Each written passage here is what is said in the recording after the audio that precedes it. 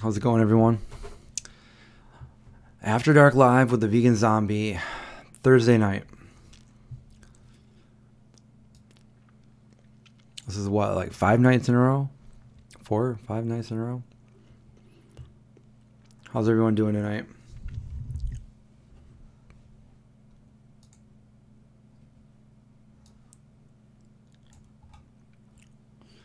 How's everybody doing with the isolation?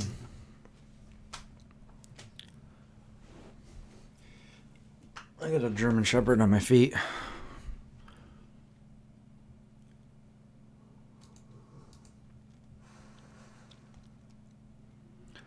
Doing good over here. Uploaded my new video tonight. Did my kitchen tour. So then I did my what's in my refrigerator, freezer. I actually did the whole entire video, pantry and cupboards and all that, but it was like a half an hour long, so I split it up so it wouldn't be so long.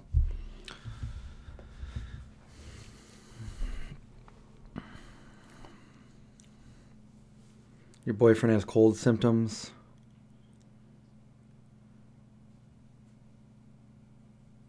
Your dining room looks like a grocery store. Did you go out and stock up on stuff?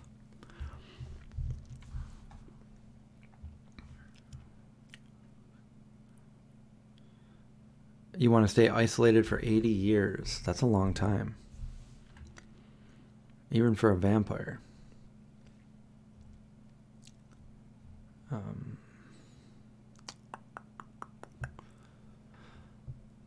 So what's going on tonight?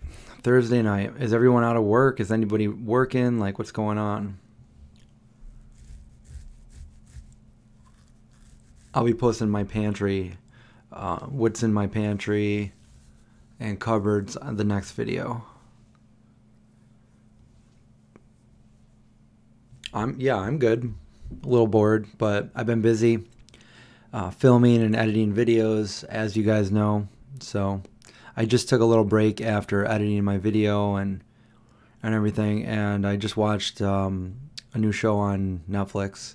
So I watched the first episode of Lock and Key, and I like it so far, so probably watch more of that in these coming weeks, unless I binge it all.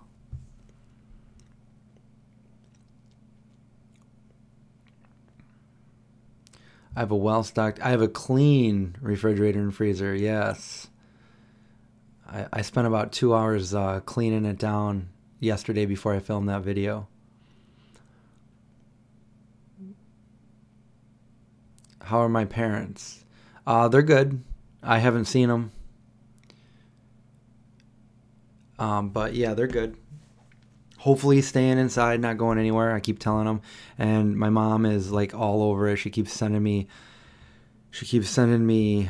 text messages and screenshots of different things, and so she gets it. My hair is all gone. I shaved it off because of everything. So, no, I'm kidding. My hair's all up in my hat.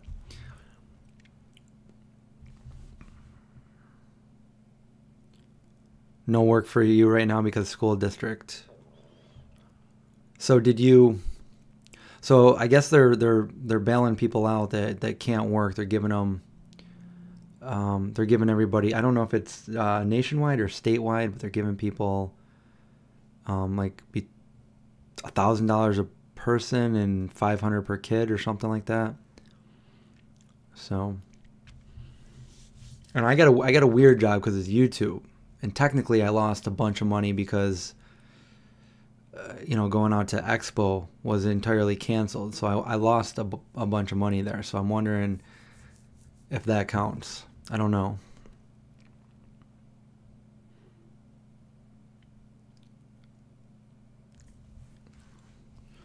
Your boyfriend's still working at a restaurant, but they're doing a drive-through. Get it? I got it. Yeah. Yeah, some restaurants are still open, some aren't. I've been going out doing the videos for you guys, but I haven't left the house in the last 2 days, so I don't know what's going on out there right at the moment. I don't know if their stores are still stocked or whatever, but I kind of focused on showing you guys videos on what I have stocked up here. So, but maybe I'll get out, drive around later, see what's going on.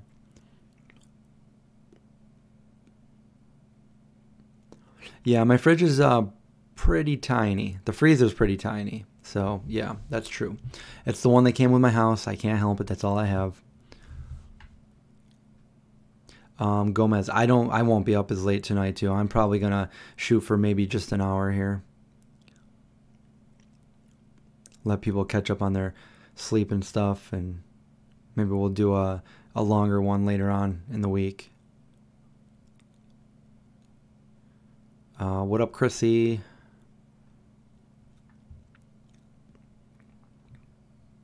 Carrie. Garden of Life Sport protein bars. Haven't had those.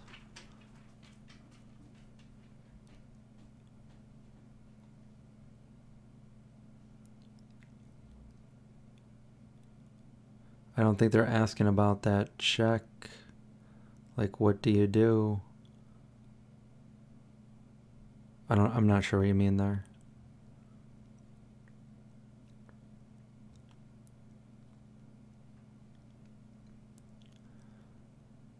Michelle says, I work from a college and they're having instructors teach remotely, recording videos.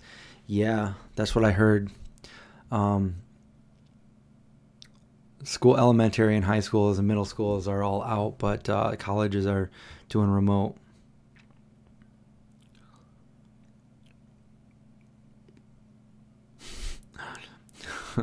Ashley, Nevada strip club doing drive-through. Is that for real?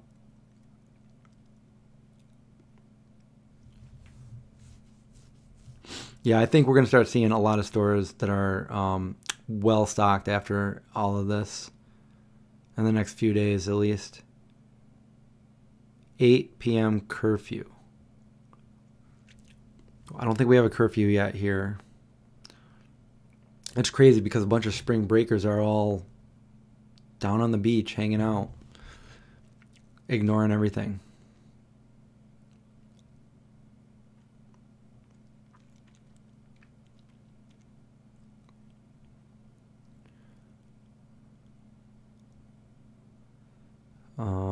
Hello, Graven. Hello, Rachel. Yep, we're after dark with the vegan zombie here.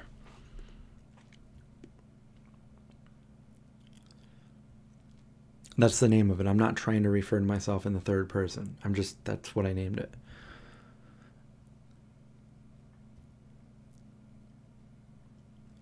Yeah, definitely a bit earlier tonight. I was bored. Finished work. Took a little break. Doing some more work now.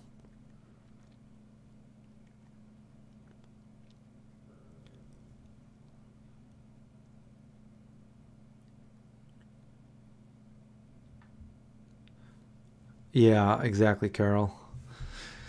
They're not caring about anything else.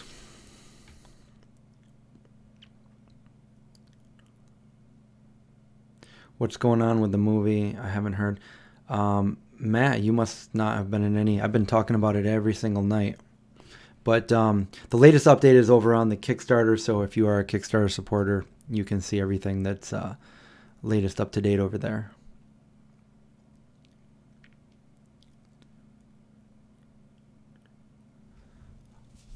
A rebound, a mini trampoline. No, I sure don't.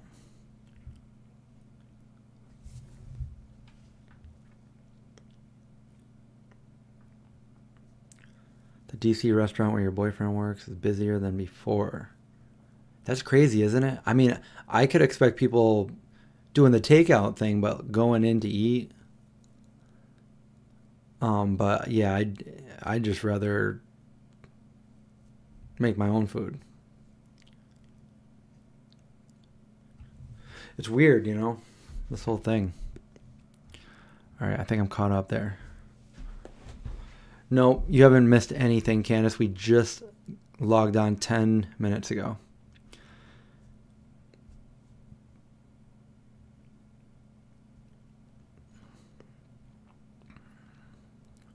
Oh, it's drive-through. Yeah, but still. I bet they're wearing gloves and everything when they're passing it out the window.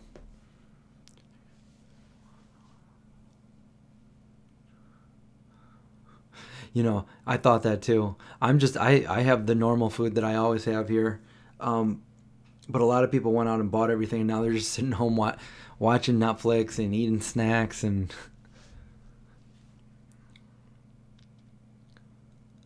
it's pretty crazy. I've been watching more things on the whole pandemic.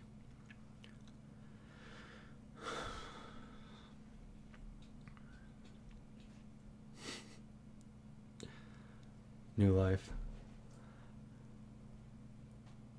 I think the whole point of it was so just the inevitable, not knowing how long this is going to be for, not knowing how long it's going to be for, and not having the things that you need. And nobody wants to be out of toilet paper.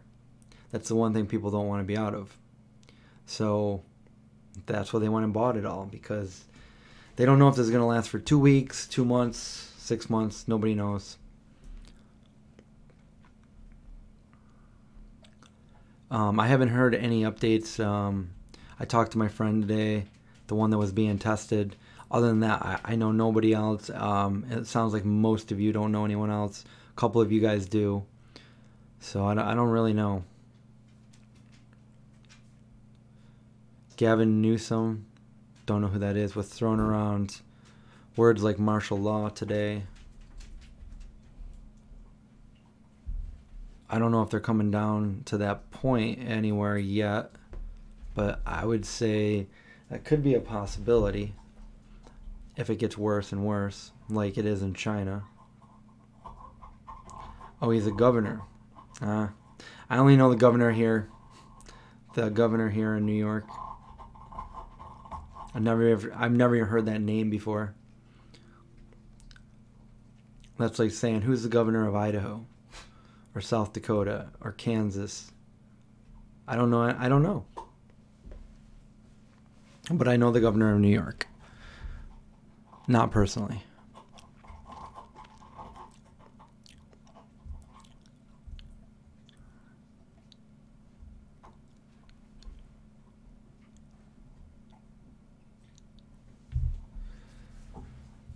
Well, I think a lot of these businesses that are not able to do things are going to be bailed out, get some financial relief for this.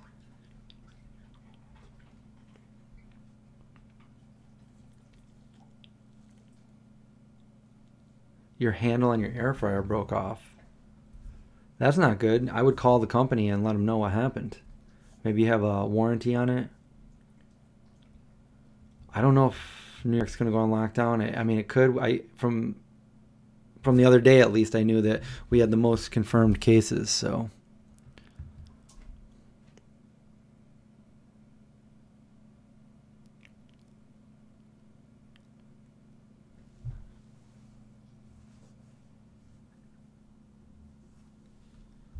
is everyone doing okay?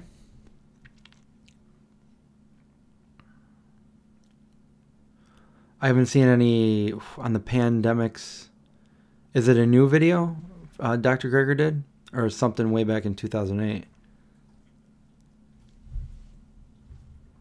No, I didn't see that. Yeah, get an air fryer. I use mine every day. I use mine like twice today.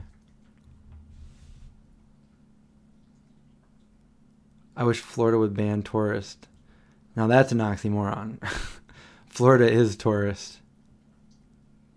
Yeah, I have an air fryer.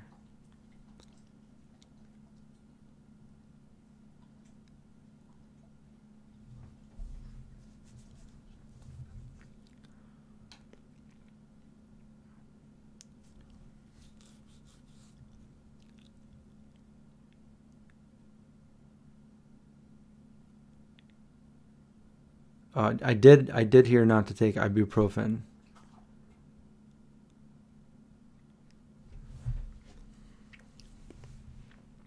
I wouldn't take that anyway.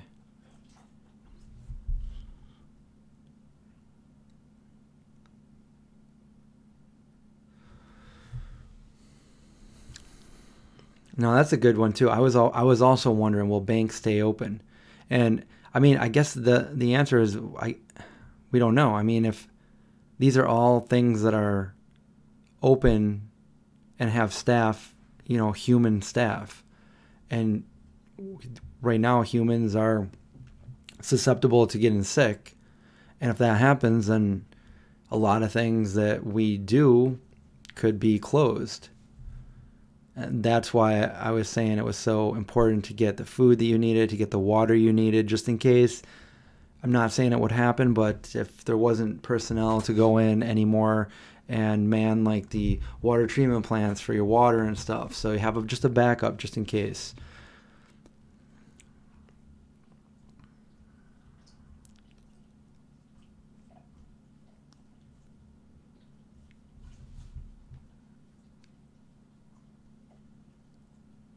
A lot of places are closing early though.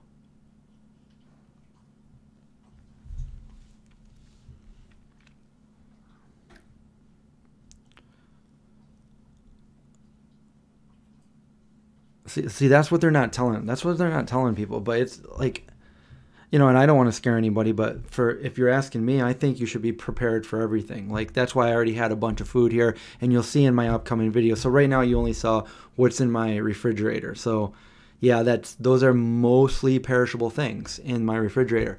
But I have another 20 minutes worth of showing you everything in my pantry and the cupboards, laying around in the kitchen that I'm stocked up on. Not to mention that I completely forgot that I have a bunch of stuff up here that some of these companies sent me that if I had to, I mean, I've got a lot of snacks, but it's always good to be prepared, because if you don't need to be prepared, then oh well, you were prepared and it never came down to it. You didn't need to be prepared. No harm done. But if something happens where you do need to be prepared and you weren't, then yeah, then you're kind of like struggling to figure out what you're going to do. You might have to, borrow from someone else, or, look a little bit harder than normal, and that, your risk, getting exposed and all that kind of stuff. So I honestly, and this sounds funny to some of you, but I look at it as like a zombie apocalypse. And watching all those movies and stuff, I'm always saying to myself, what would I do in that situation? What would I do in this situation? But, that's kind of like, I pretend that that's the situation, and I stock up and everything. And then anytime there's a natural disaster or something like this, you're prepared and you're ready. So when people say, oh, you don't need to do this or you don't need to do that, well, it's not going to hurt if I do stock up on, certain things, so I have it for, a couple months or something. And, the essentials are food and water, and, the authorities are not going to tell you everything like that. They're going to tell you, the very minimum requirements, because, again, they don't want mass panic. If they were to say, everybody go out there and buy 2 to 3 months worth of food and water, and make sure, this and that, everybody's going to go, oh my God, and they're going to panic. But instead, they were very more lenient about it. And then you got people out there, berating people for wearing a mask, or buying a couple weeks worth of stuff when they're doing the right thing. They're doing what they should be doing. So, but if you do that, all year long, and it's not just at the last minute, then, these stores aren't stressed and have to sell out of all their supplies and how it is right now. But that's just, that's always going to happen, because not everybody is going to be prepared, or not everybody has, there's certain extenuating circumstances. What if you were moving? What if you just moved to a new place, or what if you didn't have enough money to go buy, and you buy paycheck to paycheck? Or, there's so many different reasons why people might not be prepared or stocked or ready. So I just try to tell people to just buy a little bit more every time, and every time you come into something new, just maybe save it and just have like a little bit of a stash, you know, just so if something happened, you'd be good for, you know, at least a week or two, you know, so you can figure out what you're going to do next, and you're not going to be like, you know, I don't know, I guess when I was like a college kid and I was living in Florida, I had very little at the house, and if I needed to eat something, I'd have to go to the store to buy some things and come back, and, you know, because I didn't have a lot of money, and I wasn't out there going to the grocery store a lot. And so, you know, people like that are just have a little bit at the house, and they have to go, you know, kind of like paycheck to paycheck, but, you know, as soon as they eat a meal, they're done. Like, or somebody that just gets takeout all the time, you know, not exactly healthy, but I mean, there's people that do that. So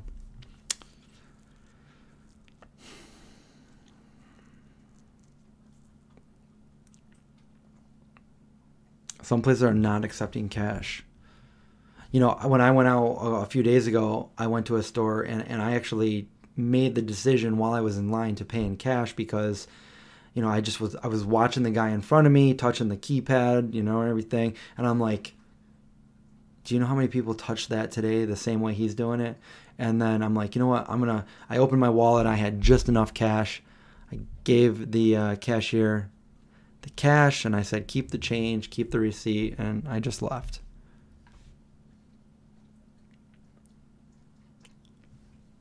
April 20th delivery.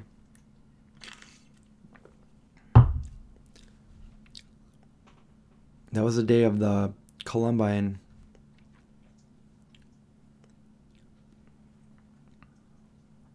I just remember weird dates of everything.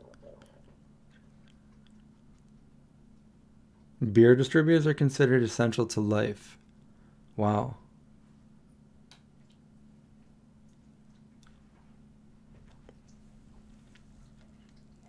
Pumpkin Queen Paula. You didn't really miss much. We've only been on for 20 minutes. Just kind of talking about what's going on right now, how everyone's doing. Talked a little bit about my brand new video, basically where I show you guys what I have in my kitchen, what I have in my refrigerator. And the next video I'm going to be posting is what's in my pantry, what's in the kitchen.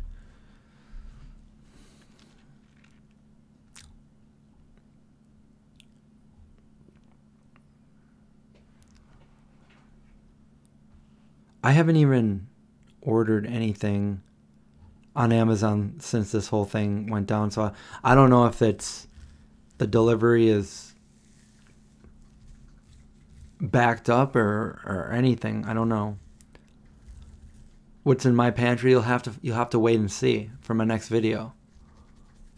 Like I said, it was all going to be one video, but it ended up being like over half an hour long. So I cut it down to like, all right, let's just do what's in the refrigerator and then what's in the pantry. So it's not too long.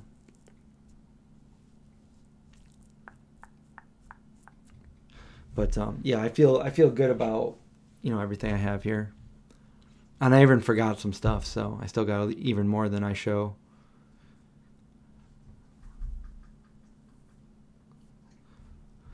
Yeah, I could see that a lot of deliveries will probably be backed up, and employees, I mean, there might be some employees that are sick and staying home.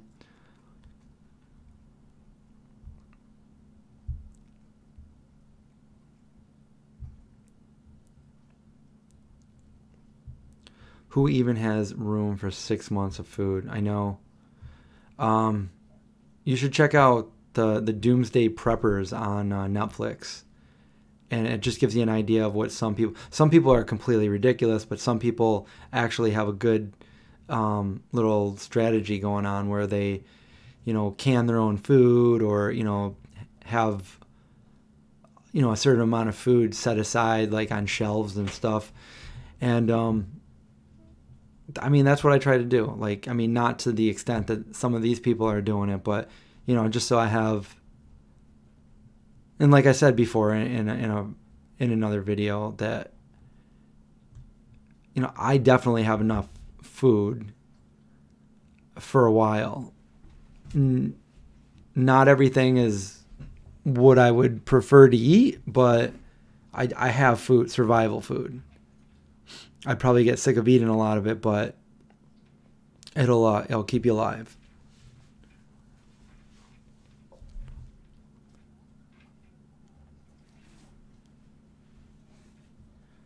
Yeah, it's weird too because the streets are kind of bare too. There's not a lot of traffic out there.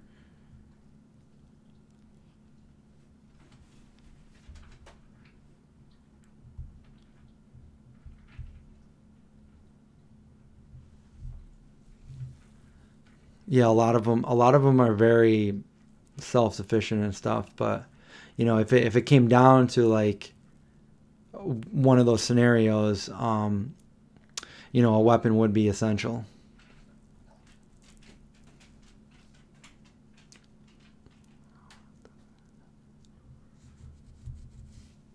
Yeah, it's weird because like all these supermarkets around here that were 24/7 are all closing very early now.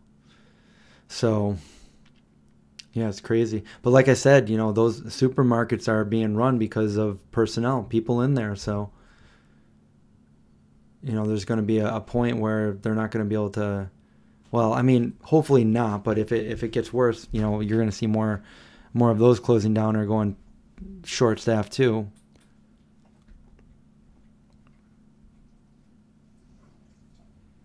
Miyoko's having a daily cooking demo of how to cook from scratch.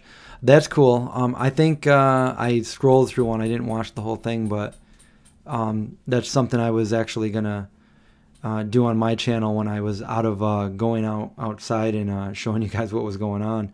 Is just like showing people what to do, what to make when we're kind of cooped up in the house like this. So, and I got a bunch of stuff in the pantry that I can work with. So I think I'll be doing some of that too.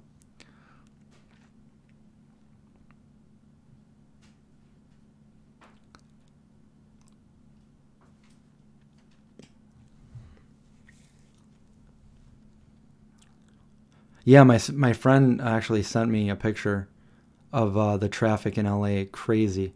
There's none.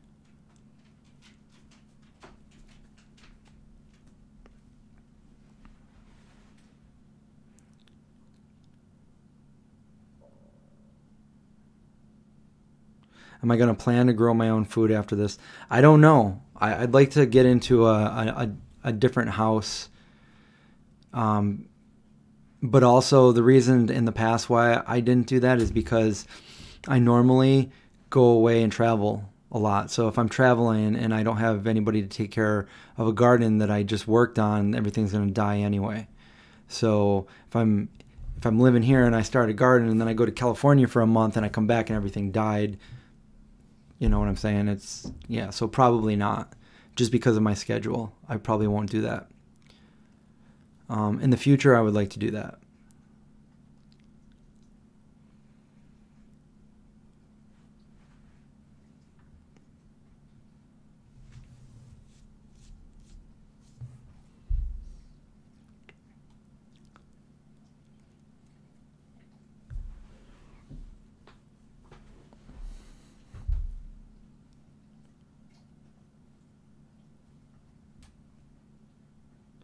How do I feel emotionally about how our country is handling this? Well, I haven't seen anything really yet here, so like I mean, I'm gonna be fine either way. So like I don't really, I don't know. Like it's hard for me to explain. Like I don't even know how to answer that really. I don't really get very emotional, so like I just take things face value, how it comes, and like I try not to worry or panic. I just deal with what comes at me. So whatever happens, happens, and I'm gonna take it. However, I'm just trying to be on here and be a platform for everybody to come together and not worry if people are worrying, because I'm not the kind of person that usually worries. So if I can talk talk to people or whatever, then, and it's helping, then I'm all for that. But I don't know. I haven't seen anything. Like, I mean, I'm hearing a lot of things, but again, I don't know any cases of anybody that has anything. So, this might totally blow over here in this country, or it might get a lot worse. I mean, who knows? I mean, I might even get it. I don't know. But if I do, I'll let everybody know.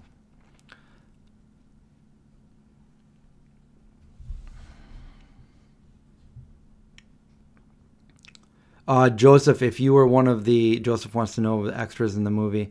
So Joseph, we have a lot of extras because a lot of people signed up for pledges for that. So we actually probably have too many. So unfortunately, we probably won't need any more.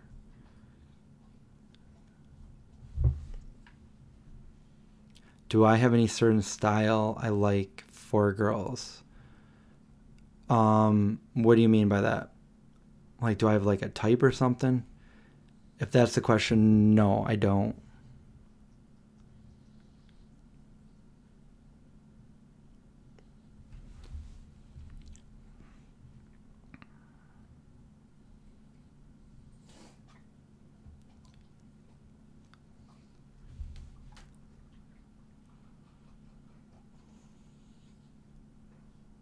A vegan girl. Oh yeah, obviously, vegan.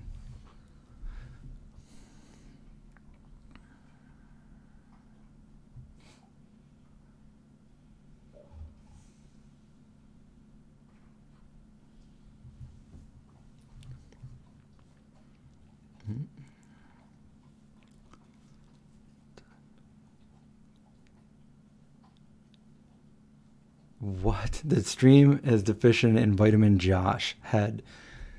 It's over there. But this isn't the big Josh vegan stream, so only when we're on his channel the head pops in.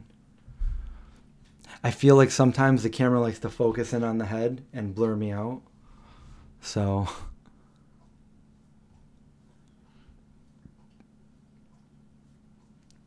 the vegan gal to guy ratio blows. Yeah, I don't know why that is. It's like I don't know.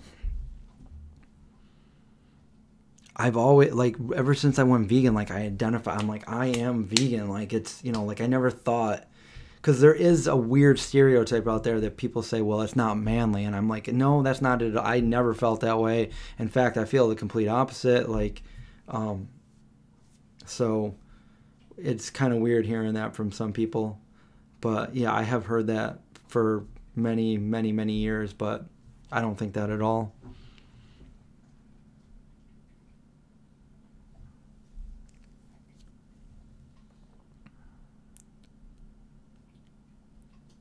You looked at a house Tuesday and are supposed to move? Yeah, I wouldn't be moving right now.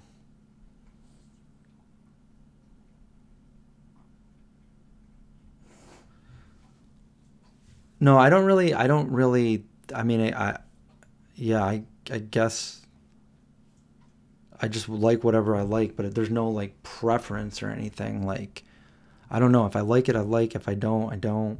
But like, I don't have like something in mind or anything because, yeah. Kris Jenner got tested with no symptoms. Just because she's rich and famous, so she was able to get tested? Is that why?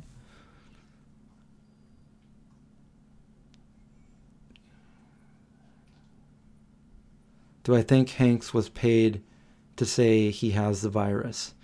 I will say I don't know. There's no way to know that, but I will say that did cross my mind. I don't like to take something that somebody says and just be like, okay, that's the truth. I like to think of every certain. So again, I said this in the last night's stream. Like, I'm taking this seriously. I'm taking this as if my health and my friends and family's health depend on it. But I'm not. I'd be lying if I said I didn't think that. What if this whole thing is a hoax? What if this is all a scam to dump money back into the economy? What if the actors are being paid to say that they did this? It's kind of weird that, you know, this is supposed to be so contagious. It's supposed to like spread like rapid. Everybody should be having this now. Like, there's be so many people that have it that it'd be inevitable for, you know, one of us not to actually know somebody that has it. And I've asked many, many times, and there's only a couple of you, maybe two of you in this entire chat that said that they actually know somebody that that is tested positive. An actual person. I'm not talking about somebody that knows somebody that knows somebody. I'm asking, do you know somebody that is positive for this? And so far, I don't know anybody, and none of my friends know anybody. So, yeah, it crossed my mind because I'm always wondering, and I'm always skeptical of things. But again, I'm taking this seriously, like my health depends, because it's not worth it. I don't feel like it's worth my health if I'm wrong, you know? So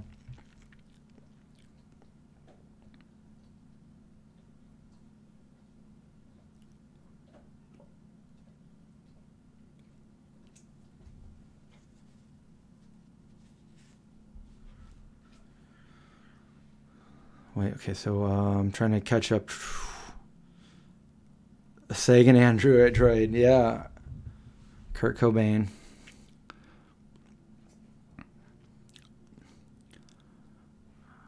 Are you still on the other side of the border? I do know one person that has been tested. And she said she's going to get her results on Monday, which to me seems like a long time. If they really suspect somebody has it. But she did test positive for bronchitis and I believe the flu, so she might not have it, but she was traveling.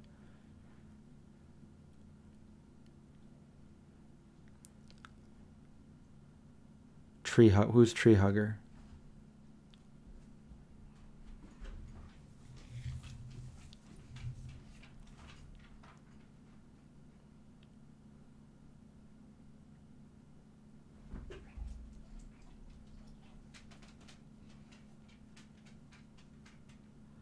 Your son is sick with symptoms. Are they going to test him?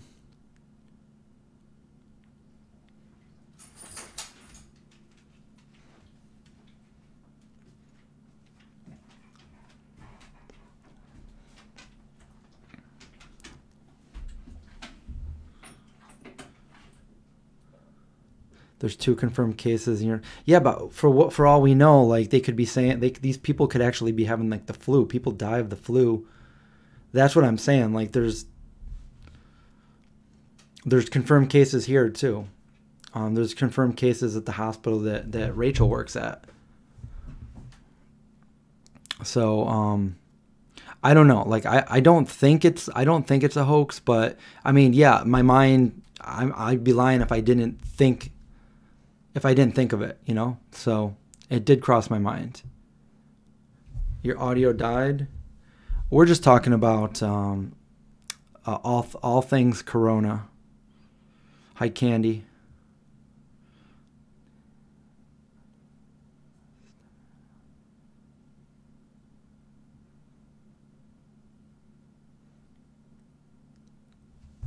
You're gonna what places are you gonna go to in New York? Yeah, it's New York is full of vegan places to eat at, but this is the worst time right now to be down there doing it because you don't really get to. You're not really being able to enjoy sitting down or anything.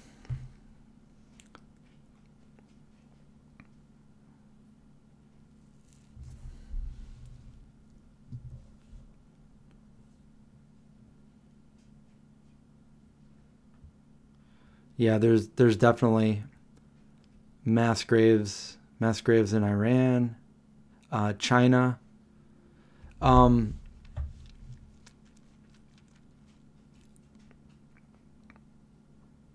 don't know. From everything that I've seen, I don't. There a lot of people are saying it was it came from like bats and and they carry it. But I think this was bioengineered. It just sounds more. And it would take me way too long to explain why, just because I've seen so many. You just got to go out there and do the research and come to your own conclusion. But I don't really feel like summing up everything that I've watched and researched in the last few days is too much. But we could maybe talk about that in a different day or something.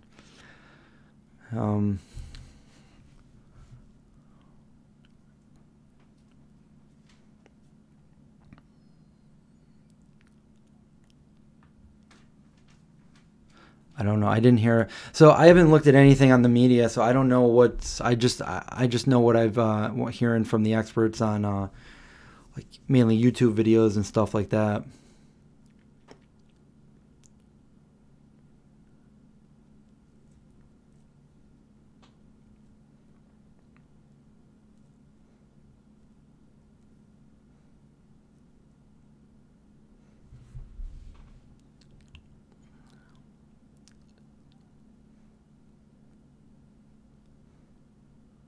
Well, bats are carriers of it, but they don't. They're like silent carriers of it, is what they're saying. But there's evidence that somebody was bioengineering it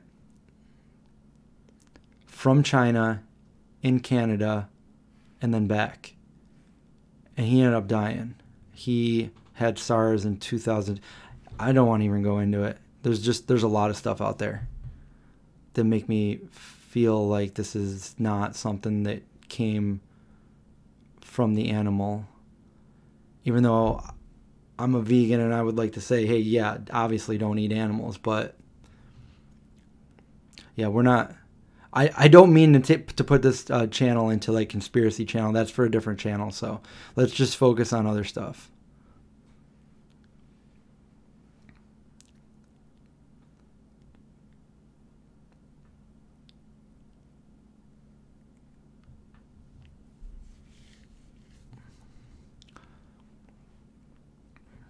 Yes, it's very similar to the Spanish flu.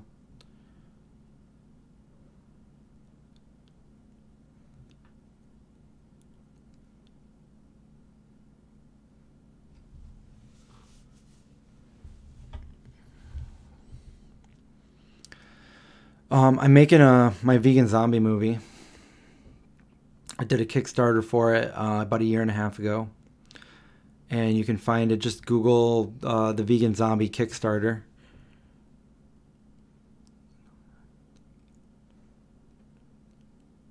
Yeah, I've never had the flu either. Well, I might have when I was little, but I don't remember ever having the flu.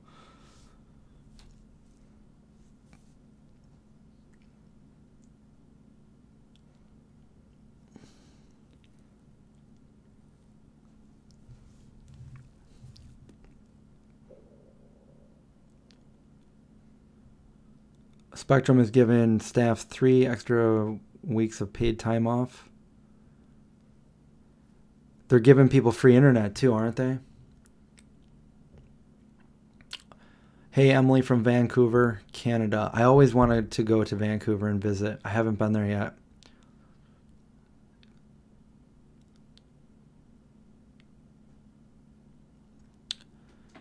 Sagan Android. Yes, Occam's Razor. Josh is working right now. How are me and my brothers dealing with this? I haven't talked to my brothers. I don't know how they're dealing with it. I'm just going on life as usual. I spend a lot of time in here anyway, editing videos and filming. But this is what I'm doing. You see it. You know, I've been on here every night talking with you guys. And just been filming videos, editing videos, and, you know, doing this. You know, last night I went for a run outside because, you know, all gyms are closed. So, yeah. I might go for a walk later, just get out and get some fresh air. I did get the chicken pox when I was little, when I was about 12 or 13. Nothing was on my face, but it was all over my arms and down my legs. It was...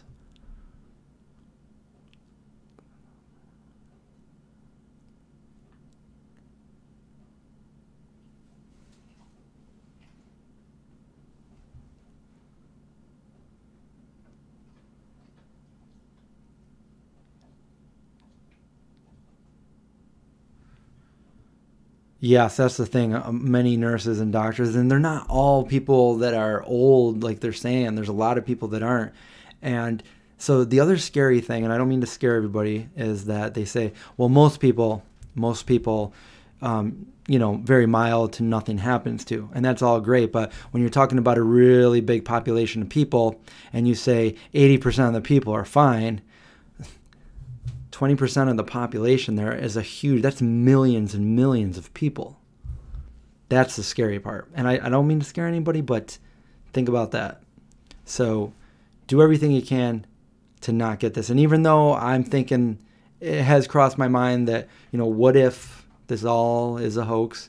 I'm not willing to be wrong. So I'm not willing to bet my health on that. So that's why I'm following everything that I should be doing, and even more than what they're actually telling us, because other countries are saying so much more than our country is. So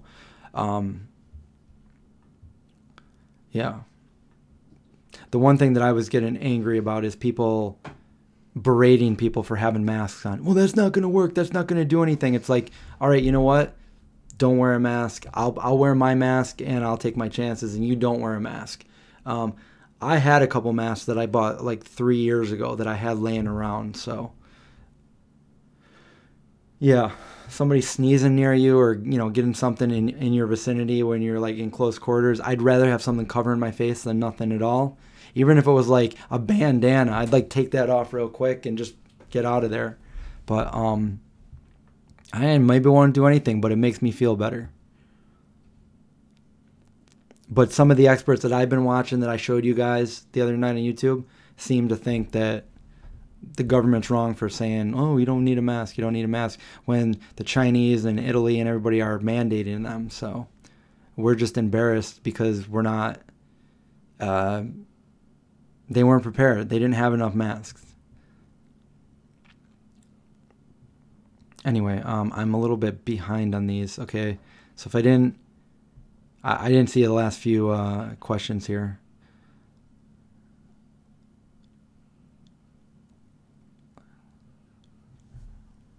I love oat milk Marvel. I just had some tonight.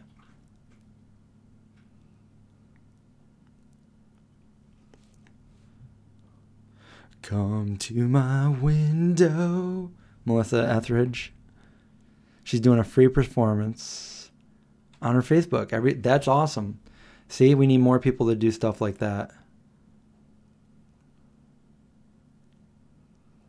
The gas prices in Syracuse, I haven't been out, but that's another thing. Make sure you have a full tank of gas, or at least don't be on empty, because that's another thing.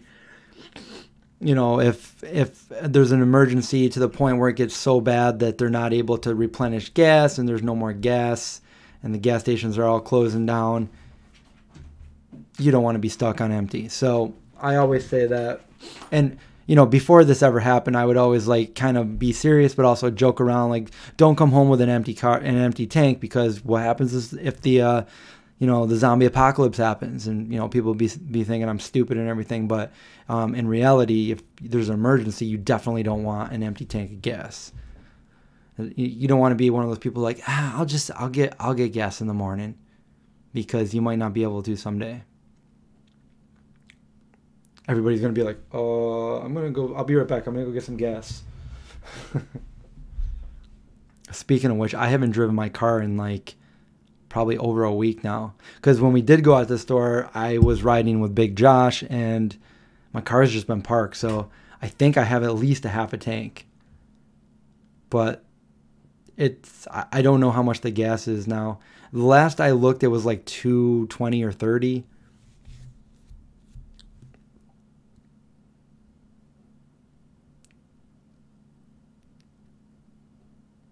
Oh, I didn't know that. This is another Nostradamus alignment. So this is one of the times that he predicted.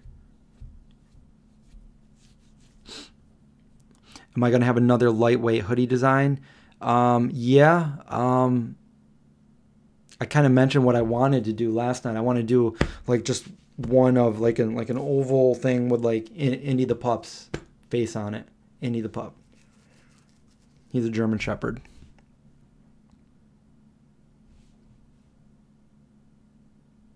A raglan sleeve sweatshirt.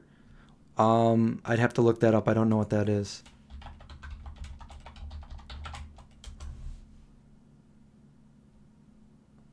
Sweatshirt.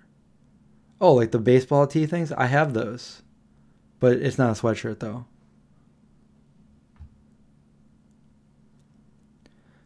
Elka says, is my family vegan? Most of them are. My dad is not. My two brothers and my sister are. My mom is. And my nieces are.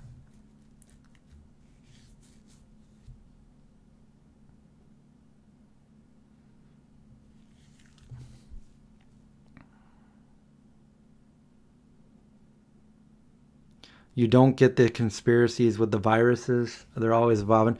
I didn't either until somebody pointed me in the direction, and I went down the rabbit hole, and I did all this research, and it's, you'd probably have to look it up for yourself. But so there was a big debate a long time ago between Pasteur and a guy named Beauchamp, and they said the exact opposite things about viruses and how you get the disease and stuff. And the public sided with Pasteur because that was where the money was at. That was where, the doctors and the pharmaceuticals, and that's how everybody could make the money. But apparently, Pasteur on his deathbed admitted that Beauchamp was right. So I don't know the veracity of those. I just know that this is what I read and watched, and the little research that I did on it was very intriguing. And if that's correct, then yeah, there's some conspiracies out there that I don't know, and that's for another channel, another time again. But yeah, if you really look into it, there is reason to believe that, or at least enough evidence to say, what if, kind of this, I don't know.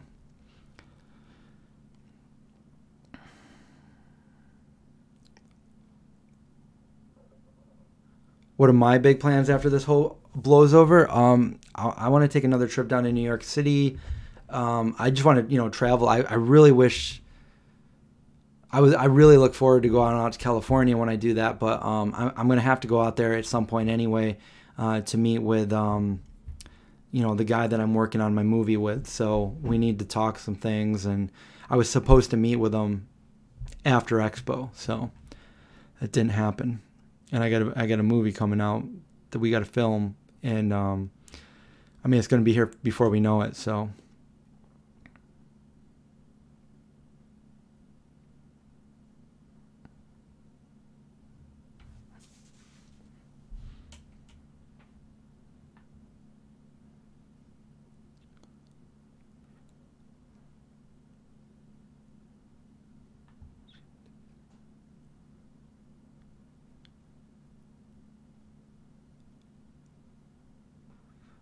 Big Josh Vegan's on. What's up, Josh? You in Massachusetts yet?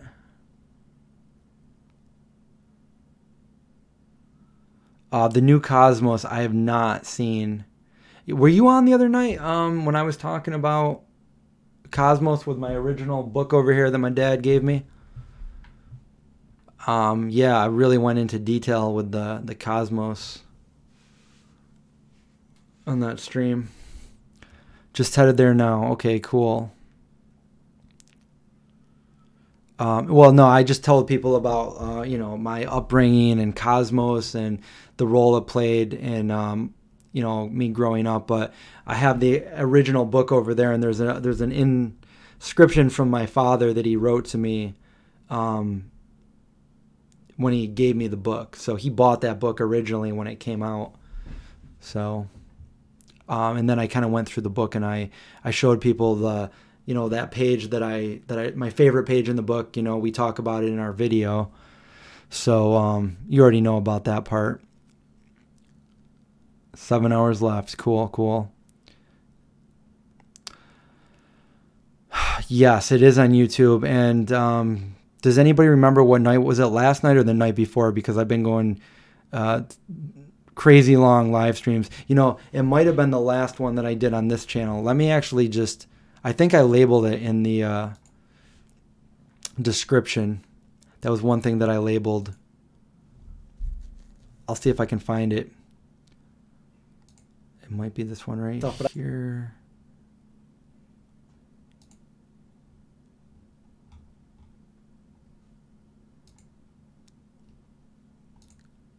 The Wednesday one. Does anybody remember when I talked about That one's only... No, it definitely wasn't that one.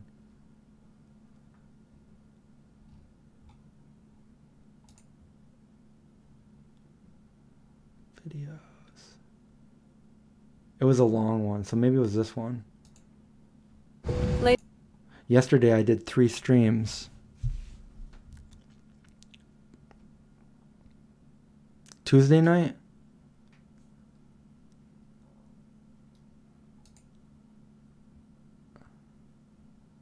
Late night. Oh yeah, it's right here.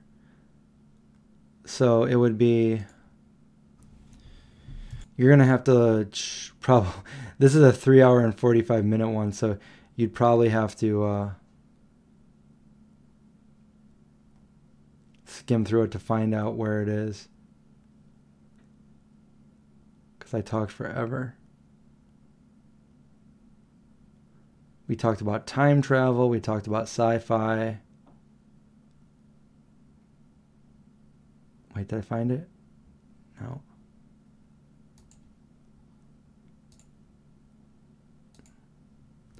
Anyway, it's probably this one right here. But I don't remember what part of the stream it was, so...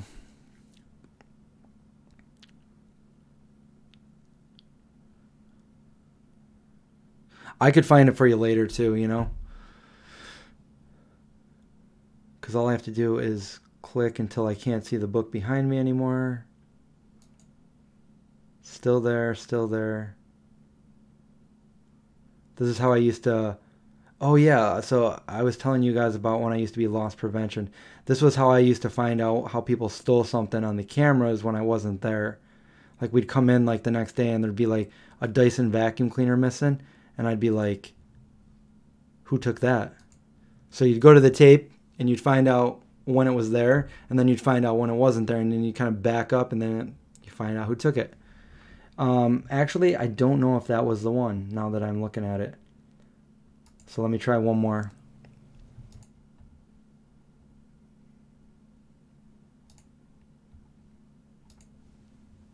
If anybody remembers for sure, that was, you think it was Tuesday? Is that what you guys are saying, Tuesday?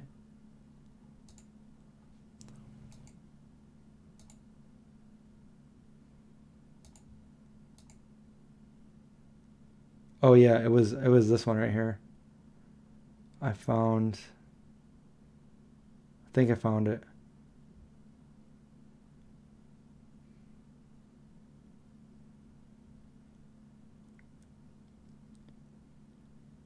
Sorry guys, it's probably there. I found it. Yeah, here it is. So it is this one. Bam! There it is. Holding up my my favorite page in the book Cosmos. But you already know about that. Seg and Android. So I will I'll link it for you right here. So very easy to find it, and it's around the 145, 150 mark. So just remember that. You only totaled one vehicle, Josh. Come on, don't do that.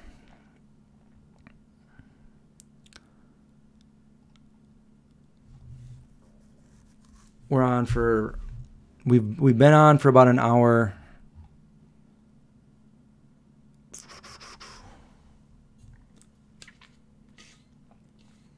What did you guys want to hear tonight? You guys did want to hear some stories I had when I did loss prevention, or did you want to hear when I was like a special investigator, or something completely different than those? Something maybe from the 80s. What kind of stories tonight? I'll tell a couple of stories before we log off here. My dad's paranormal experience. I don't think my dad... I don't know if he like even accepts anything being a paranormal experience. Like I think he just doesn't know what to say about it. I'm the one that said that that's pretty crazy, paranormal. He just laughs at me. So everybody wants ghost stories, but I feel like I already told all my ghost stories.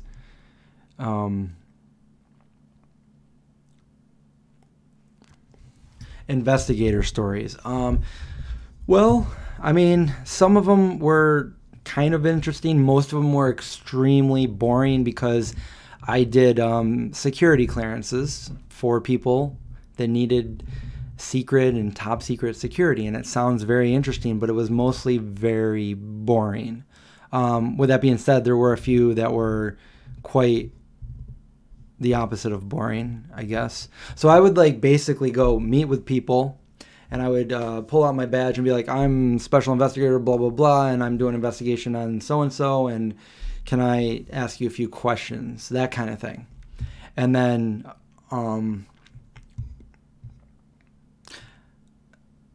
you know, and I can't tell you any details about any, like I said before, I can't tell you any details, which, by the way, like, as far as like personal details, I can tell you certain things that happened, but I can't tell you personal details, like any kind of personal identifying information or anything like that. So it's all like speculative, like John Doe or something like that.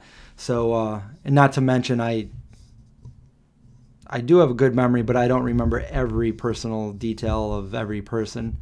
But I do know the first investigation that I ever did, I had to be accompanied with another investigator for my first one, which was fine because it was my best friend at the time that actually got me the job, and also my roommate.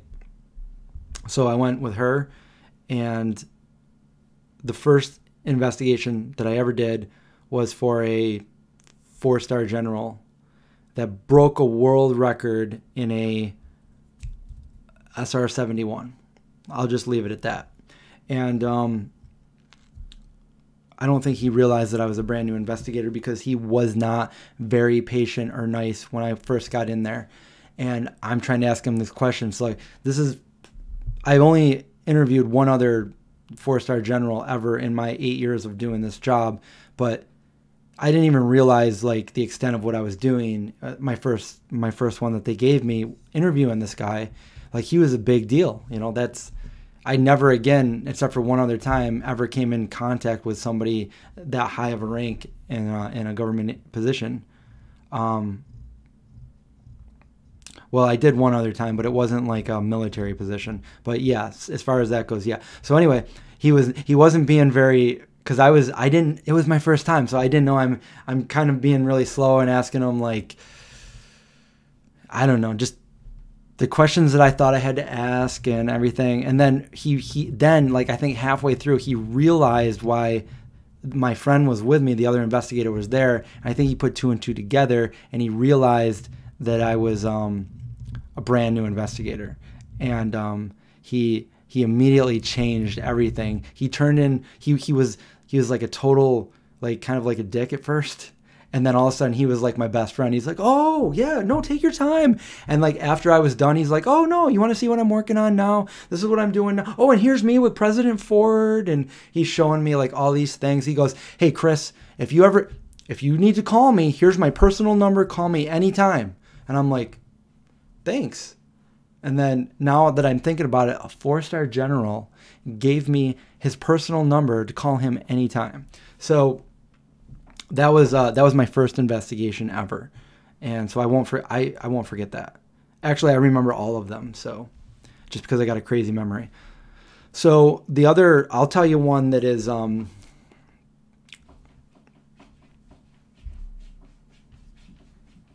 just really need apples and hugs. Okay, so then I won't tell these stories because I don't think these are apples and hugs, but I could probably send some apples, but I don't know. If they go through the mail system, you probably don't want to touch them. And hugs are too, you can't really send a hug. A virtual hug.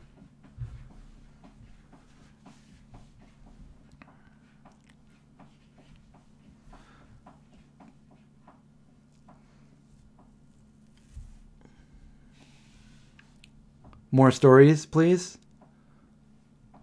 Isn't that Squeaky Fromm that tried to shoot President Ford? And she lives next to you? Squeaky Fromm.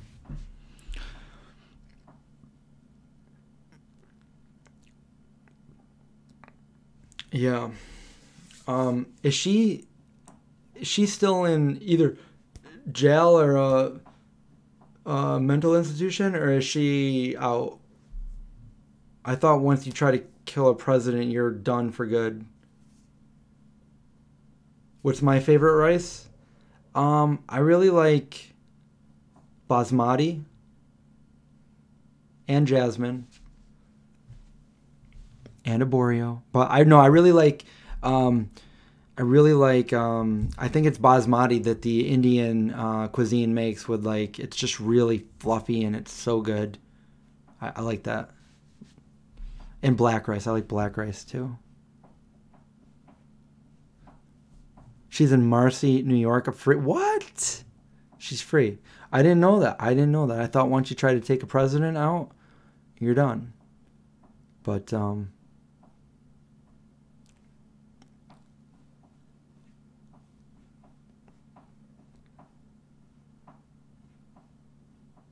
I haven't had millet in a long time. I'd have to try it again sometime.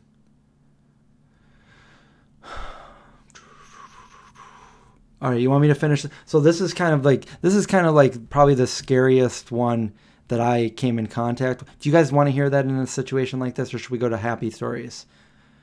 Let's see. Maybe I'll try. Okay, I'll try. I'll go back to the days that I did loss prevention, assets protection. So,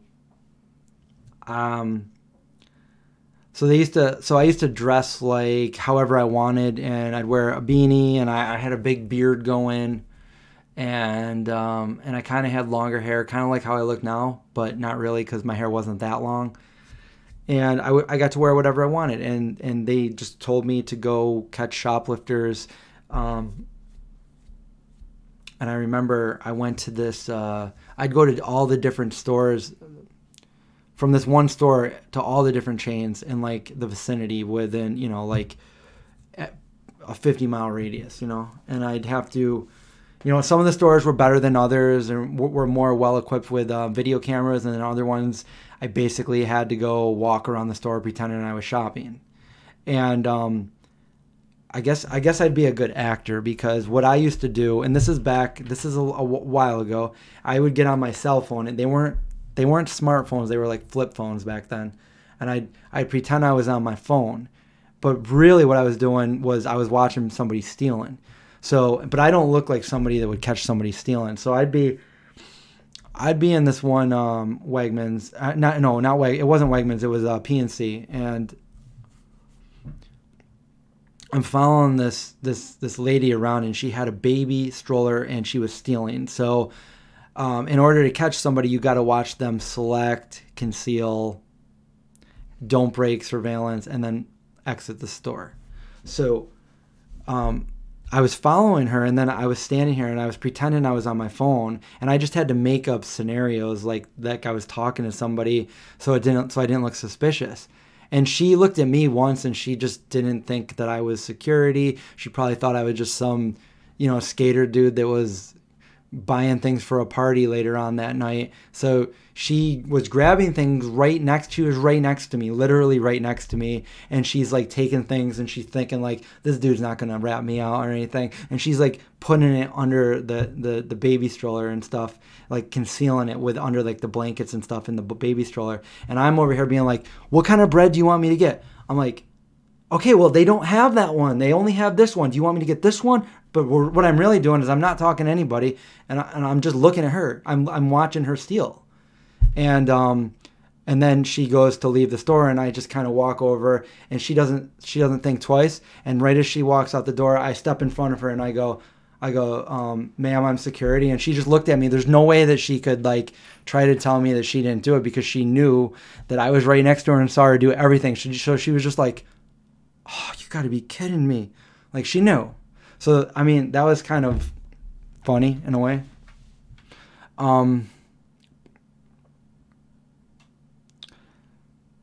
Oh, this one dude did not think he was going to steal. It just looked like this, you know, middle-aged dude. He came in like golf shorts on and everything. And it was like a summer holiday weekend or something. And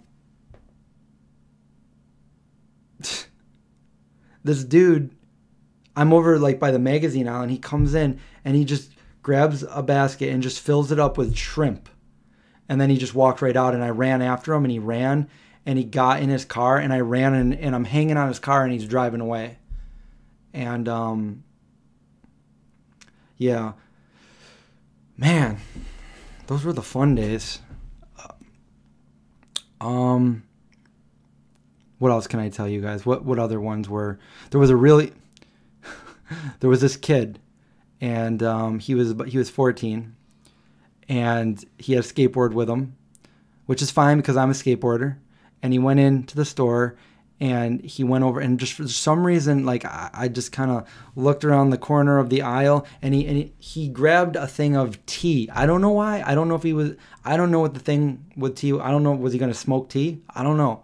But he grabbed the tea, and he's looking at it, and then he puts it down by his cargo pant to see if it would fit. And I'm like, okay, this kid's gonna steal this. So like I kind of just like got down on the end cap looking, and all the people walking by are seeing me, and that they're like, what is this dude doing? But I'm sure some of them knew I was, security, but I'm just kind of like, I knew exactly how to like position things so I could look at people, which I still do today. Like when I catch people, oh, that's another story I'll tell you after. That's pretty funny. But anyway, I'm watching this kid. It took him forever. Like I think I had the Adam Sandler's thing in my head where he's like, today, Junior. Like, I'm like, hurry up, and if you're going to steal it, do it, because I'm getting a cramp in my leg, It took him like 15 minutes just standing there, and then he finally put it in his pocket, and he walked out of the store. So I just followed him out the store, and, I just stood in front of him. I'm like, hey, I'm security. You need to come back in the store with me. And then he just looked at me, and he's like, and he did what I couldn't believe what he was doing, but he was doing it. And like, I'm like, what are you doing? And he's like, he just peed his pants all over the place, and right there. And I'm like, dude. So brought him back inside. I didn't have him arrested. We just called his parents, come pick him up. Don't steal. Lesson learned. That kind of thing.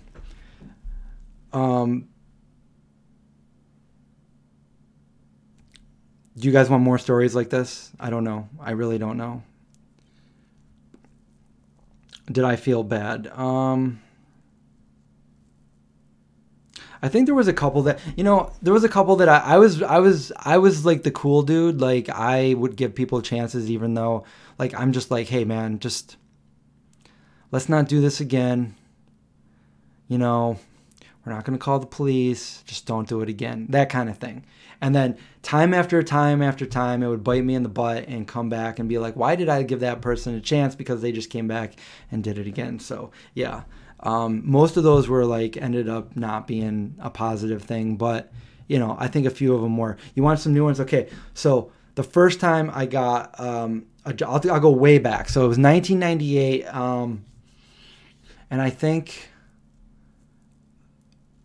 it was the beginning. I had just I just started going to school for criminal justice, and I really wanted to, get it in. So I'm like, I'll just go. It was, the store was Kaufman's in the mall, and Kaufman's is now Macy's. But I worked there as loss prevention, and my boss, he basically showed me, the ropes. He's like, we walked out on the floor, and he showed me what to do, and we'd have like a walkie-talkie back then in 1998, where today we would just have a cell phone to communicate with the person on all the camera systems and stuff. And, he taught me, he's like, you gotta, some of these people that came in here, like some of them were like gang activity. Some of them were like, some of them would fight, some of them wouldn't. And like, I'm just a little dude, back then. And, well, I'm probably the same size. I was a lot skinnier, I think, but,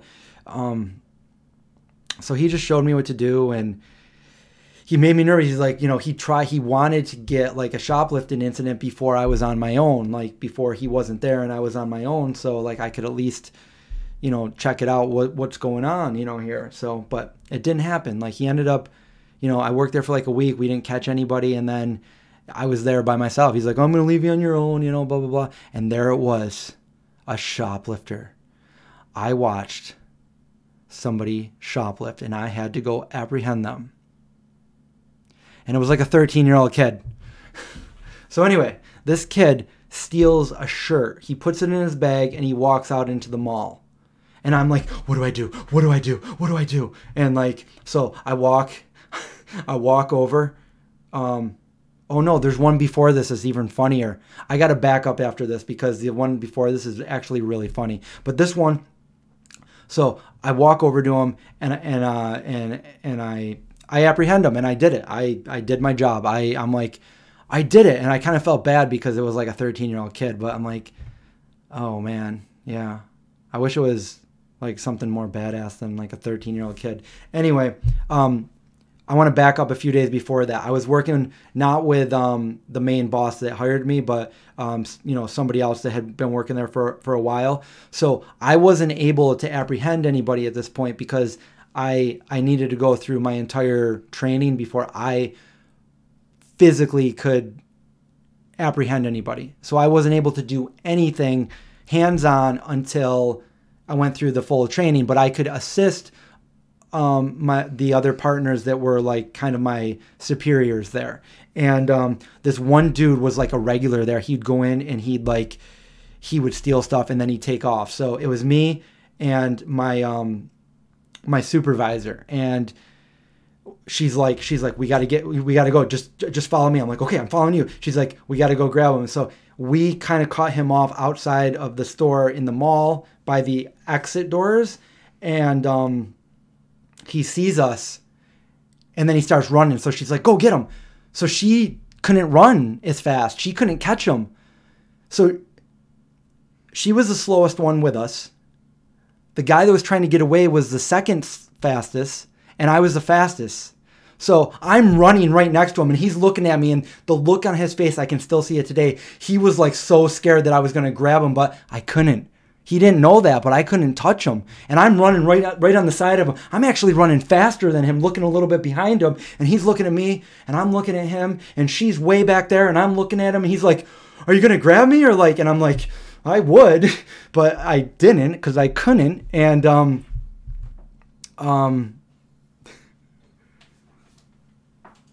we did end up getting him because she finally said, grab him.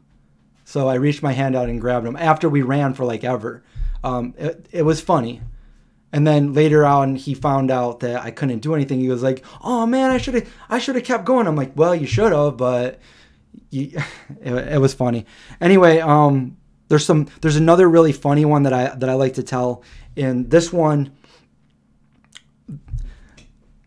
kind of funny. So, but it was also pretty dangerous. So it was me and my boss, the guy that hired me, and he's like an ex-Marine, and he's just a real nice dude. And this kid, like he probably was like 16 or 17, but he was big. He was a big dude, and totally big for his age, bigger than me. I was only like 19 or 20, and I forgot what he stole. He stole some clothes, and we apprehended him, and we were bringing him back to our office. And right when we got by our office, so I thought everything was fine because I was a brand new. I didn't realize you always got to keep your guard up because bad things can happen. And but my boss knew that bad things can happen. I didn't. I was clueless, and I'm just walking. I didn't even really have that much of a grip on him. I'm just like, I'm not going to like, I'm not going to like grab him hard because that would be rude, like whatever. So we're walking back, and we get to our office, which is kind of a hidden place, and you want it to be hidden so like people can shop and they don't see this kind of stuff happen. And right when we got there, the kid decided to try to break free from us, and he kind of broke free from me, but not my boss, and he grabbed him. And so then I tried to grab him, and the kid was going for his pocket. He was trying to get in his pocket, and my boss was trying to prevent him from going to his pocket. And I had no idea why he was going to his pocket, but my boss was doing everything he could to not let him go into his pocket, and this kid was struggling to go into his pocket. Finally, the kid pulled out like a thing of mace, and my boss kind of grabbed it, and it fell out of his hand. And then he went back in his pocket again, and then my boss went up behind him like this, and he grabbed him by the nose and pulled him back, and I was able to get handcuffs on him at that point. And then we brought him in the room, and he had a knife and mace in his pocket that he was reaching for. So that was a scary part, but the funny part's about to come. So this kid, again, 17 or 18, he's all mad that we just arrested him. He's sitting in a chair with us, and we're we're like, all right, you know, like that was a dumb move. You shouldn't have done that. You know, now we're like, we're getting his ID. We're writing his stuff down. We're about to call the police. And as we're doing this, we see all the monitors out in front of us. And he's like, oh man, he's all mad at us. And we got him down in the he's sitting down, he's handcuffed. And then as this is happening, as my boss is like interrogating him, trying to get all the information and everything, I look over on the monitors, and then there's somebody else coming in that are about to steal something. And I'm watching this, and I'm controlling like the cameras and everything. And then my boss looks over, he's like, yeah, this guy's definitely gonna steal. They got bags, they're ready to do it. They're gonna steal. We're all watching them, everything. And then as we're doing this, like the kid that we just caught stealing, he like kind of pops his head out, and he's like, oh yeah, they're totally, we gotta get him, guys, we got it. And we're looking at him, we're like, shut up, man, you just stole. He's like, oh yeah, that's right. And he's like, yeah, but these guys are definitely, we got to stop them, and it was funny. All right, so do you guys want to hear that scary one that I encountered and when I was a special investigator? I did tell this one before. Yeah, this is 1998. We were allowed to use handcuffs back then.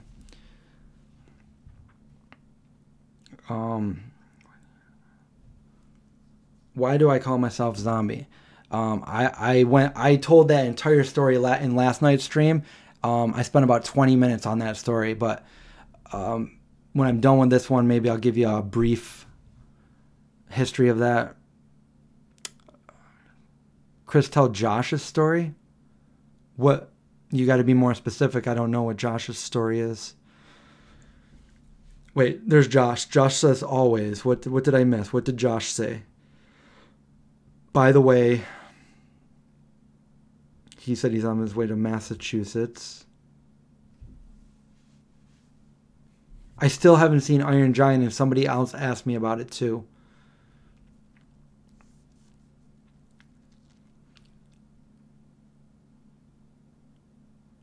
They are fried? What are you talking about? Oh, the drumsticks. He wants me to tell a story. Josh, what story do you want me to tell?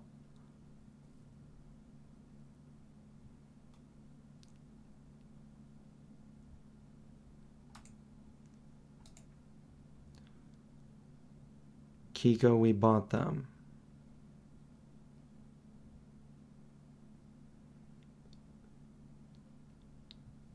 It better be about me. I don't remember that. You need to tell that story, Josh, because I don't remember it.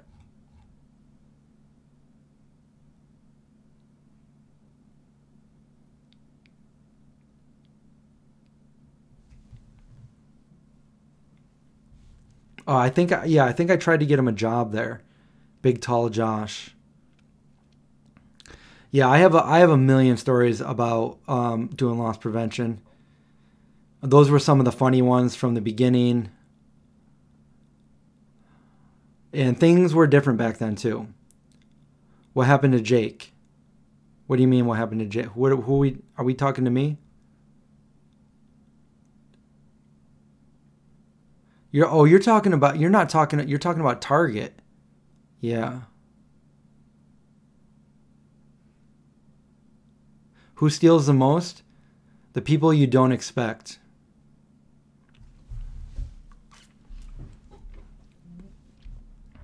I was good about it though. Like I'm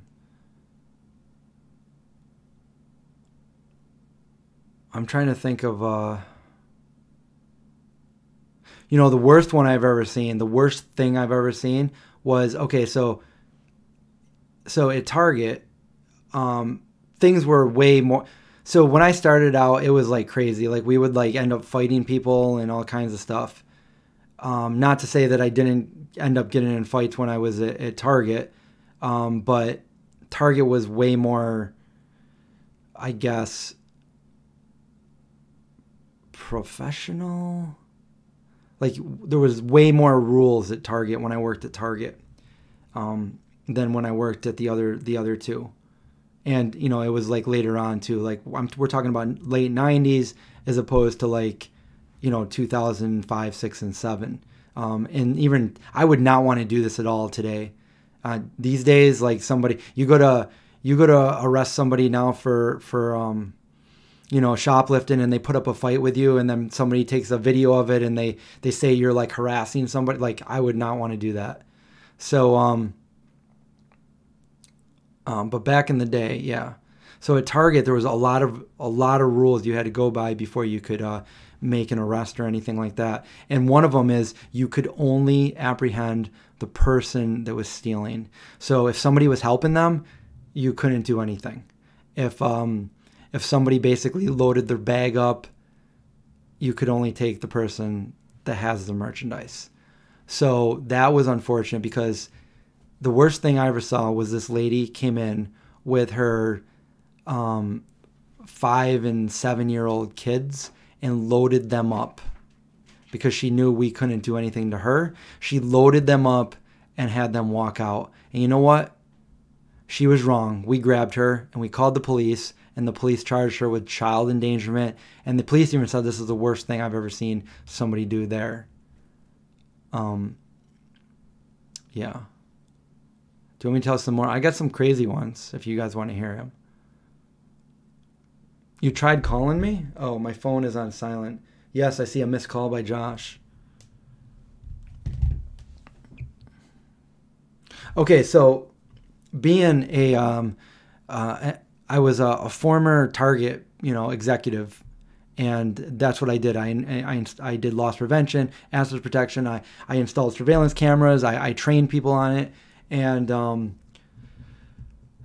then I ended up becoming a special investigator. But I still knew like the ins and outs of Target. And when I was in DC, I was in Target with my friend, and for some reason or another, I don't know if it was because of the way I was dressed or what, I noticed that their asset protection was following me. So I decided to mess with them. I knew that the biggest thing at the time that people were stealing were the Dyson vacuum cleaners. So I saw these people following me. So I walked down to the Dyson vacuum cleaners, and I took a corner. I walked around the corner, and then I immediately turned around and started walking the other way. And as I turned the corner, they both started running towards my direction, but I immediately turned back and I caught them running towards me. And then when I turned back around, like they were running my way, they both stopped and they were like, doo-doo-doo-doo-doo. And I was like, "What's up, AP?" And then I just kept walking, and I used to like picking out the AP whenever I would go to a store like that. Funny stuff. Okay, you want to know? I actually have video footage and stuff and pictures of people doing it. How do you steal a Dyson vacuum cleaner? You go in normal clothes. You don't wear a big hoodie. You just go in looking like an upstanding citizen with a cart. You put the Dyson in your cart, and when there's a bunch of people in line checking out, you just nonchalantly walk out of the store like you're doing everything right, and you just walk out and nobody notices anything different. And the way we catch that is we find out through inventory that we're missing a Dyson. So we go back to our cameras and we find out when that Dyson was there and then when it wasn't there, and then we slowly go back and then we find somebody pick it up, and now we found out who took it. So that's how you find that out. AP means assets protection. Why did I stop doing that job? Because I got another job working as a special investigator. And so I started doing that job. Hi from California, Vigo. All right, so does anybody want to hear the creepy, scary one, or should I not talk about the creepy, scary one that happened to me? Chris, teach us how to shoplift. If you're like good at sleight of hand, like you're a magician, why would... What do I do after they left the store? Well, once they leave the store, you're not supposed to do anything if they leave the sidewalk, but you can stop them before they leave the sidewalk. You basically stand in front of them and you identify yourself. Hi, I'm assets protection. You need to come back in the store with me. And if they I don't know if things have changed, but if they try to resist, you can use force to stop them from leaving and handcuff them and bring them back in the store. So, but I got, when I tried to stop people before, they tried to fight me. And basically what that does is, you know, they did it with force. They stole with force. So that turns it into, that turns like a measly misdemeanor into a robbery, a felony. So it's not worth it to fight when you get caught stealing. Josh says, Big Josh, good night. Wait, what? Is Josh going? No, you can't sleep on the job while you're driving. Where did Josh go? Did Josh say good night? Love you all. Hugs and cuddles to all. Josh, I'll skip the cuddles.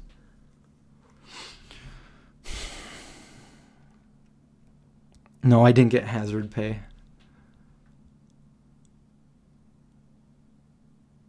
He verbally wanted to say goodnight. Oh, he wanted to do it like this?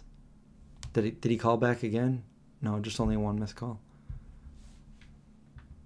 Okay, all right. So I was a special investigator, and there's different things I had to do. So, you know, I would either have to go, you know, talk to the subject who was getting the investigation, or I would have to talk to a source, which means that's somebody that had come in contact with or knew the subject.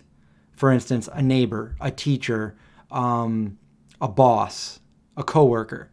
And those were all fine. But the ones that were sketchy were neighbors, because neighbors were not like in a professional setting, meaning I'm going to a neighbor's house that I have no idea who these people are, who they could be, or anything like that. But when I'm going to like a coworker's place, I'm going to, you know, a place of employment, or, you know, something like that, like a professional setting. So those are all safe. But I had to do like a source, a neighbor source on this one, and it was quite a distance. I had to do a lot of driving, so it was quite a distance from where I was. It was in Elmira, New York, if anybody knows, you know, and it was like in an area there that was in the middle of nowhere. So I drove all that distance. I think it's over 2-hour drive, and I go there, and I had to do like two sources, two neighbors of this guy that's getting a clearance. So I drive there and I find this guy's house. I couldn't even see his house from where his driveway was, because it went up this long dirt road to his house. I could only see his mailbox. So I'm like, oh man, like this is in the middle of nowhere on this like dirt road, winding dirt road. And I'm supposed to talk to two neighbors, but he doesn't really have any close neighbors. So nobody's going to know this guy. None of his neighbors are going to know him. But I drove all this way, so like I kind of have to go. I would have to go. Like they didn't want us to call. They wanted us to actually do this stuff in person, which sometimes kind of sucks, especially if somebody didn't answer the door. You'd have to leave a callback slip, and then they'd call you, and then you'd have to drive all the way back out there. And when you're driving 2 hours to get there, it just really sucks. So I'm just hoping that I can find a neighbor that knows this guy. So I start driving down the road, and the closest neighbor was literally like a quarter mile, maybe half a mile down the road. And it's in the middle of summer. This guy's house looks like something out of Silence of the Lambs. It was like this trailer kind of set back. The grass was about this tall, and you know, dirt road driveway. So I get out of the car. You know, I'm you know, wearing my suit and tie. You know, got my clipboard with me. Go up to the door. Knock on the door, and it's really dark in there, in the middle of the daytime, and there's a little dog barking at me, like a little tiny dog barking. And nobody comes to the door. So I knock again. Boom, boom, boom, boom, boom, boom. I'm like, I don't think anybody's home. So, all right. So I pull out a callback slip that I would put on the door, and I start writing, you know, like my, you know, please contact my name, my phone number, blah, blah, blah, blah, to write on this. And just as I'm doing this, the door opens. So I look in, and there's this big dude, and he's looking at me. He looks like, you know, pardon my description, but he looks like a crazy guy. His eyes are like wide open. His hair is all disheveled. He's wearing nothing except for tighty whities. And he's got this big fat belly, and he's like, he opens the door, and I'm just like, looking up at this dude, so I immediately I pull out my badge and I'm like, "Hi, I'm so and so. I'm a special investigator. I pull out my badge. I go, I'm a special investigator." And before I could finish my sentence, he grabs my badge from me. Now, I'm not supposed to let my badge go out of my sight. I can't let it out of my sight, no matter who it is. I can't let anybody photocopy it. I can't do any of that stuff. And that's happened before. I've gone to like a doctor's office and I had to get a medical record. And yes, we can even get medical records that are sealed from HIPAA because of the job that we have and like the signed release papers we have. So I remember one time I showed my badge, give my identification of who I was, and the receptionist grabbed my badge and she started to go over and photocopy. And I'm like, no, you can't. You got to bring it back. You can't do that. And like, I'm like, sorry, you can't do that. So anyway, so he grabs my badge from me and he's like, all right, come on in. And he goes back in his house, and I don't like going to people's houses. And I'm like, and he walks in his house, his dark house, with my badge. So now I have to go back in there. I have to go in there and grab my badge. So I'm like, I did not want to go in the house with him. I didn't even get to finish my sentence. So I walk in the doorway, and then he closes the door and stands in front of the door and me. And I'm like, okay, so I'm probably going to have to fight for my life. That's probably going to come down to it. So this guy's looking at me. He's got my badge in his hand, and he's just like, he's got his eyes like right on me like this. I'm like, I'm a special investigator. I'm doing an investigation on your neighbor so-and-so, and I just want to know if you know him. And he's like, oh, you're not here for me? I'm like, no, I'm here. Do you know your neighbor? He's like, no. I'm like, I don't need to ask him any more questions at this point. I'm like, okay, that's all I need to know. I just grabbed my badge from him, and now I'm like, I'm going to open the door, and I'm waiting, like, don't put me in a headlock, like, open the door, get out of here, get in my car. And normally I get in my car at this point, and like, I just figure out where I got to go next. But I didn't. I pulled out of the driveway and I took off. And there was something about it that just didn't set right. So I went home and I just had this hunch. And I don't know why, but game ready drivers available. And I just looked up known felons in the area of where I was, and he was the first one that came up. He was a convicted child rapist, and he was in prison for 13 years, and now he was a janitor at the prison in Elmira. And he was probably freaking out because I was somebody with a badge that came to his door, and that was the creepiest thing that I had ever encountered in my job. So yeah, that was it. He was not wanted. He was an ex-felon. Yeah. So do you want to hear one more? Yeah, that was messed up. So I didn't know if you guys wanted me to tell that story or not, but that's probably the scariest one that I had to come in contact with. Yeah. I didn't want to go in there. He took my badge though, and I had to go after it. All right. So good night, Sagan. What time is it? Oh, I didn't even realize it's 2 a.m. All right, so we'll do one more. Okay, we're going to backtrack when I worked at Target. So in Target, I ended up getting promoted. So I liked the fact that I was promoted, but I didn't like that now I'm an executive now, which meant, before I was wearing whatever, I could wear what I have on now, and I would go to work and I would just walk around the floor and, that was my job at Target, I didn't have to stock shelves. I didn't have to talk to customers, guests. I didn't have to do any of that stuff. Like, I didn't have a manager there that would tell me when to come in or when. Like, it was awesome. But when I got promoted to an executive, they expected me to put on the red and the khaki. And I'm like, how am I going to catch shoplifters if I'm wearing red and khaki? I'm going to be out there trying to catch a shoplifter, and somebody's going to be like, can you show me where the toilet paper is? Just a minute. Sure. Let's go find the toilet paper. So yeah, I liked that I was getting paid a lot more, but I didn't like that, I had to wear the red and khaki. But with that being said, I was, I wasn't just catching the shoplifters. I was doing more internal theft. So I was looking at reports that were coming out, like internal reports, and I was finding out like what was going on in the store, and shortages in the cash register, and shortages in like product and stuff. So like then we knew that we were having a pretty big shortage in the electronics division, but we had no idea who was doing it. And so we had all these cameras on there, and there was all these people. Well, there was about 5 different people that it could have been. And so it was between this one kid, this one older dude, and then this one even older dude who, like, okay, so this dude was like this. He was probably like in his mid 60s, but he was like this little tiny dude. He was like really short, really, really skinny. He had cauliflower ears, and he was just always the nicest dude. And like, I remember letting him in the asset protection office once with all the cameras and everything, and we were talking. I'm like, so I asked him. I said, "Hey, Joe, are you a fighter? Are you a boxer?" He's like, "What? What do you mean? What do you mean? Why are you asking me that?" And I'm like, "Well, your ears, they're all cauliflowered." He's like, "No. I was in the military. I was in the war for, I was in the military for like 13 years."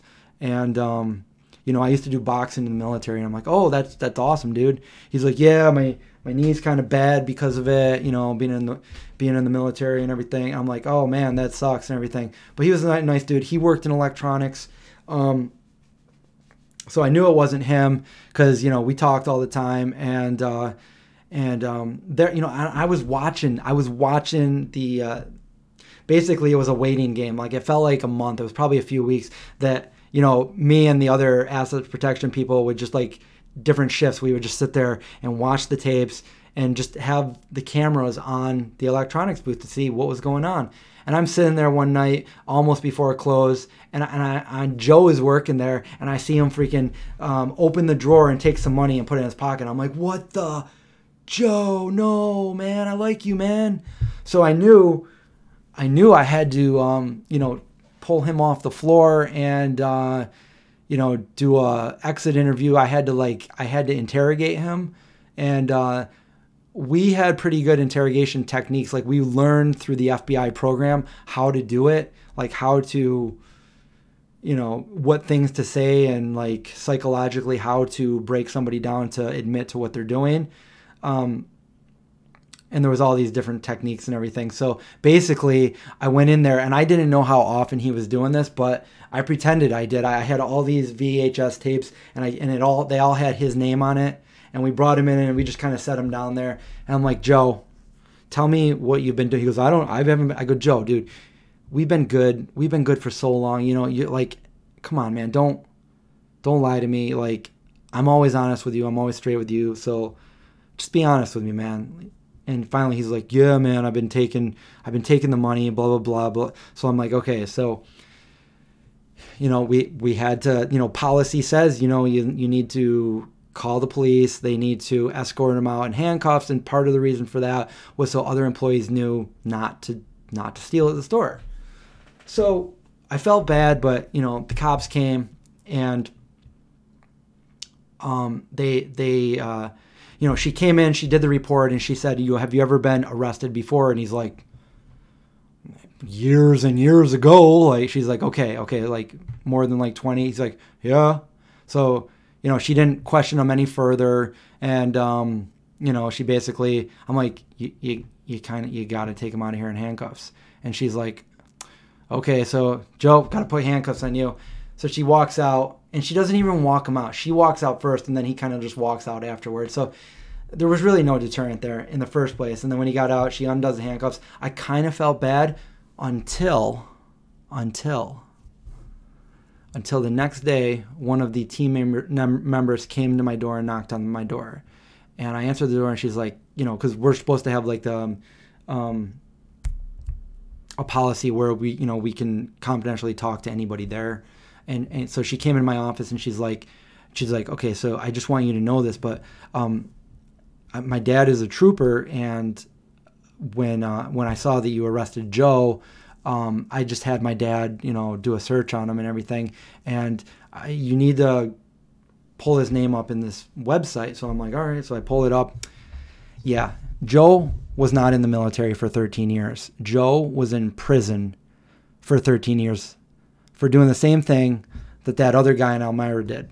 I don't have to say it because I already said it for the other guy, but I had no idea that we had a pedophile working for us at Target.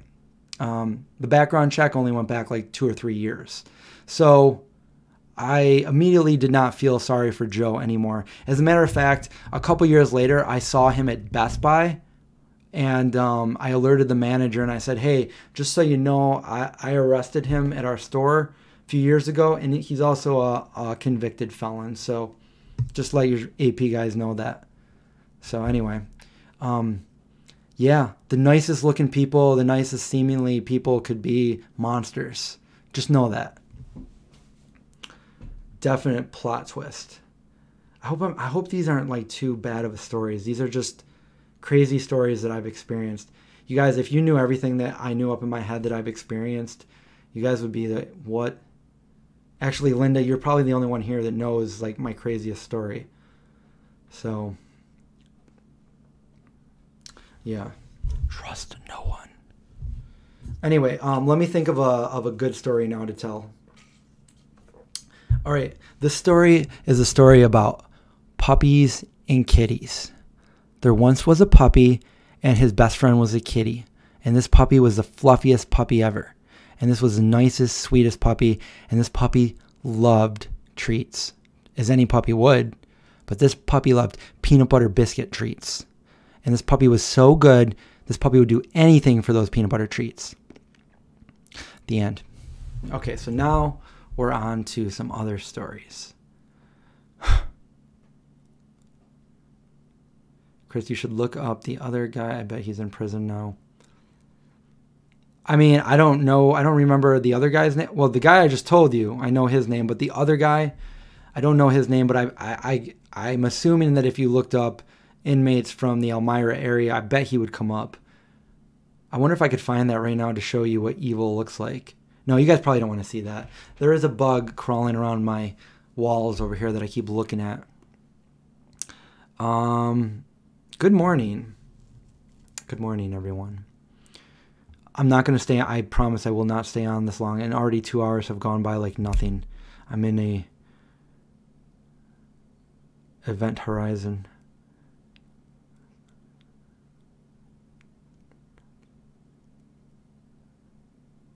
How do me and... I don't know Linda, actually. She's just like any of you guys.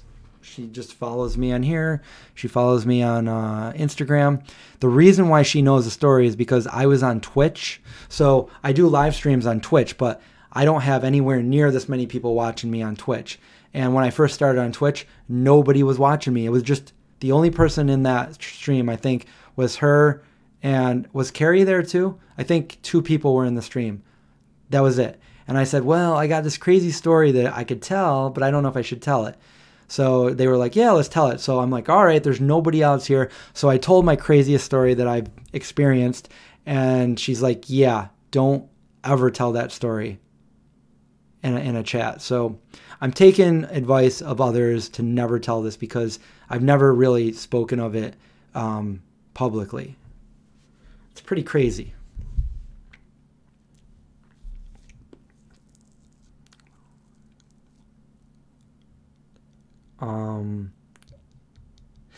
Okay, here's a story exactly. When you just said plant power, little lady could be a monster.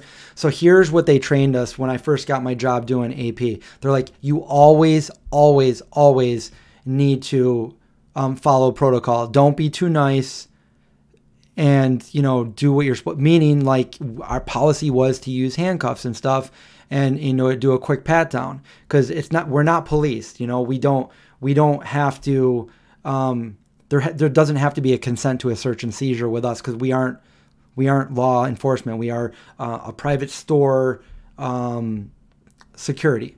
And I don't know if things have changed since then, but back in the late 90s, early 2000s, this is how it was. But here's a story. I wasn't there. I didn't witness this. This was somewhere else. But the story they told us is they apprehended this, you know, tiny, petite, small I don't know if she's a lady or like a younger girl, like a teenager or something, but she was very, they not very intimidating. They, this big security guy apprehended her and decided, I'm not going to put handcuffs on her. I'm going to bring her in and I'm just going to, get her information and wrote her up. Well, when he put his hand down to, write in the paper, she reached her hand in her purse and pulled out a gun and shot him in the head. And that's a true story. So, okay. So real quick, so we're not talking about really bad things anymore. Why did I'm going to say this really condensed because the whole story is pretty long and I did tell it last night. But in a nutshell, when I came up with the idea for the vegan zombie, I wanted to make a YouTube channel where I was learning how to edit videos and just improve my video making capabilities, special effects, zombie effects, and stuff like that. And I also wanted to promote veganism. So I made like a fun little twist, and I wanted to make a vegan cooking show that was set in a zombie apocalypse because, the first, 6 or 7 years of this channel was all recipe videos. So, now I kind of do other things too, but at the beginning it was all recipes. So it was, cooking in a zombie apocalypse. That's why it was called The Vegan Zombie. And I wrote a script for that, which is for the movie, where the infection was through the meat and the dairy that people ate, and the vegans were the ones that were not the zombies, and trying to fight off and find a cure there. So much like what's going on right now. But in a nutshell, that's pretty much why I came up with the vegan zombie, and that's why the vegan zombie.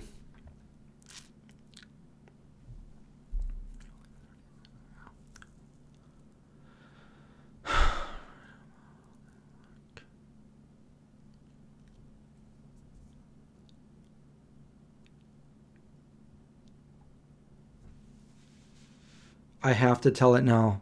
I know, like I know. If I was on the other side of this, I'd be like, "Oh my God, you got to tell that story. You have to tell the story." What do you think, Linda? Can I tell it?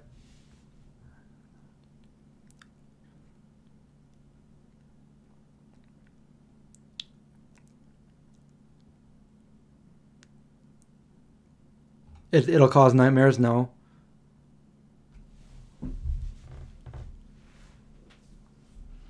I know everybody wants to hear it. I don't know if it will cause nightmares. Please don't ever. Well, I'm not going to promise that I'm never going to tell it, because I do want to tell it someday.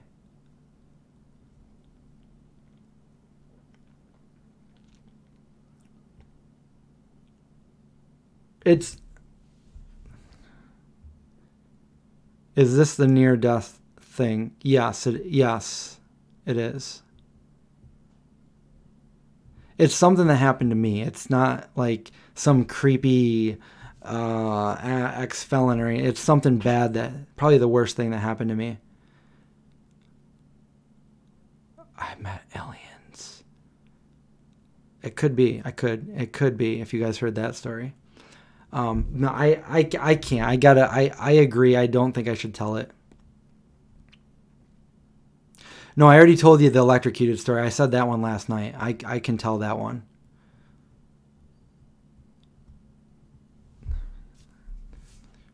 I'm sorry even like dangling this in front of you, but I really can't tell it. Why did I stop working as a special investigator? Because I got to the point where I was a contractor, so I wasn't like, I started out as a full-timer, but then I got the opportunity to be a contractor, which was better. I could pick up way more work or way less work, and I wouldn't be penalized for it. And in order to keep my job, I could literally work one case a month, something like that, one or two cases a month or something like that, which was good because I was doing the Vegan Zombie full-time hours, but I was my income was from my job. And I love, my passion is the Vegan Zombie, my YouTube show. So it was cool to know I had the security of my job if I needed it.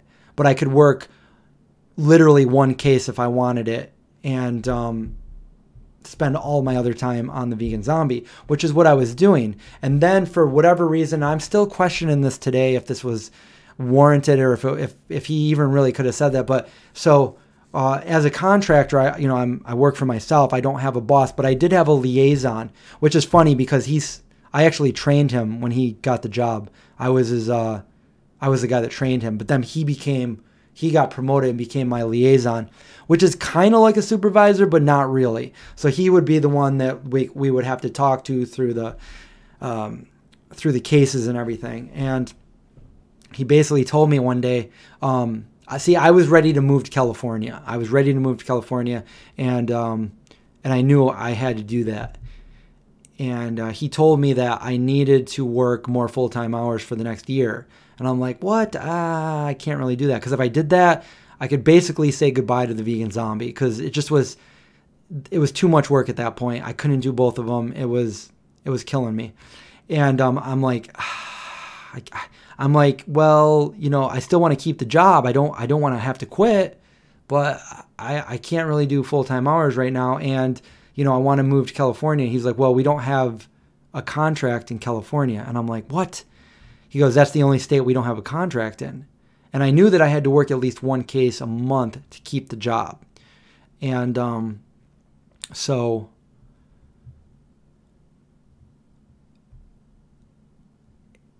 he basically, I proposed that. I'm like, look, I'm going to move to California and I'll work one day at the closest city to Los Angeles. What is it? Like Las Vegas, outside of California. What is it? Las Vegas?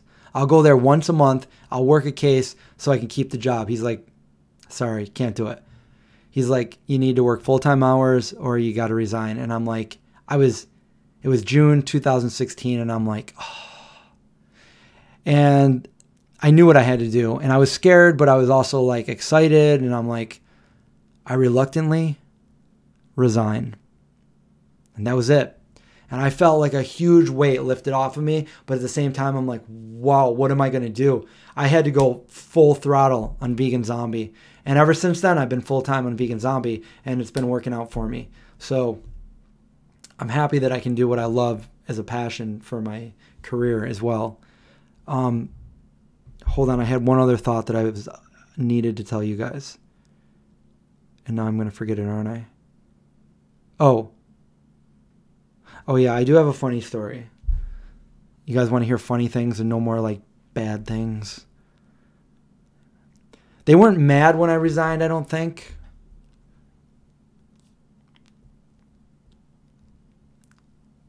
No, that's not a bad. I'm not going to tell the bad story. Of course, it's a Florida story. It's when I lived in Florida. A lot of bad things happened in Florida. I saw a lot of bad things. I experienced a lot of bad things. And yeah, I'll tell you this. The night I'm talking about, I almost died and I wouldn't have been here today to tell you these stories. And I was that close to not dying. So I will tell you a funny story. So when I was an investigator, I can't show it to you because, anyway, so I used to carry a federal badge. So I had a federal ID.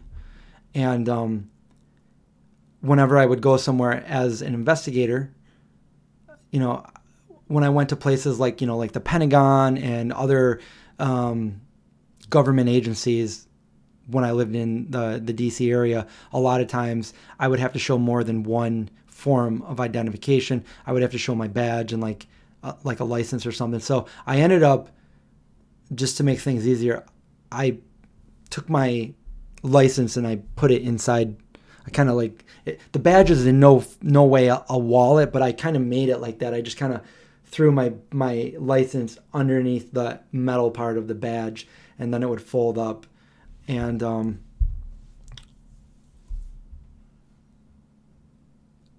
I would carry that with me at all times.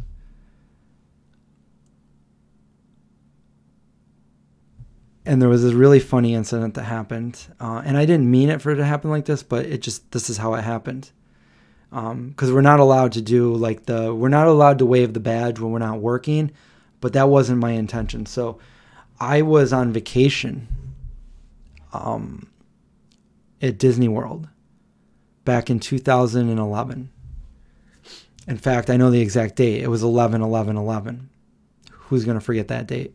Does everybody know where you guys were? Anyway, it was nighttime, and I was there at the time with my ex-girlfriend, and we were staying at the a Disney, one of the Disney motels, and it was nighttime, and we were trying to catch a bus to downtown Disney. And we were sitting at the bus stop, and I realized I forgot something at the motel. So I'm like, oh, she's like, well, you can probably just go run back and grab it before the bus gets here. I'm like, all right, cool. So I ran through the parking lot, and I grabbed, I forget what it was, but I grabbed whatever I needed, and then I ran back through the parking lot. And I was dressed in, like, I was wearing camouflage shorts and a hoodie and a backpack. And then I came back and I sat down, and then next thing we know, there was a Disneyland police, which are still real police, and he was driving near us with a spotlight everywhere, and he put his head out. He goes, "Hey," and it wasn't just us. There was us and a few other people sitting at the bus stop to get on the bus, and the cop goes, "Did you guys just see somebody running through the parking lot?" And everybody's like, "No," and I'm like, I just ran through the parking lot. Puts his car in park, gets out of his car, you know, all authoritative. Got the, you know, the police mustache, puts his hands on his waist. Stand up. So I'm like, is it illegal to run through the parking lot? You got some ID on you? I mean, he's being a total jerk. I'm like, yeah, actually I do. It's in my backpack. He goes, get it. I pull my backpack off. I pull out my badge. I open my badge to grab my license, and he looks at it and he's like, "Oh, well, I mean, you understand why I have to ask you this, right? Okay, well, you have a great night." But in the meantime, like, he just embarrassed me in front of all these other people, and it was kind of fun. So, tortilla chip stories. So that was a fun story that I had. That was unintentional, by the way. I just want to say that. It's happened many times, though. Bye, Elka. Have a great. Probably it's daytime over there in Germany, isn't it? Ooh, porridge. That always reminds me of the Three Bears, Goldilocks and the Three Bears. Yeah. Enjoy your porridge and have a great day. Morning.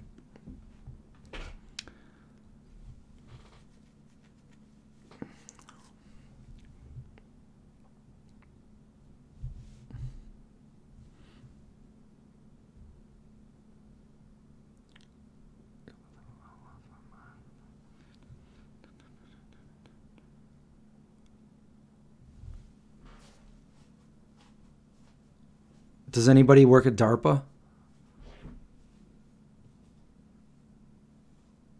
One more funny story? I do still talk to Cesar. I just talked to him, yes, two days ago? Through not on the phone, though. Through the phone.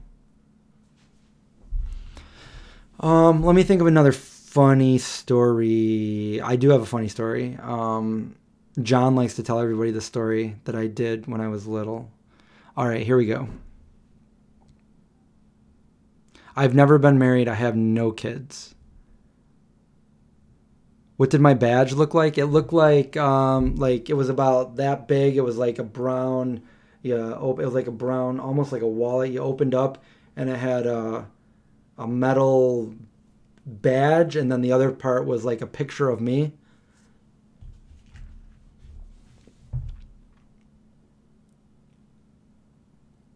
Yeah, that's how it looked. I'm sticking to it.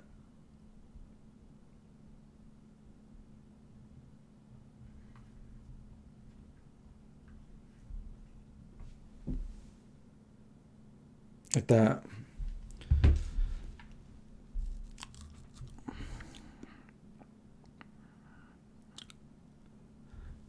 That I know of. Oh, stop it.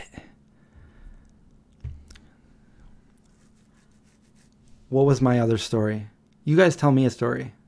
What was my story? What was I about to tell? Oh, yeah, it has nothing to do with anything we've been talking about, but I'm just thinking funny stories. So when I was, I don't know how old I was. I was, I don't know, 9, 10.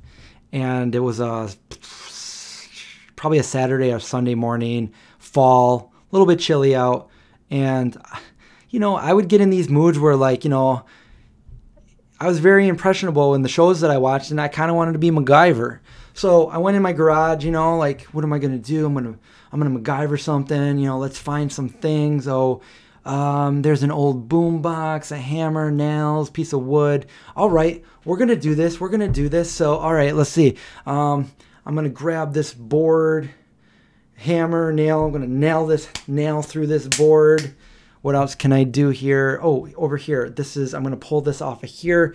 I got the cord for the boombox. Now I got a cord. I'm going to put that onto the nail right here. We got to see if this works now. Let me go across the street and ask my buddy Scott if he can help me out here. So I walk across the street and knock on the door. Scott's mom comes to the door. Hey, is Scott here? Scott! Scott comes down. Hey, Scott. Hey, you want to help me out with this? Here, hold this board right here. Hold on to that nail. Okay? I'm just going to plug this in right down here. You holding on to it? Okay. Did that do anything? He's like, well, that felt really weird. And I'm like, here, let me do it again. Like, I'm literally like shocking him like through electricity, through what I just made. And John loves this story because he's like, you're like, I was acting like a traveling salesman, but I went to my neighbor's house and I'm like electrocuting him. I don't know. I don't know. MacGyver. Oh, MacGyver was the best. MacGruber. MacGruber is Craig's favorite movie. Noah Craig. Do you remember when MacGyver stopped the nuclear reactor meltdown with chocolate bars? And I looked into it, and apparently that would work for a little bit. Dude, MacGyver was the man. Richard Dean Anderson. Stargate. I remember when I was younger, my mom would take us to get our haircuts, and we're like, we want MacGyver haircuts. And then we'd get MacGyver haircuts. I did not want to be on this long, but I feel like I've only been on for 10 minutes here. Yeah, Kat, it's actually not cold here either. Normally I have to go outside to let the dogs out with a coat on, and I think it's really raining out right now. It was a dark and rainy night. And I was in here telling stories.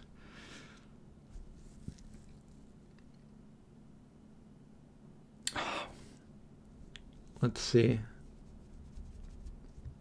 What other stories could I tell you? I'll tell you this one. I haven't told this one in a while, but some of you guys already know it, so whatever. All right, so I grew up in a small town called Chittenango, New York. And it's pretty much known for two things. Dave Mira, the pro BMXer, X Game. He went to school with me.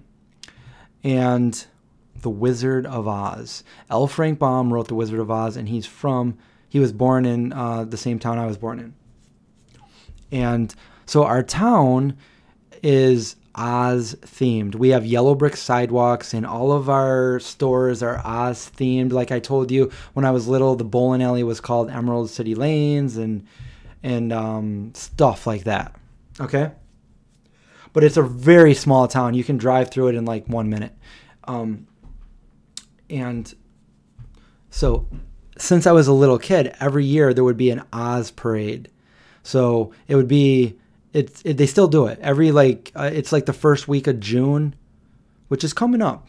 It's the first week of June. There's more people in my town than the entire population of the town. And then everybody gathers around the yellow brick sidewalk, and then there's like an Oz themed parade that goes down there. And when I was a little kid, my dad was really into the community and stuff, so he was part of the organizers of it. And My dad even played the Tin Man. And, yep, my friends used to make fun of me. I'm like, yo, your dad's the Tin Man Tom. Yep. So my dad was a Tin Man for a little bit, but he did it professionally too. Like he would do it at the state fair. He'd get paid to do it, and they would actually act it out and sing the song. So my dad would sing, "If a man's an empty I'm not going to sing it. I heard it too many times. I used to love The Wizard of Oz, and I hate it now because I watched it way too many times. So anyway, when I was 14, the same year that I went vegetarian and all that,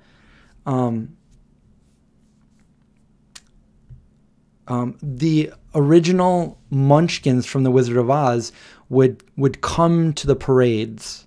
They would come and they would be in the parade. So we would have Meinhardt Robbie, who was the coroner, Jerry Marin, who was the Lollipop Kid, Lollipop Kid and the Lullaby Guild. I forgot her name.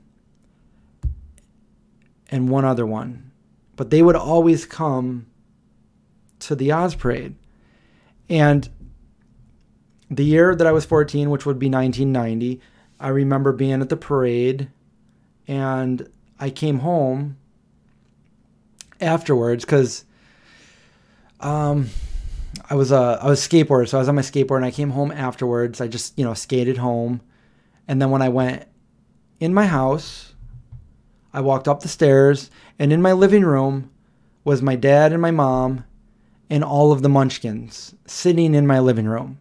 And it was surreal because I couldn't believe that the Munchkins from the movie that I grew up watching as a little kid were all sitting in my living room. I was like, this isn't really happening.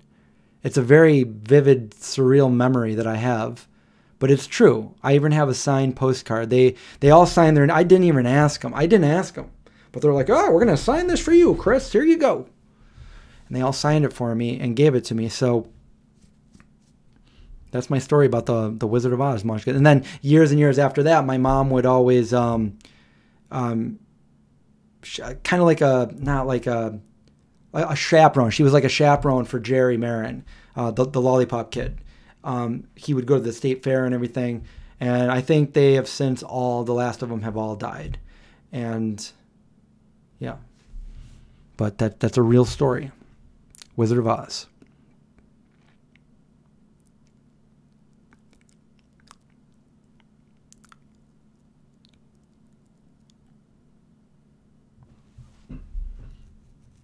Wait, I'm not sure what you're saying there, Samantha. Bonfire story? Your actual birthday, or was it a song sang to block out the sound? I'm not sure what we're talking about there. Oh, we're talking about Jorge. See, you guys are talking amongst yourselves, and I have no idea what's going on because I'm only talking to the camera, and I'm not reading the comments. My fault.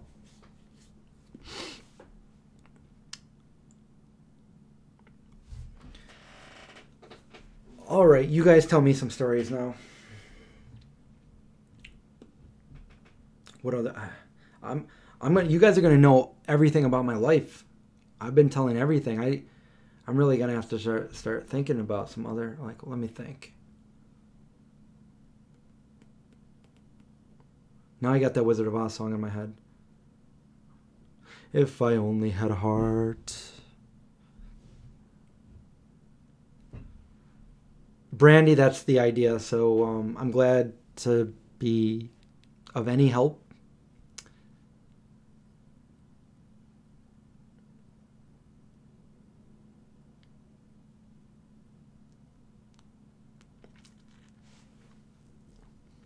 Was I a troublemaker? Well, that depends. And I never did anything really bad, but I guess being the oldest, I was kind of a troublemaker within my family, but all in all, I was a good kid. Okay, I'll tell you. Okay, so,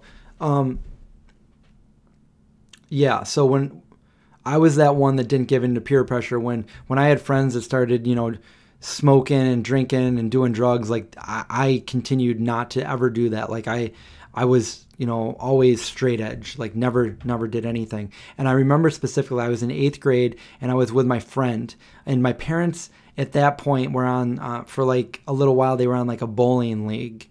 My parents were. And I was hanging out with my friend, not far from, he had a really cool house that had like winding staircase, a big brick building, and it even had like hidden stairways, and like it was fun playing hide and seek in there. But we were doing kid things like when some of my other friends were out, experimenting with like alcohol and smoking and all that stuff. I was like playing Ninja and GI Joe and Transformers and stuff like. But anyway, we were running through the streets on a windy night, and we ran up to the bowling alley where my parents were bowling, and like. This is the first, we walked in there and it was so windy out that my face was all red and my eyes were all watering. And we walked into the bowling alley, to say hi to my parents. And my mom immediately looked at me and she goes, "What have you been doing?" I'm like, we just been running through the streets. And she's like, "You've been doing drugs, haven't you?" And I'm like, "What?" And as soon as she said that, all of her friends, which were like my friends' parents, they all were like, and they all looked at me like, "Oh, Cooney's kid is really a bad kid." And I'm like, "No, no." And she's like, "You have." And I'm like, "No, I haven't." And I was like so upset that she was saying this to me. And it's funny because she knows 100% now that she was wrong. And it's just funny that, anyway, that was just a memory I had. She was wrong. So yeah, I wasn't a bad kid in that respect.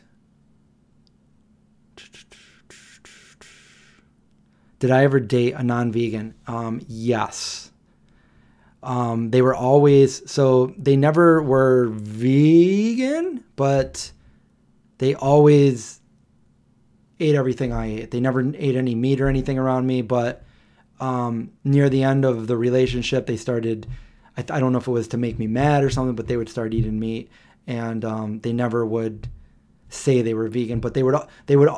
I was okay with it because I never, the entire relationship, they would never eat anything but vegan.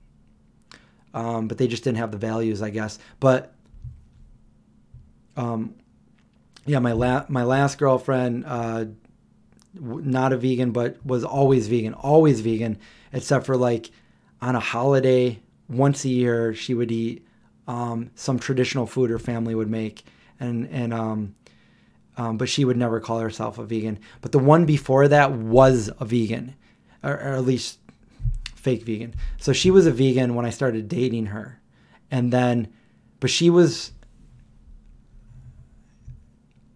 I don't want to go into too much detail, but she was very self-conscious about a lot of things, and she started going to a personal trainer, and her trainer told her that she wasn't going to get the results she wanted on a vegan diet. So it was just really weird. We went to Wegmans to go grocery shopping, and she started putting non-vegan things in our cart, and I'm like, "What are you doing?"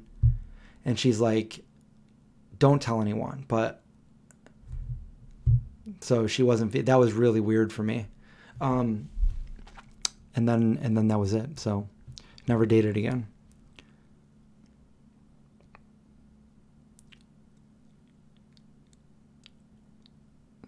So some people I heard said they just totally did not like that mac from Trader Joe's. I heated mine up. I put some hot sauce on it, and I thought it was pretty good.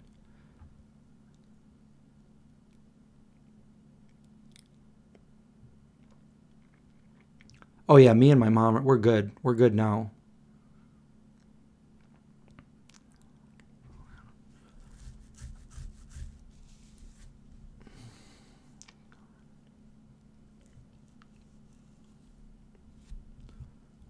Samantha wants to know if my near-death experience changed my outlook on death or life even. Are you talking about the one that I told last night where I got electrocuted?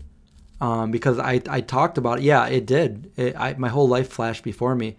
I mean, granted, I was only 15, so only 15 small, short years. But yeah, I don't take life for granted because it goes by like that. And, I mean, I always say this word, but to me, it's very profound because, I remember being 18 and graduating from high school like it was yesterday. And that was a good That was over 25 years ago for me. Yeah, it was a while. It was that long ago, and I remember it like it was yesterday. And the reason why I was thinking this was because it had nothing to do with it. But we were talking about the other day the people that were confirmed coronavirus here in Syracuse, and the one lady was like 70 years old, and I'm thinking like, well, that's pretty old. And then I started thinking about it. I'm like, wait a minute, that's like my mom's age. And it's only 25 years older than me now. And 25 years ago, I remember graduating high school and moving to Florida, and seriously, it seems like yesterday. So it's like, that's how fast 25 years went away, and like in another 25, I'll be 70. Like, what the heck? So yeah, I don't take it for granted. Like, time is the one thing that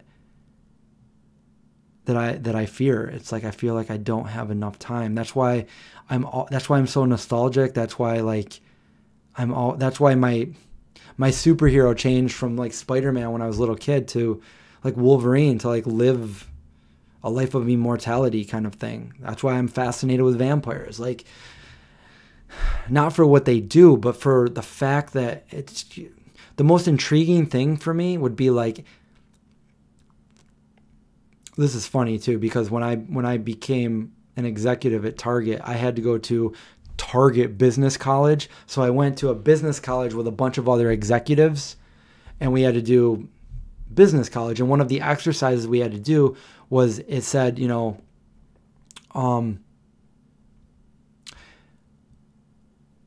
it said, if you could go back to any time period, what time would you go back to and why? And everybody was like, well, I'd go back to the 70s because this, or I'd go back to the 20s because I like the style, and then when it was my turn, I'm like, well, first of all, we can't go back in time. That's fiction as of right now. So if we're talking about going back in time and we're talking about fiction anyway, then I'm going to take this one step further.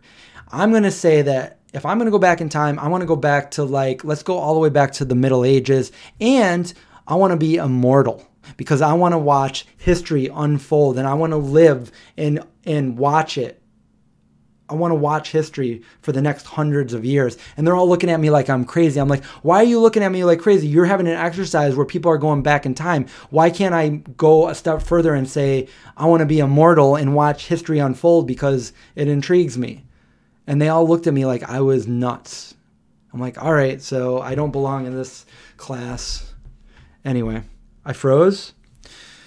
All right, so you didn't see my hand gestures and all that. I will change the battery right now.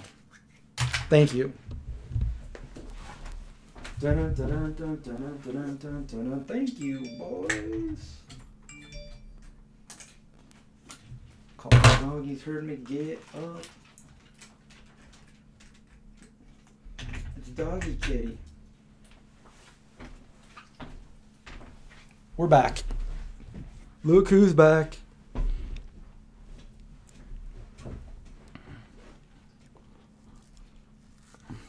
What are some things I want to accomplish before it's too late? There's a lot. I'd like to be able to buy something nice for my parents, for one. And I want to see my movie. I want to be very happy with the way my movie comes out. So that's another thing that I want to work on. I want it to be a known thing. I want people to see it. And I want to continue to grow this channel or whatever I'm doing to make a change for the better as far as veganism goes, helping people, helping animals and stuff like that. So I love what I do, and I just it's okay,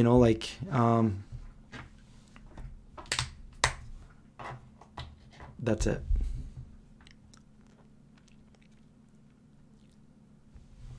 Indie flop, yep. Vegan City 2030. Man, that's only 10 years away. Would I say I fear death? I don't think I do, and I'll tell you why. I fear. Normally, I think that I fear death, but when I'm in situation, like for instance, every time I step foot on an airplane, I basically say I'm putting my life in the hands of human error. You know, if the plane goes down, I'm most likely going to die. And there's been times where I didn't know. Like, I mean, I'm kind of better at it now, but like, I think the first few times I was on a plane and there was really bad turbulence, like I kind of thought we were going to die. And like my attitude was just like, whatever, there's nothing I can do. Like I really, truly don't worry or stress. I'm just like, okay, if it happens, it happens, you know, but I don't want to die. I want to live forever. Actually, I think I'd have a real bad case of FOMO, but I do. I want to live forever. And I fear even more than that. I fear, I don't even want to say it, but I fear, I don't want my loved ones to ever die. You know what I'm saying? Like I want them to be around forever. And that's the one thing that I'm just always afraid of. But yeah, when it comes to situations like my near-death experience when I got electrocuted, I basically said, there's nothing I can do. When it all went white and it all closed in on me before I blacked out, I basically told myself, I did tell myself, I remember exactly, I said, all right, well, that was a short life. Let's find out if there is a God or not. Like, that's what I said, you know, and I kind of accepted it. And my other story that I can't tell you, it is another story about me almost dying, and I wasn't afraid. It's weird because it was a really scary situation, but I was more angry than I was afraid. But yeah, I thought I was done for. So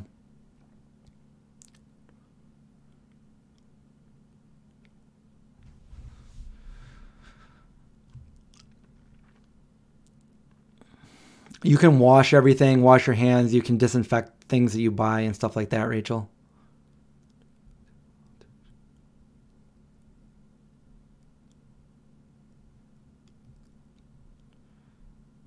Thank you, Vigo. That would be awesome. We have a fund right now. It's definitely it's the most money I've ever seen, but it's not like anything for an actual movie, like as far as movies go.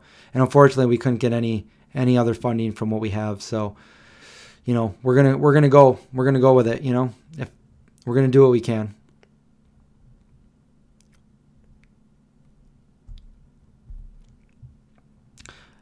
I would fear if I wasn't living authentically or to my potential. I always try to do that. I just hope that I don't waste time, because time is something that you can get a lot of things in life, but you can never get more time. Doesn't matter how wealthy you are, you can never buy time.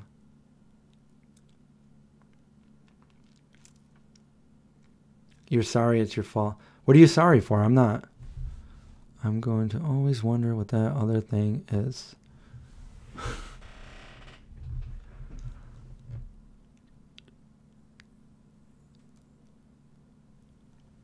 What?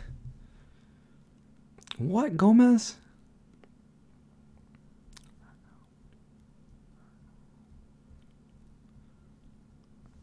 You've almost been through it all too?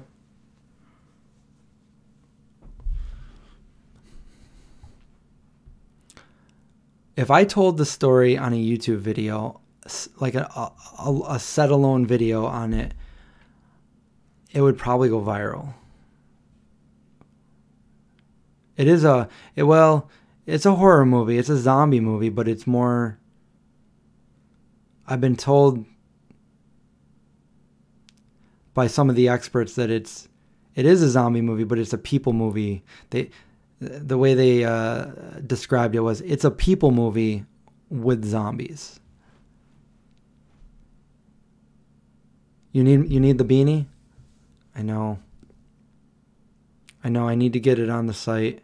The problem is I've been staying up so late that I've been getting up so late, and it's been too late to contact them every time I wake up.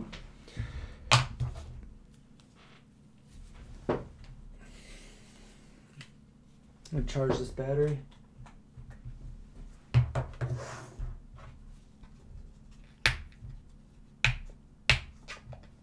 How much more money do I need? Well, I could probably get away with making it how it is right now, but we have to cut back on, like, we have to skimp on a lot of things. So to make it the way we really wanted it, we'd need, you know, quite a bit more we were hoping for, but, you know, we'll do what we can. When do I think? I'm hoping to finish the movie. Well, I'm hoping to shoot the movie the end of this year. To finish the movie, I'm not really sure because we're going to need probably more money to do post-editing and stuff. So we might have to figure something out for that once the movie is filmed. But we'll get to that when it gets there. $125 people are watching, only 25 liked it. Hey guys, if you like my stories and you like sitting here and you're feeling good, give me a thumbs up. Go ahead. All it is a click on your part. Just give me a thumbs up. Let's see if we get any thumbs ups here. If my videos ever helped you in any way, shape, or form, give me that thumbs up. Because it actually does help the videos. When the algorithm sees the thumbs up, it thinks, oh, more people want to watch this, we'll show more people. And when more people want to watch it, it helps me out. And if nobody watches my videos, I can't continue to do this on a basis that I do it right now. So a donation for the movie, you really can't anymore. The movie Kickstarter is already done with.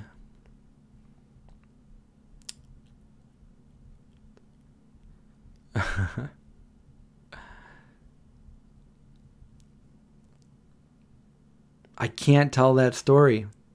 Linda, tell them why I can't tell that story, because I'm actually wondering why I can't tell it.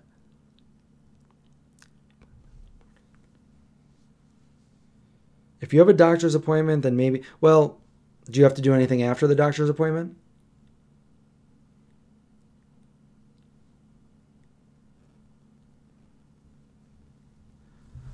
Darth Vegan. Darth Vitiate? Haven't heard of him. I love the Vampire Chronicles. Anne Rice. Lestat, Marius. The Queen. And then I was really intrigued with Wolverine. And Highlander. I used to watch Highlander. I've just always been into immortality. Where some people are like, no, I don't want to live forever. I'm like, I do.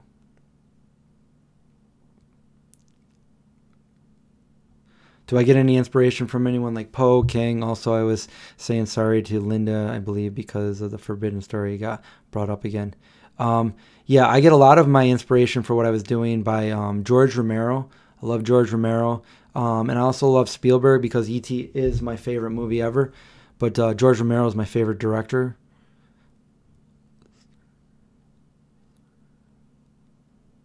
The story on one of my Twitch videos. No, because Twitch gets rid of it. Wow, when did I do that? Is it on one of my videos? I hope not. It may cause psychological trauma. Well, I could do a what if I do a disclaimer and say they might judge me negatively? Because how could you judge me negatively? Because of the story. I love Lord of the Rings, yes. Who wants to live forever? I have cried while watching E.T. like every time. And I don't think I've ever cried in any other movie. The Vampire Armand. Yes, I am the oldest living vampire. Because you asked the wrong questions.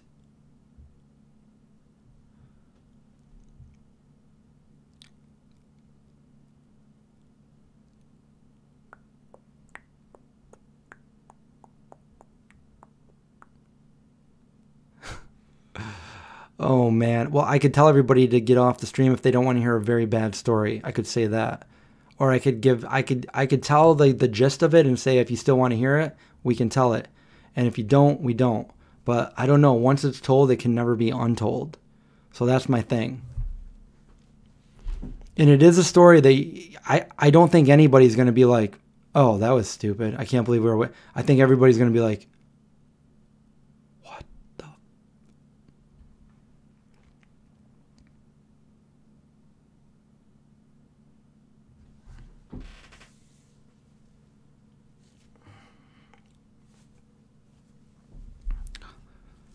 James Cameron is your favorite director. He's a good director.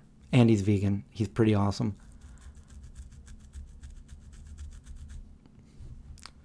It's overhyped now. Cliff Notes.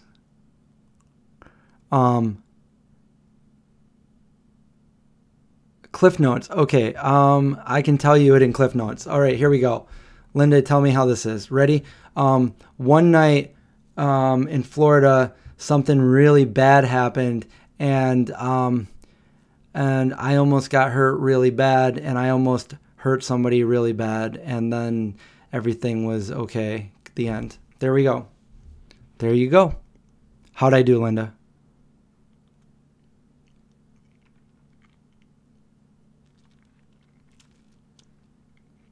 Like both times, like that close and that close. It could have been really, really bad. One night something really bad happened to me. One night was the worst night of my life, and the end. Was it the worst night? The worst thing that ever happened to me. The worst thing that ever happened to me. And I almost reacted and did something really bad too. That could never be undone.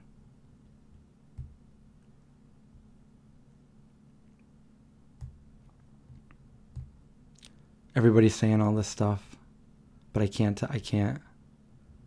Guys, it's really bad. I really can't. I know this is like killing you guys, and I'd probably be in the same position, but it's really bad, and I probably shouldn't say anything. Florida was bad. Like when I first moved to Florida, I saw a lot. I grew up fast. I was a sheltered kid that grew up with like that, and it turned me into a recluse and very protective of my family, and I didn't want to ever go out again. I didn't like going out in public. I didn't like to do things because I saw really, really, really bad things, and something really bad happened.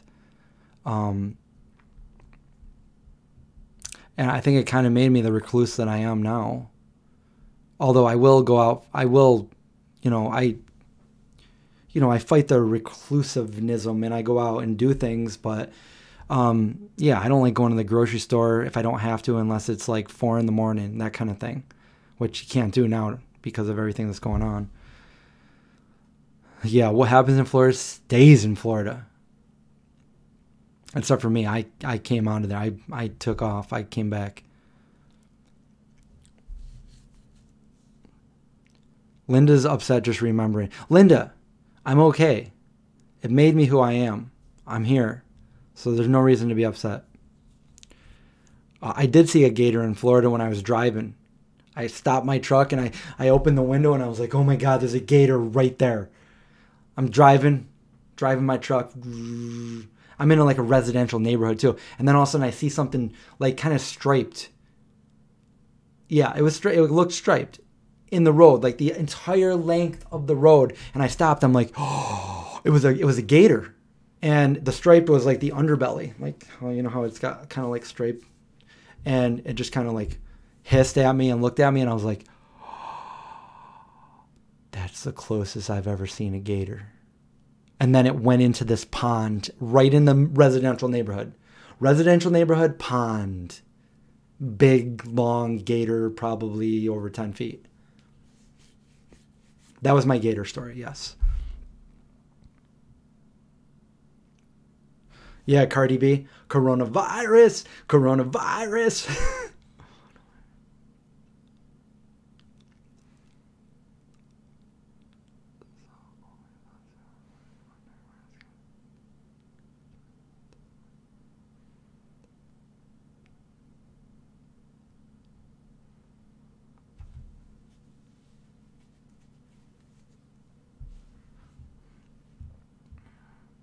I'm trying to think of some like good stories, not bad stories, but unfortunately, like a lot of these bad stories are like very interesting. Like I like to hear other people talk about. I'm like, whoa, really? But and the thing is, I'm trying to think of any stories, and I've told you guys so many fun stories, funny stories, scary stories, suspenseful stories, like everything I can think of. I'm like going through my whole life memory banks. But all I have to do is think of a story and I can recollect it. Like I can give you every detail of a story. I just got to think of a story. So that's why I like when you guys ask me questions, because sometimes, well, the hitchhiking story is a very long story and that's too long for this. But I did an entire video dedicated to only the hitchhiking story. What did I eat for dinner? I had a Dr. Prager burger and half of a peanut butter and jelly sandwich.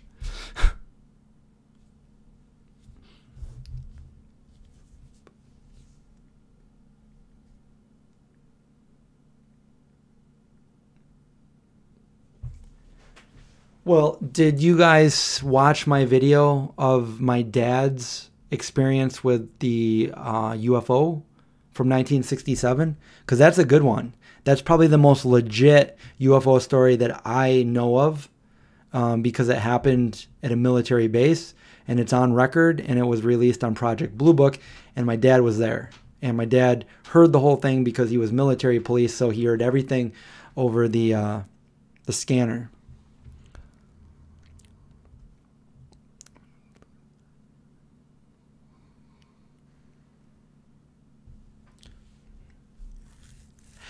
So I so Terry, to your comment right there. So here's my thought on that. So Terry has a good point. It says, I think it's funny that everyone is losing their over coronavirus when people die every minute from heart disease and they still sell that poison.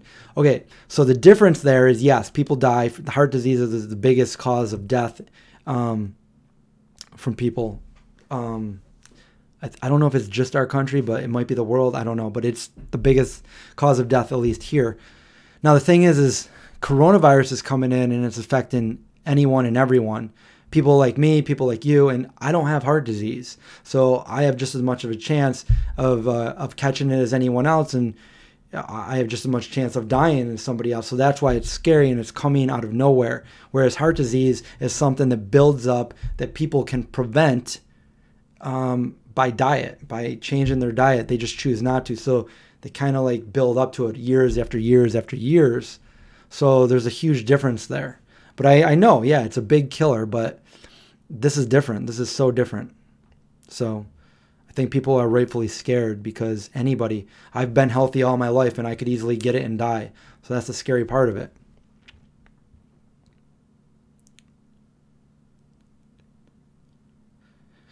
Signing off. All right, Kat. Well, have a good night.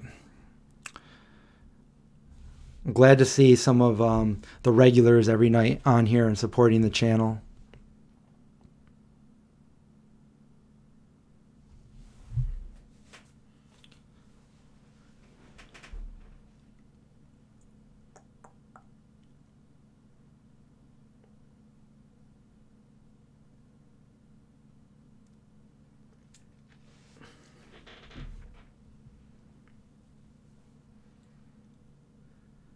It's funny, Deanna saying, have they done studies on vegan versus meat eaters with the virus?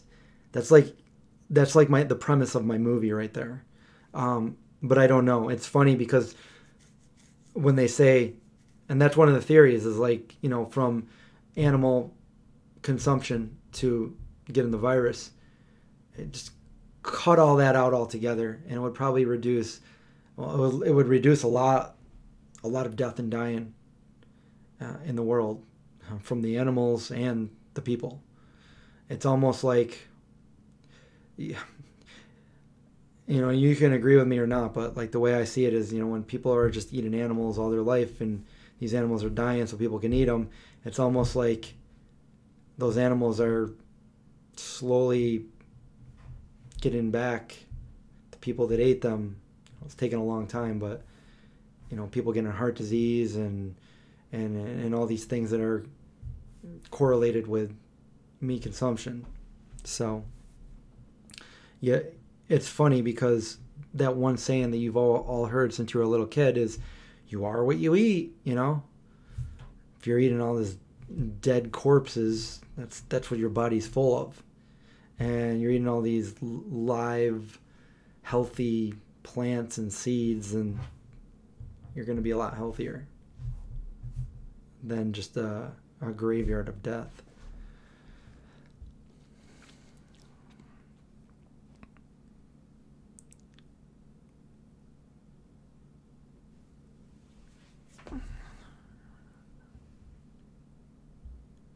You ate so many potatoes, Holly. How'd you eat them, though? Did you boil them, mash them, put them in a stew? Stick them in a stew?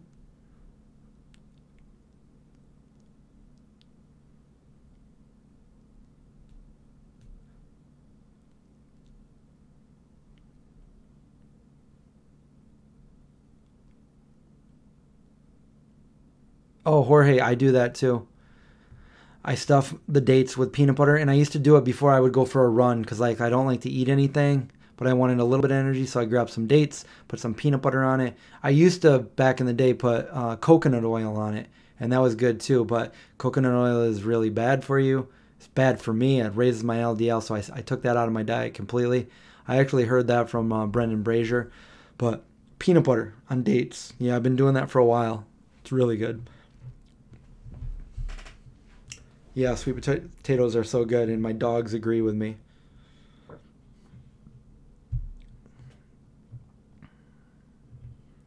Yeah, I agree, Rachel. I like the community that comes here. It's like I'm getting to know you guys, and it's funny because I have no idea what any of you look like, but you guys all know what I look like, and you know what I sound like, and I don't know anything about you guys, but it's cool seeing everybody come here and chat and talk and support the channel and stuff.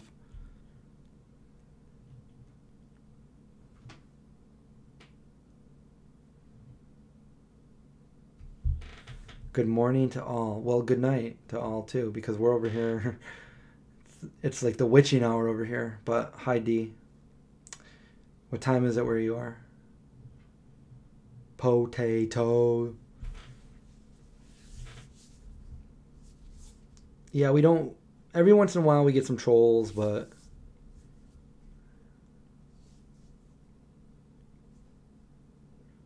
25 pounds of popcorn. Wow.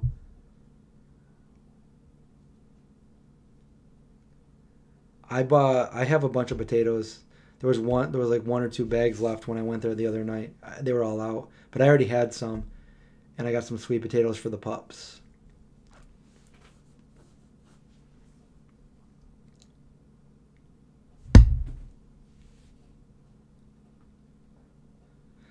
Samantha, that is definitely a theory out there, and yes, I am a vegan, and I want people to. I would rather people think that so that they stop eating the meat. But to be truthful, no, I'm kind of leaning towards it was biologically engineered.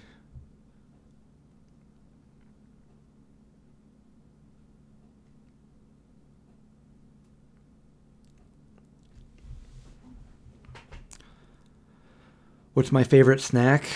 Um, it depends what I'm looking for. Um, I love I love a nice ripe Cara orange or a mango or watermelon, but I also, if I'm looking the other direction, I love peanut butter cups. Justin's peanut butter cups are awesome.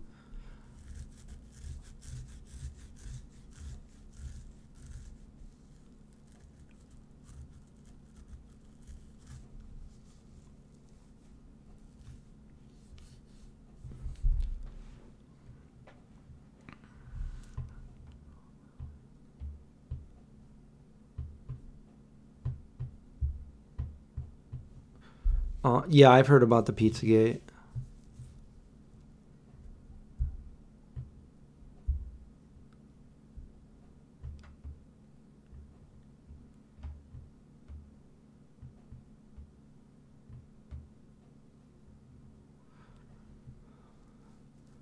What's my favorite veggie? What did I say last night? I forgot.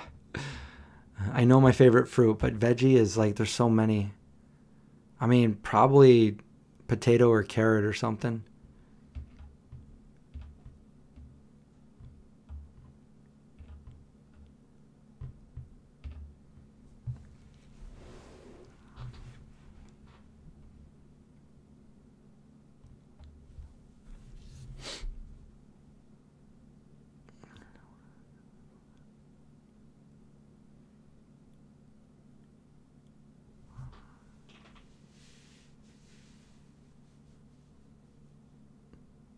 You were riding your bike doing tricks? I used to do that too.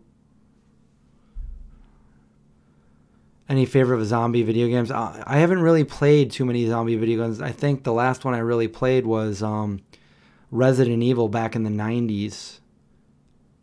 So, but I see that there's... What was that one? There was something... I don't know if it was actually good, but it had a good, like... intro story to it. I know sometimes the stories are way better than the actual game is, but it was something Island. But no, I never really did. I was like the EverQuest Warcraft guy.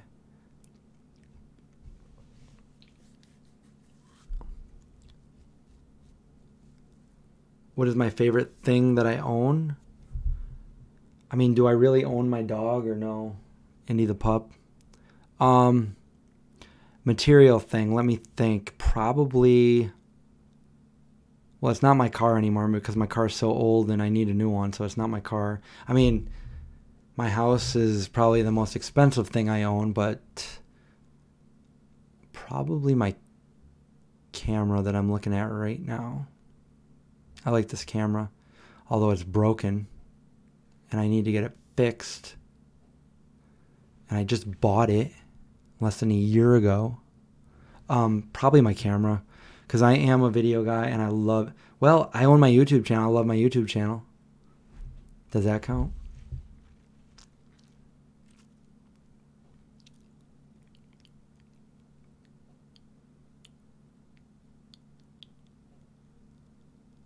His tongue was hanging on the bottom of his...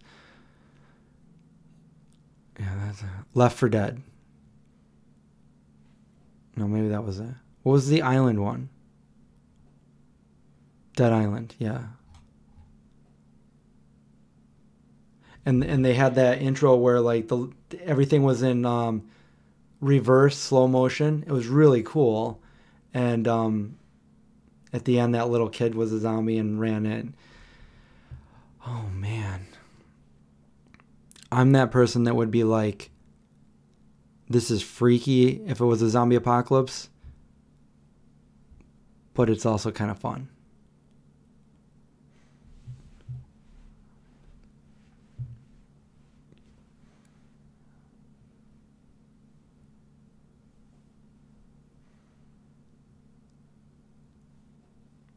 I feel weird sharing my picture, but this is it. This is me. This is a picture, a moving picture of me.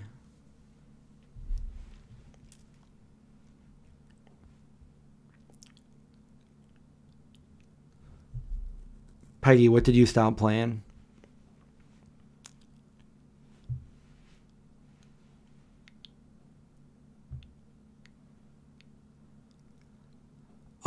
Indy has always loved carrots. It's literally one of his favorite things. Zeke eats anything, and when he saw Indy eat the carrot, he just ate the carrot. I want to do a video of what my dogs will eat and what they won't eat. Obviously, only feeding them foods that they can eat. I mean, I already know Indy's gonna like not gonna eat. Indy doesn't eat a lot of things, but sometimes he'll be like, oh, I'm going to eat it if Zeke's going to try to eat it. But Indy's really picky. Zeke will eat anything. And Zeke doesn't chew it either. He just swallows it, which isn't good. Do I have any old band or movie tees? Yeah, I have that Anthrax shirt. I have a Motley Crue shirt.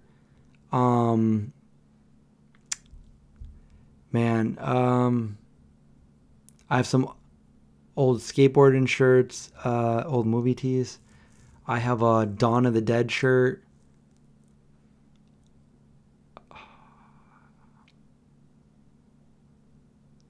I don't know. I probably have other ones too, but that's all I can really think of right now.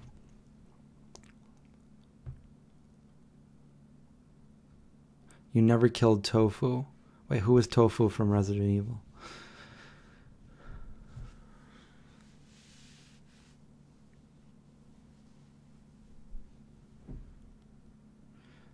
Hey, Matthew. Dallas, actually, I did a video where I showed every one of my vegan t-shirts. I think I had, what, how many did I have, guys? Like, was it like 270 or something? No, maybe not them. Was it 200? 170? It was a lot of shirts. I went through each one that I had. It's on one of my live streams.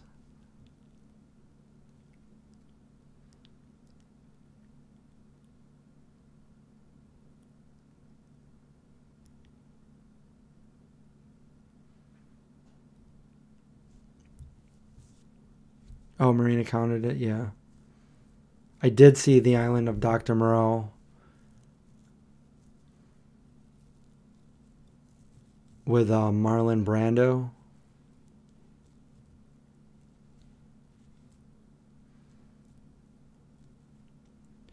They said they're not sure if you could get the coronavirus back to back, but you would have antibodies that would be sufficient to fight that certain strain again.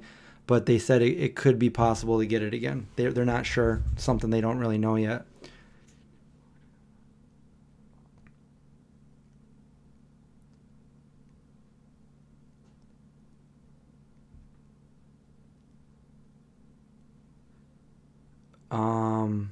Yeah, I did watch CKY movies.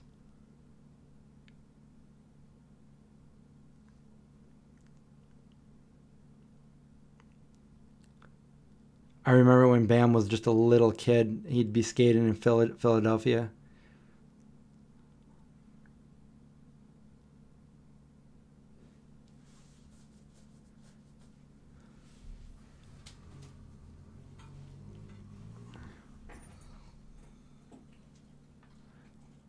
Your cousin said if you've already been sick, you won't get the coronavirus. I don't think that's true. If you've been sick with what? The flu? Because, yeah, you could still get the coronavirus.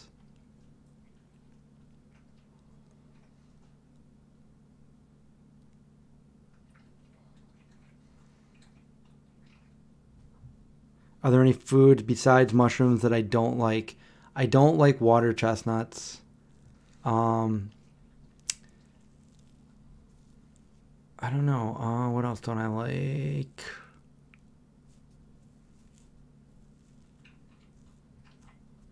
That's really it, I think. I'm willing to eat most other things. I don't really like seaweed. So, yeah. It depends. Like, I love sushi, so it really depends how it's made. If the seaweed has to be just right, because if it's not, I start gagging on it, I gotta spit it out. So sometimes it's just right. I don't know.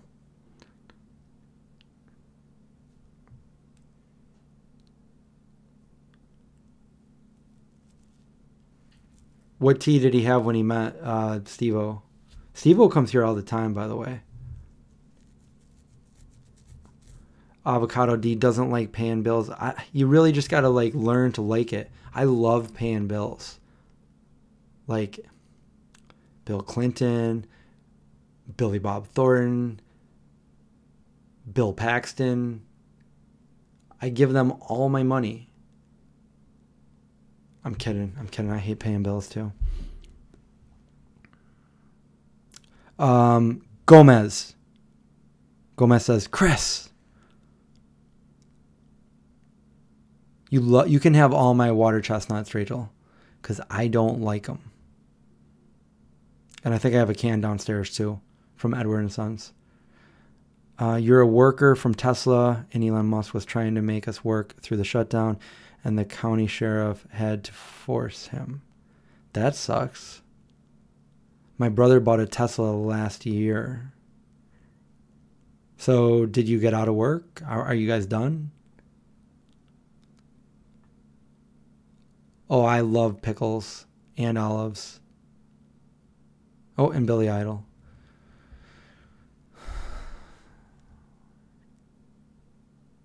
Read above, please. How far am I looking up, Gomez?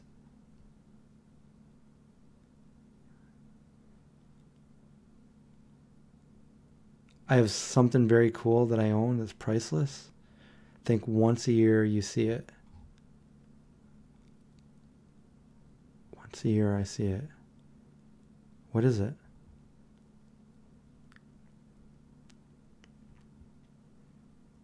Are you trying to give me riddles right now at 3 in the morning? What is it?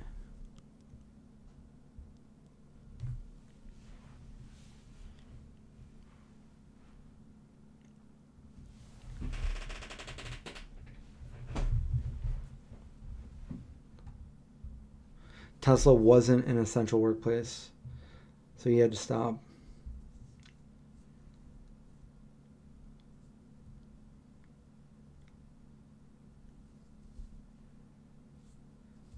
Sentimental.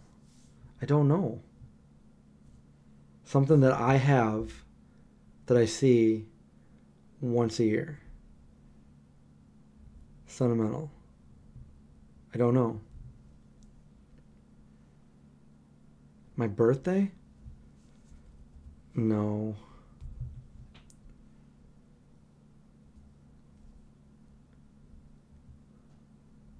Not a beer.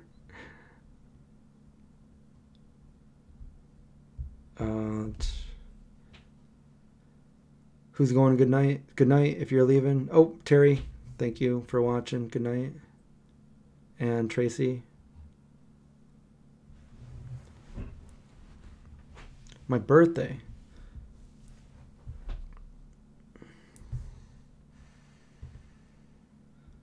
That's how I will live on with children? I will live on in a supercomputer.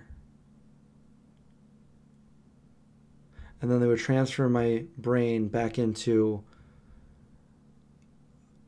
a body that they cloned of me from my DNA in the future, and I will be me again. And I'll be back. Christmas tree ornament made from my grandma's tree. See, I never would have guessed that. But yes, that's true. It's not mine. It's my... I gave it to my parents. It's my parents.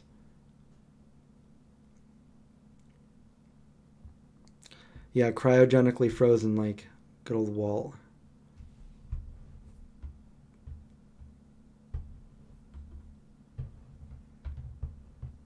That's funny. I said that right before I saw that, Lynn. Oh, Black Mirror. Well,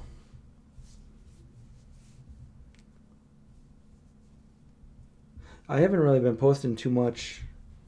Haven't really been on social media, really. I got a notification from Chipotle.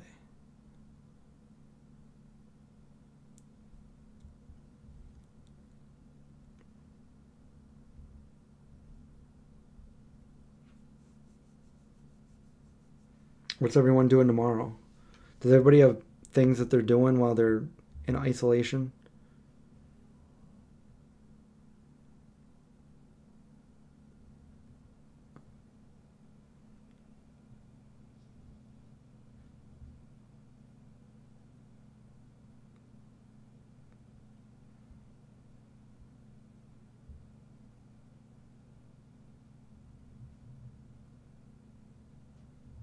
Oh, just reading a couple things, sorry.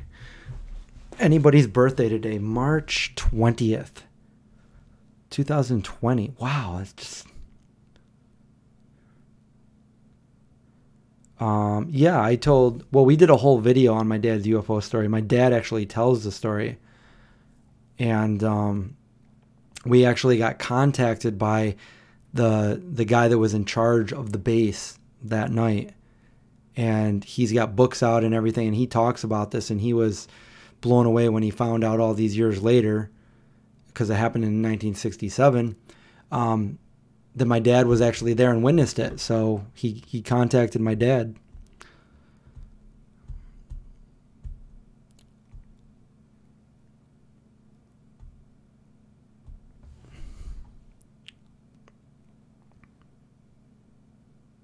Avocado Dia's birthday is on Saturday, so that's just coming in a couple days.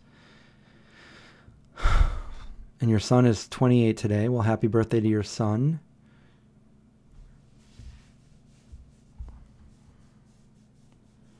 Oh, Chrissy's back. Look who's back. What to do on a quarantine birthday?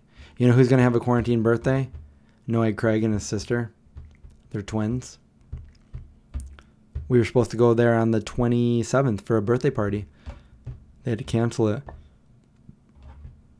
Today is the beginning of the year in Iran. Not much celebration, though. Well, have a happy New Year to you. Oh, wow. You gave birth to triplets. Wow. My cousin gave birth to triplets, too. Wow. Probably, like, how old are they now? Maybe...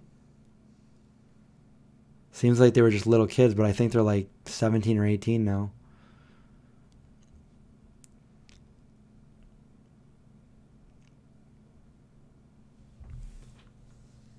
I don't know. I mean, we were supposed to have a big, get together at Craig's apartment.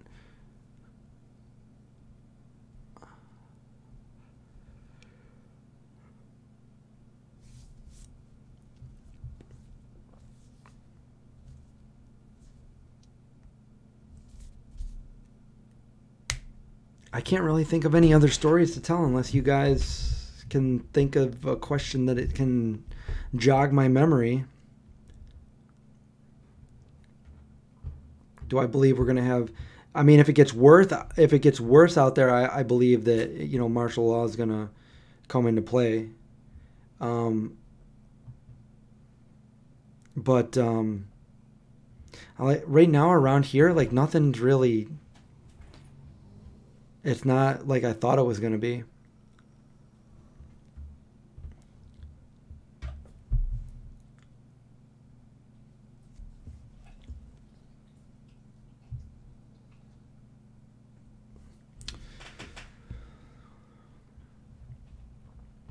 In the next few days, I think people are going to calm down on going out and buying things, and the stores are going to be more stocked. So people that aren't able to get things are going to be able to get things. If this really is in all of our areas and people are really contagious and they're getting it, then you would think that more and more people would start showing signs of the virus, and eventually we'll start to know people that it's been happening to. So far, I haven't experienced that. So it's pretty weird, because from what I'm seeing in China and some of these other countries, Italy, I think it's really bad over in Iran too, isn't it, Ash? But right here, it's like we're supposed to be like the state right now that I'm in, New York State, is supposed to have the most confirmed cases, but I don't know. I'm not really. People are still out doing things. I will say it's a lot. It's way more deserted out there, but there are still people doing things. Like I said earlier, there's like pictures of like people on spring break, tons of people getting together like on the beach and doing things. It's kind of irresponsible and stuff, like.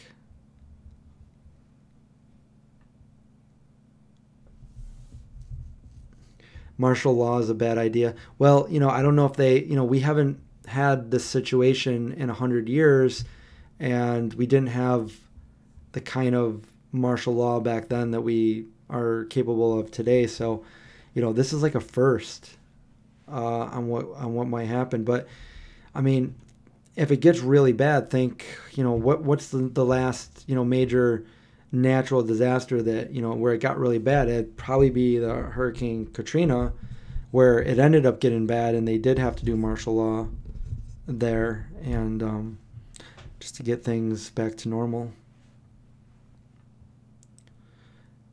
You got the Oatly. Yeah, I've been drinking the other one just because it was all they had there. The one in the full fat one. It's really thick too. I mean, it's good. It's good. It's good stuff.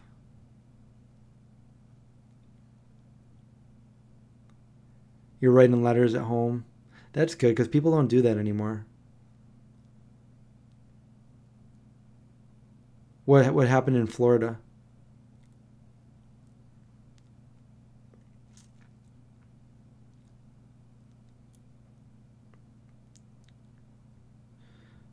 Well, last I heard, they said that New York had the most confirmed cases. Did I ever consider breaking edge at any point? Never. Never once.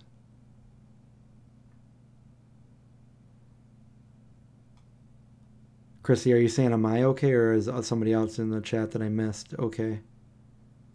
I don't know. If you're asking about me, yes, I'm okay. If it's somebody else, then sorry.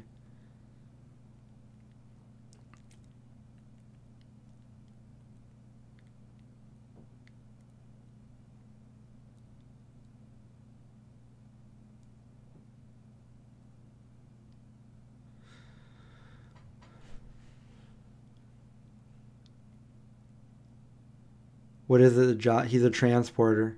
He's basically Jason Statham right now.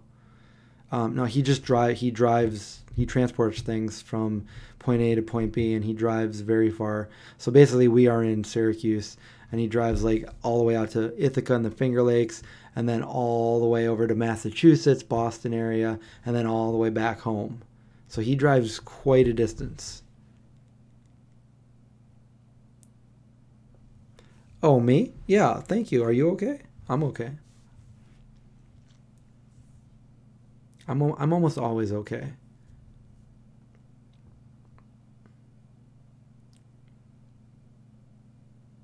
Peggy says, I tried Oatly because of you, and now it's our milk of choice. Yes! I love Oatly. It's so good, isn't it? It's like one of... I can pour a glass of it and drink it.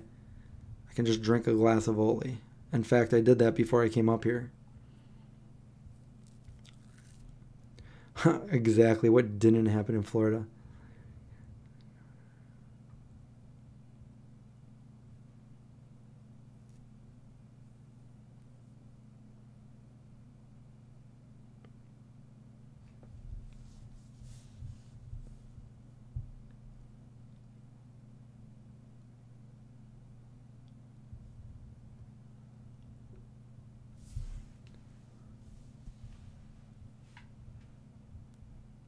Let's see. I've lived. I'll tell you the places I've lived. So I grew up here. So the majority of life has been here in the Syracuse area.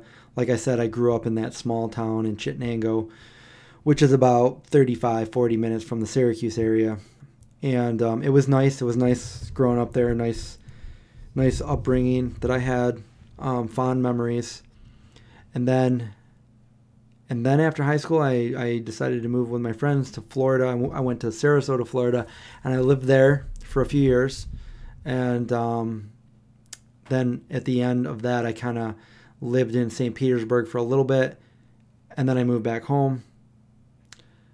And then I decided to go to school, and I ended up transferring to, after I got my associate's degree, I got into University of Florida, and I moved back to Florida, but a different area. I went to Gainesville. I lived there for about a year, from 2000 to 2001. And then I came back up here because I wanted to look for a school in New York City because I had started dating a girl then, and well, I started dating her, and then she was moving to Belgium. She was doing a semester abroad, and I was going to school in Florida. So, like, we stayed long distance for a whole year, and then I met back up with her, and then she was going to school in New York City. So then I looked for, school that I could transfer in New York City. Turns out like one of the best schools for what I was going for was in New York City. But I didn't get in that semester because 9/11 happened. And I was there on 9/11. I was there that day. And I talk about that in other videos, but that was a whole thing. But then after that semester, I ended up moving to New York City, and I lived there for a few years. And I graduated school there. I was a talent extra, so I was in commercials and TV shows and movies and stuff like that. And then I moved back home. And then I did all those jobs doing loss prevention. And then when I got my investigator job, I had to start the job off in the DC area. So I moved to Arlington, Virginia, and I lived there for a year, 2008 to 2009. And then I moved back up here, and I lived in a hotel for like 3 months because they were trying to figure out where to put me, which was fine because I could go to my parents, whatever, but it was also fun to be able to live in a hotel. And then they didn't have a place for me here. So the next closest place was Rochester, New York. So I lived in Pittsford, which is Rochester. I lived in Rochester for a year. Then I moved back around here. I ended up buying my house, and I've lived here ever since. I almost moved to California a few years ago. That just didn't pan out for me. And I ended up becoming homeless for a little bit because of it. And then I ended up having to, thank you, Mom and Dad. They let me stay there. That's a unique story because I was a homeowner that was homeless because of things that went sour for me moving to LA. So that's that's where I've moved around and around. Hi, Laura, the Transforming Vegan.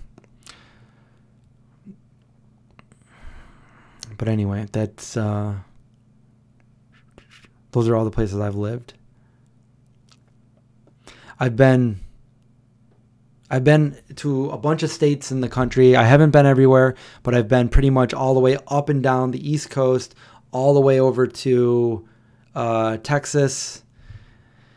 And I've been to, I've been over towards Ohio, Illinois, Minnesota, Dakotas, Colorado, California, Washington, Oregon. Never been to Mexico. I've been to Canada. I've been to Hawaii. Been to Alaska.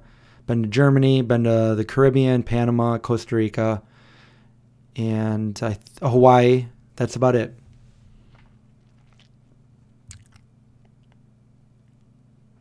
Oh, I definitely shake my plant milk. Shake, shake, shake.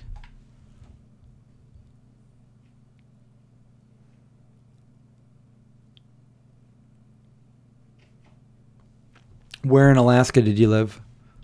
I was in, I didn't live there, but I visited, I can't even remember the names, Ketchikan and a couple other places.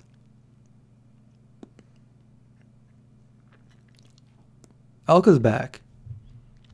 Yeah, we've been on for a while. I promised I wasn't going to be on that late, but here I am.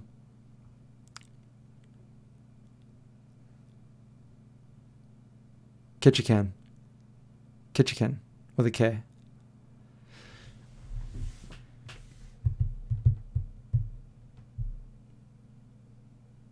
So Dalton, no, I've never heard of it. Was I in Michigan? I think I drove through Michigan. Just drove through it. Yeah.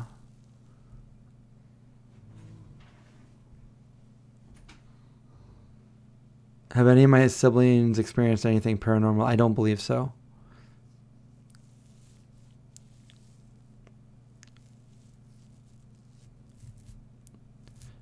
You're a private investigation. Are you a private investigator? Yeah, 120 viewers on this channel. That's pretty good for this channel. It took you forever to pronounce it all.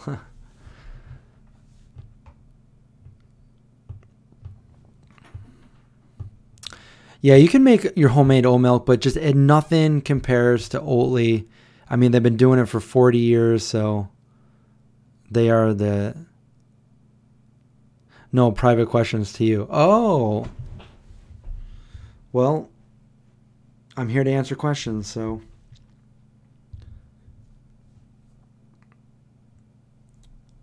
We're losing people. I try not to be boring, but sometimes you just run out of things to talk about. Well, yeah, well, I answered that a little while ago. Did I ever have a non-vegan girlfriend? Yes. The answer is yes, but they never ate anything that was non-vegan during our entire time, but they're not vegan. If that makes any sense. I just don't allow anybody to have non-vegan food here in my house. You know, obviously if I was at somebody else's house, it'd be a different story, but this is my house. I bought the house, so you know, no animal products are allowed in my house. That means nobody can cook anything in my house that's non-vegan or anything like that. And I don't feel bad about it.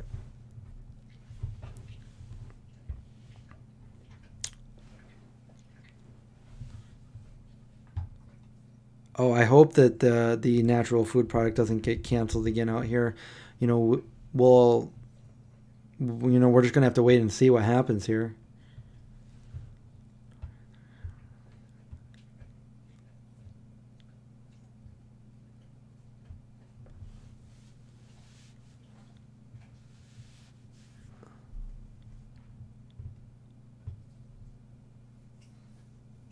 Good night, Terry.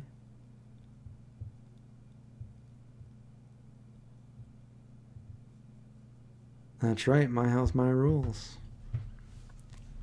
I mean, Indy thinks they're his rules. Now Zeke thinks the same thing, but they're mine. Terry, I'm actually not tired. Like if I log off here, I'll probably go watch another episode of that Netflix show I was watching. Any cool plans tomorrow? Friday, you know, like not being able to leave the house and stuff. Probably edit another video. I'll probably edit one of Josh's videos actually. And you know, I already edited my next video, which is cool because the only reason I have another video all ready to go is because I did the whole thing and then I realized it was way too long. So I cut it down. So the video that I posted today was supposed to be everything. I was going to show you a tour of my refrigerator, my kitchen, and my pantry. And it just was like a half an hour long. So I'm like, no, let's break it into pieces. We did. We broke it into pieces. So, is Josh back? Big Josh Vegan. Where are you? Are you in Massachusetts? Josh, I found your video that I was going to edit. I won't say which one it was because we don't want to give it away, but the documentary one. So, we're good. You're almost there. Cool. Well, you should probably watch the road and not type.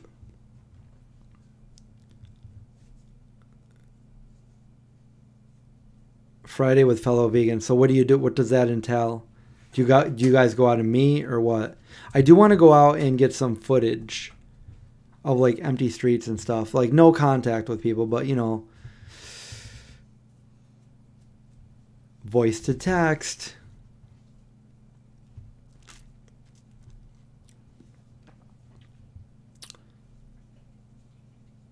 I've been live now, Josh, for 3.5 hours. Josh, what can we talk about here? What next?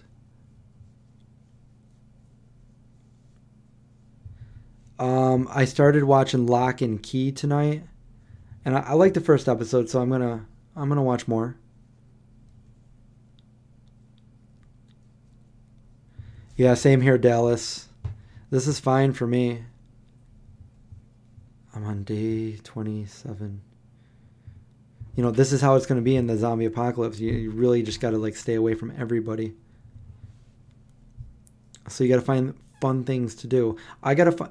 Okay, so I have to... Here's an idea. I have to find some fun things to do. And if I can't go out there and do, like, first of all, we can't do any more Trader Joe's because, you know, we all know what happened there. But also, what do you guys want to see? What kind of videos do you want me to make you? Because I got like all kinds of videos in the last, I don't know, decade. But I need to make more videos in my free time. So obviously I'm going to do the pantry one. I have a few videos ready to go, but what else? What else can I do? Josh, did you like any of those snacks I gave you?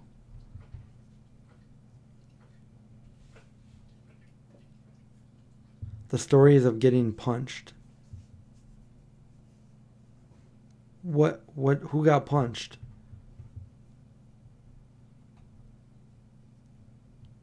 Oh, playing at Uno. Oh, sorry to hear that, Gomez.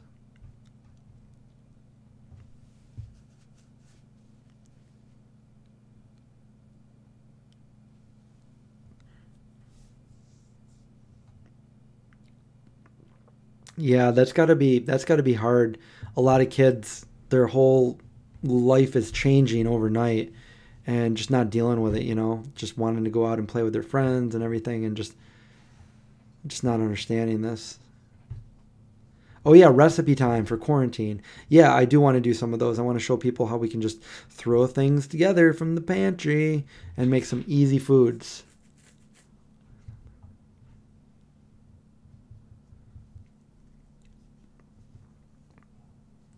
What should you stock your fridge with? Check out my video. Like some of the essentials, like have some kind of plant milk, have if you're not allergic, have some like nut butter. I have some things like I have a few loaves of bread if I want to make like something simple like peanut butter and jelly or toast or anything like that. Easy things. I have tofu in there. I have some veggies, even though veggies are perishable. I do have some veggies in there. But I also have canned goods and like lentils and rice and stuff like that where you can actually make some, you know, those are non-perishables where you can make some meals that you can meal prep that'll last you out throughout the week and stuff like that. Yeah, but there's a lot you can really do with it. Just buy a few different things and you could make the lentils, the rice, and a few of the veggies, and you can make, you know, cook up that tofu all nice, and you can make meals for the rest of the week, package them all up and stuff. Maybe I should do that.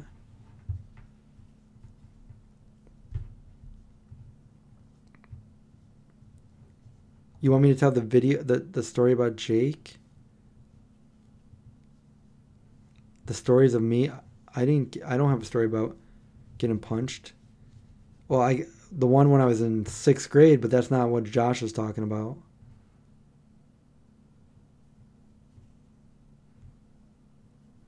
Wegmans had no tofu. What's up? What's up? Hello? Hey. I'm talking about how I applied to Target, didn't get the job. Can you hear me? Yeah. So remember when I applied, Jake got that job shortly after I did, and then some guy like, can you hear me or no?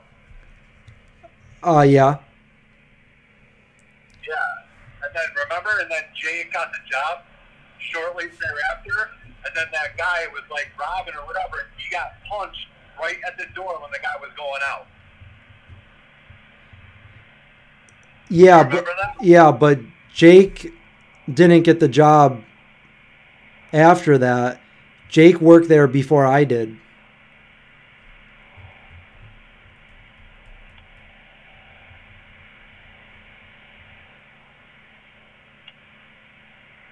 Hello? I'm going to talk to you on here. Instead. No, Jake worked there a couple weeks before I did. I ended up becoming his boss. And he just got that position afterwards. Like he got my old position.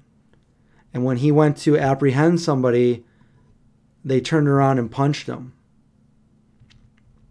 I've gotten in a bunch of fights before, but I never let anyone punch me. And I mean, when you're, that's the risk you take when you're trying to apprehend somebody. You got to be careful.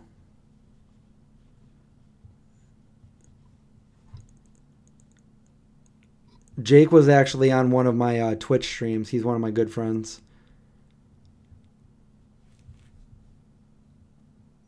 I don't know what. We lost Josh there, so. Josh, are you still in the chat? You were thinking of a different story where the club let out and there was an altercation. I don't know what you're talking about. No, I don't. I don't think Jake was. I don't think he was prepared for it. Yeah, he called me that night too. Because I was his boss. He didn't know what he called me and I was like, what?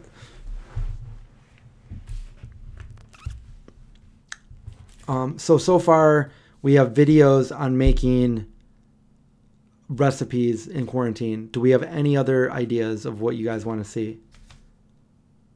This is my electric bill. Who wants to pay my electric bill this month?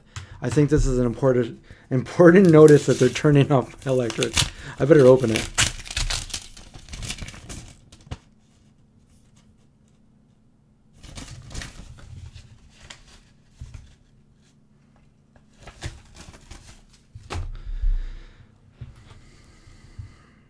You can't stop a sucker punch. No, I just was always ready. You got to be ready, People have tried to fight me. I should. No, I can't. I can't. Oh my God. Do I do it or do I not? Oh, I don't know why I never told that story. Yeah, Linda, I could tell that story. That's pretty crazy. No, Josh wasn't there then. That was a totally different story.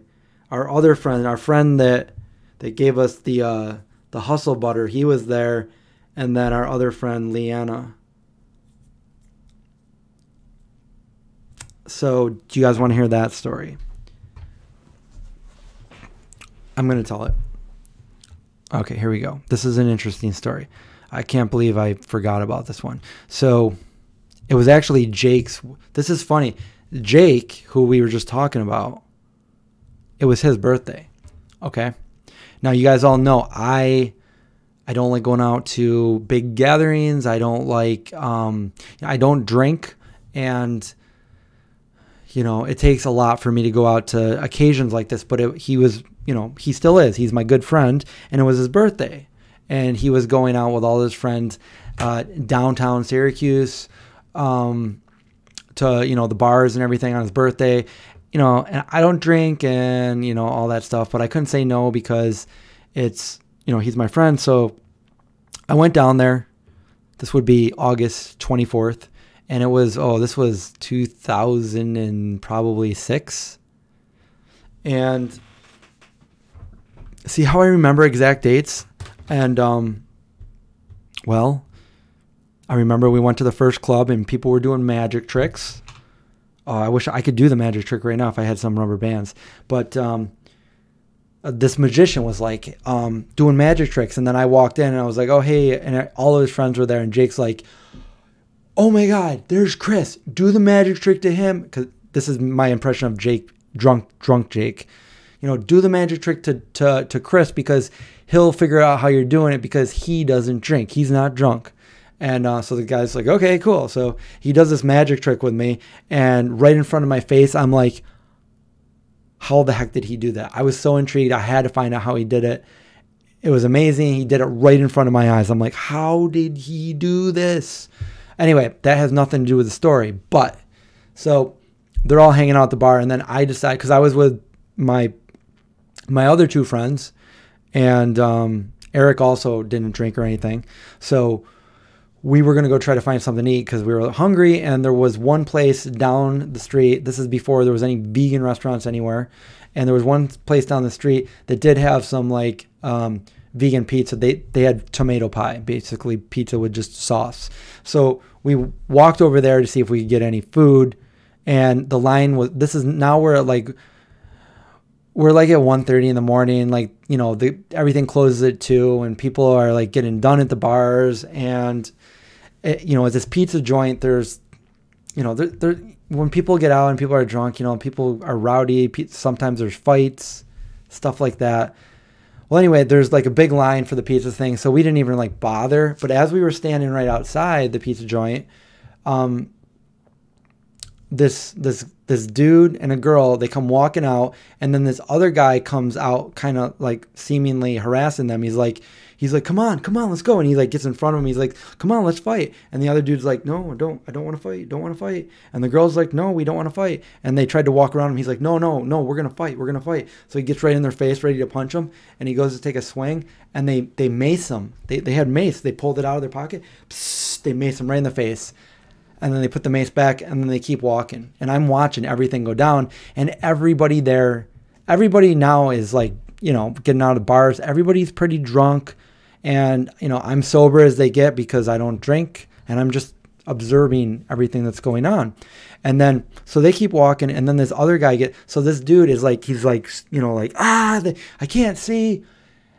And then one of his friends comes over to him, and it turns out like his other friend was like a bouncer, and he's like, what happened? Who did this to you? And he's like, I can't see. He's like, open your eyes, tell me who did this. And he's like looking, he's trying to look, and he's like, over there, them. He's like, come on, let's get them. So they start walking back towards him. They come back over. Now they come across the street. Now they're directly across the street from where I am. And I'm just watching everything happen. And the dude comes back up to him, gets in front of him, and he pulls out his mace again. And the dude grabs his mace out of his hand, and he puts the guy in a headlock, and he starts punching him. Well, he's doing it like this. He's punching him like this. Boom, boom. And the guy that's getting punched, he doesn't have his mace anymore. If you don't like to hear bad things, cover your ears. Now, he pulls out a gun, and he puts it up to him, and he shoots him. Right here. The bullet goes all the way through him. And the dude stands back, and he kind of backs up, and he starts walking across the street over to where we were. I just stood there like this, and my friend Eric's like, he's like, get down, like after he shot. And I'm like, what, you know? And I just stood there, and I kept watching. And then the guy comes over towards us, and then he kind of just like sits down in the road. And then my friend kind of like looks at him and holds his head up, and, you know, the bullet went all the way through him. And like, you know, ambulance and cops were called. The guy that shot him went over and sat down and disassembled his gun and sat down there and waited.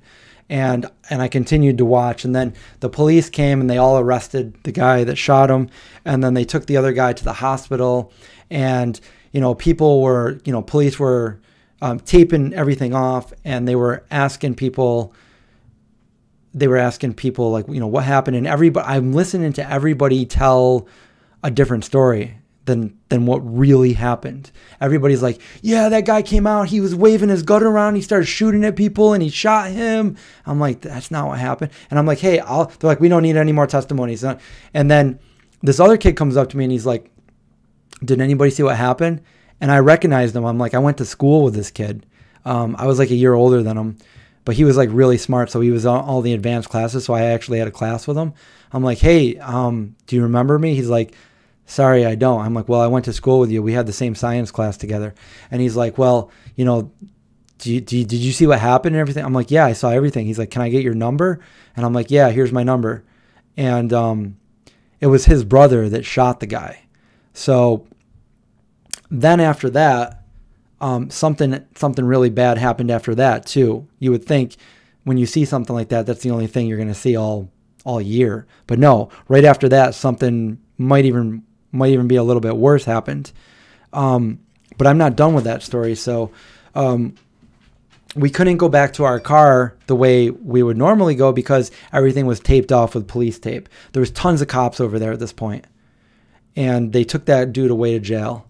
And so we walked the other way. We walked around the block, and we came back. And when we were walking down, I saw this guy in like a purple suit, and he was just kind of like being pushed around by this other like drunk kid that was pretty ripped. He had his shirt off, and he was like muscles, and he was like he went around the corner, like out of our view, and I'm like, oh my God, there's going to be another fight. So we run all the way down there, and we're watching, and this dude with his shirt off is like picking a fight with this guy wearing a purple suit. And the guy wearing a purple suit, it was a very old, tattered purple suit. He was homeless. It was a homeless guy.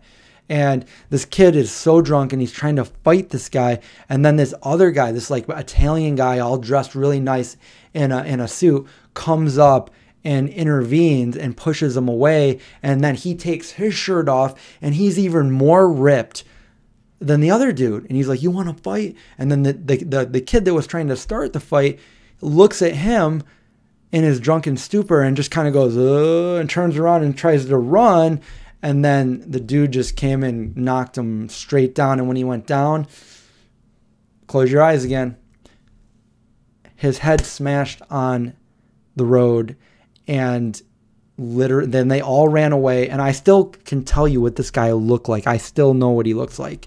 And all the blood, just like, it was like a movie. All the blood just like poured out. And I ran all the way to the other side of the block, because there's literally 20 cops on the other side of this block. And I'm like, hey, somebody just got beat up in the road and he's bleeding really bad. He needs an ambulance immediately.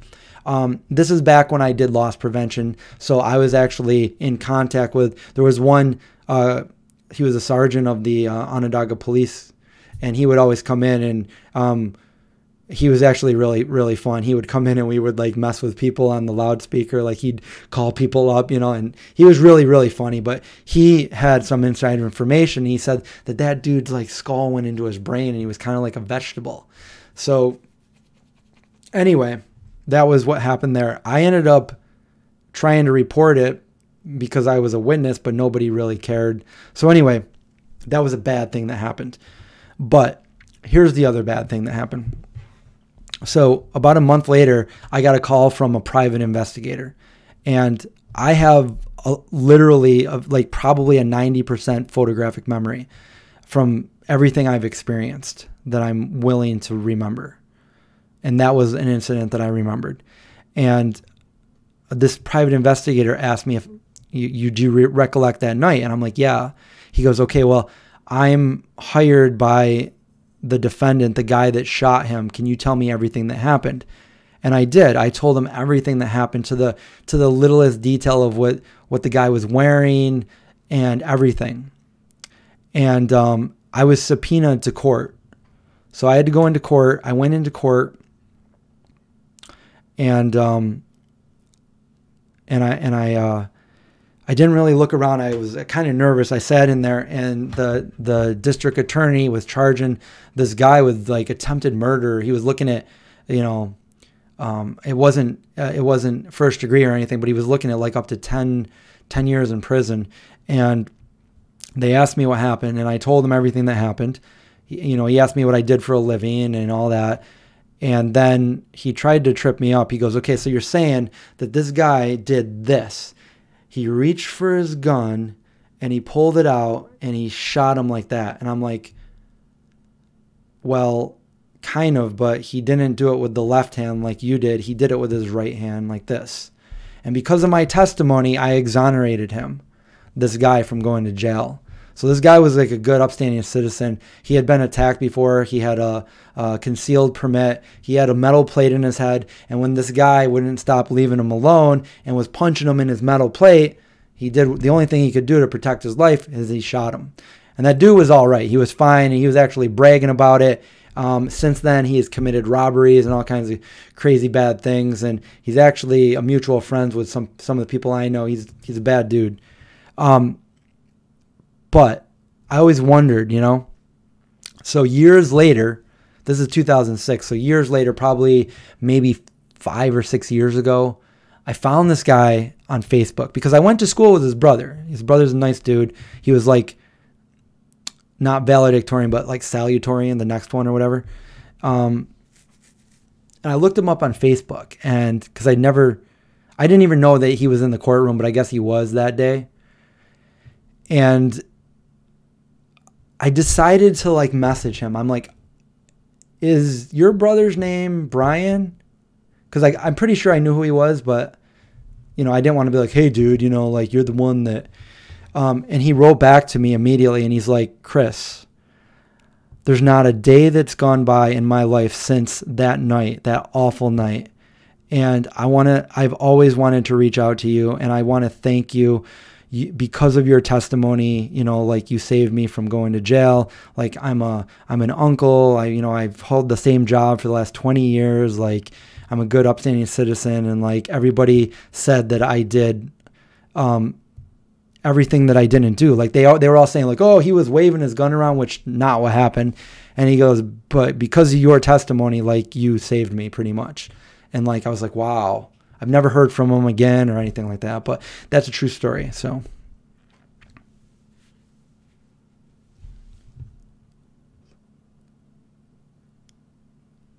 didn't he shoot himself in the, who? I don't know anybody that shot themselves in the hand.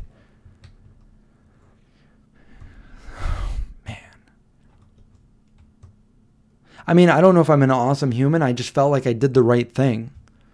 But, I mean, if that was me, I mean, literally everybody that was standing there was all saying the wrong stuff. And the testimony that they got were from all of his friends. All of his friends gave the testimony that was complete lie. It wasn't true. I'm the only one that told the truth as it happened. And I don't know what happened before they came out of the pizza place, but whatever it was, you know, the dude wouldn't leave him alone and was looking for a fight. So, best worst story. The guy was talking. I don't believe he shot himself in the hand. No. If he did, I never knew about that.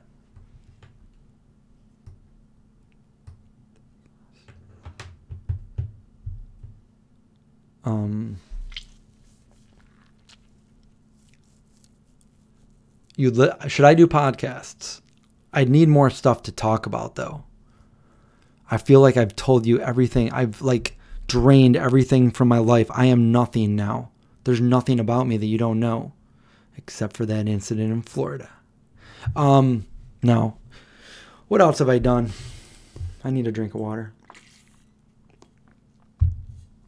Are we good? Does everybody want to go to bed now? A whole segment on cabbage. All right. Started out in the garden.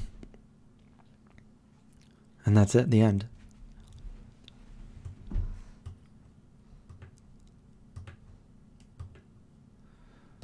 All the traumatic. I don't know. I mean, that's... Was I a smart kid growing up? I feel like I was very inquisitive, and but I also think that I was, like, for instance, this is really funny. This is a funny story. Okay. I would be at my friend's, and my friend who was actually a year younger than me, he'd always use these words that like I didn't know. Like, I'm like, what's this word? Like, what? How come I don't know this word? Like, why do you know all this stuff that I don't? And then I went home and this is me taking it out of my mom. I don't know how old I was, but I was young. I opened the door. Mom, what? Why am I so dumb? What? You don't teach me anything. Like, just because my friend knew all these words and I didn't. That's literally a true story. I ran home. I opened the door. Why am I so dumb? You know? But I think what it was, I don't know. I was just an average student in school. I didn't really care to be the smartest person in school. I just wanted to be like a good student, not a great student. And I didn't really care as long as I was like, you know, there. You know, I never skipped a class. I got perfect attendance, all that stuff. But it wasn't until I left. And then, okay, here's an incident. I moved to Florida, and there was this one girl that, you know, we liked each other, but then this other dude liked her too. And I remember he was over one night, and he just was like trying to condescend me because he was like using all these really big words, and I just didn't know. And I was like, you know, like, why is he doing this? And like, why is he like trying to like put me on the spot and everything. And like, I just remember that, you know, and then after that, like, cause I never really cared, you know, but then after that, like, I ended up coming, you know, I ended up, when I moved back home, like going to school, I ended up going to school, and I do have a really good memory. So when I went to school, when I started college, I'm like, you know what, it's time to go to college, you know, because I didn't want to go to college after high school. I'm like, I don't want to do any more tests. I don't want to do any, I want to just like hang out. You know, maybe I'll go to college in the future, but not right now. I just don't want to do it. But then at that point, like I did. And when I went to college, like I was learning everything I was learning in school, but I wanted more. Like I was memorizing fact finders.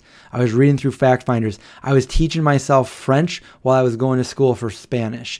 I was doing, you know, I was memorizing, I was getting perfect grades. I was getting a 4.0 and I was learning everything I could. It was like my wanderlust of just learning as much as I could. I wanted to be a sponge. I wanted to be as smart as I could and be as knowledgeable as I could. And those were the times when I learned the most. And, you know, I wanted to do that because I wanted to be, you had to be smart to be in the FBI, to be a special agent in the FBI. I had to be smart with good grades, and I wanted to learn as much as I could. So, I became really good at debating people, very logical, and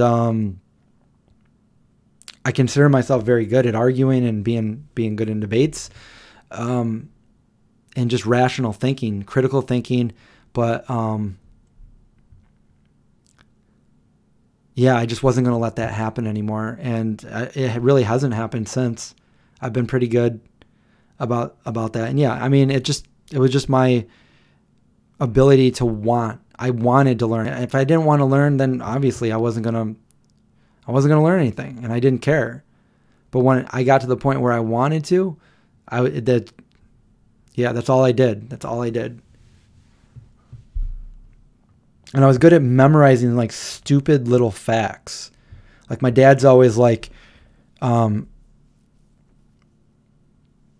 he's always talking about like, Chris, you need to play, you need to do Jeopardy against this guy. You need to do Trivia Pursuit against our my brother's brother-in-law. He's really smart too. And my dad's always like, you need to have like a Jeopardy offer or something, you know. That's not how my dad talks, but you know, that's what I'm. Josh is a big, humble, 6'7" giant.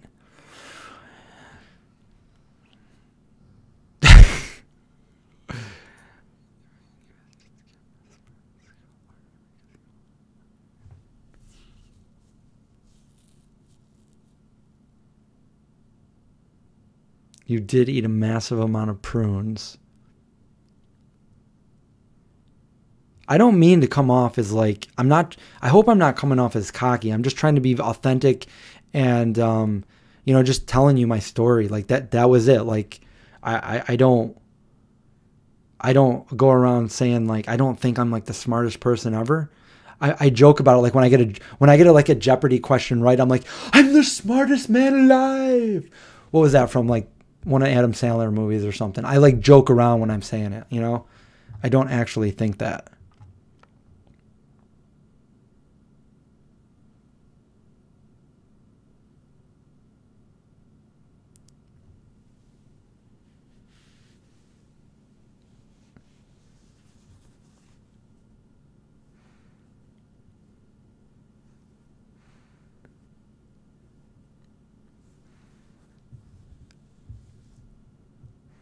Hey kid, come here. What was that? Like a ghost? Or was it a real person?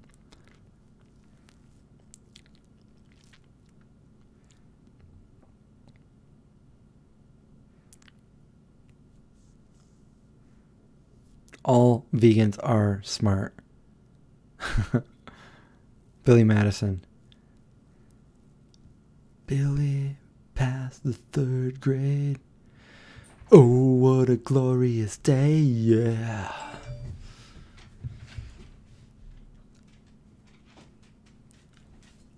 Did I go to bed late my whole life? Not my whole life, but I'm not like a morning person. Even if I get the amount of sleep and I'm on that schedule, I just don't feel right getting up in the morning.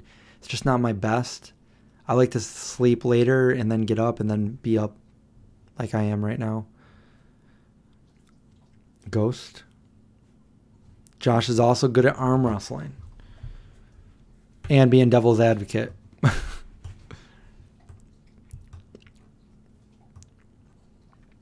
Oh, passing third grade, the Billy Madison way, yeah.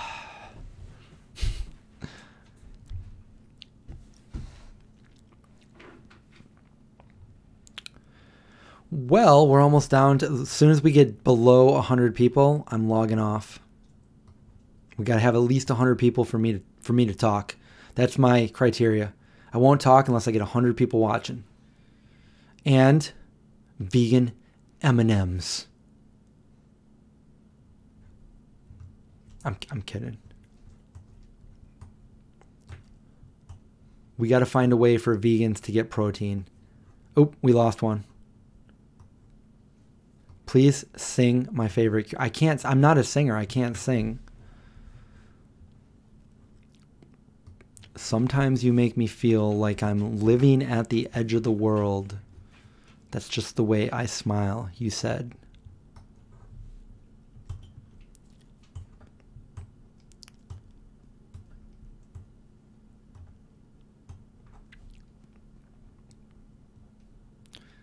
I think it's dark and it looks like rain. The wind is blowing like it's the edge of the world. He smiled for a second.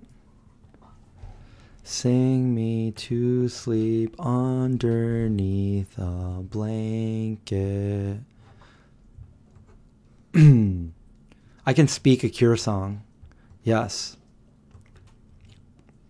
Oh, smear this man across the walls like strawberries and cream. Josh, you don't have to pay me.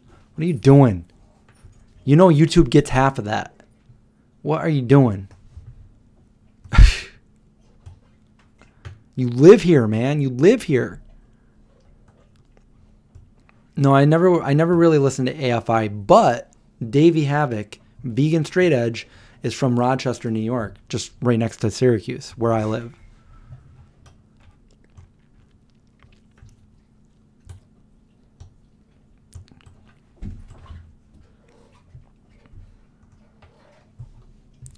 I miss the kiss of treachery, the shameless kiss of vanity, the soft and the black and the velvety up tight against the side of me, while mouth and eyes and heart all bleed, running in thickening streams of greed, as bit by bit it starts the need to just let go my party piece. But I never said I would stay to the end. I didn't. Sorry, I didn't. That was after my time. I'm old. I'm really old.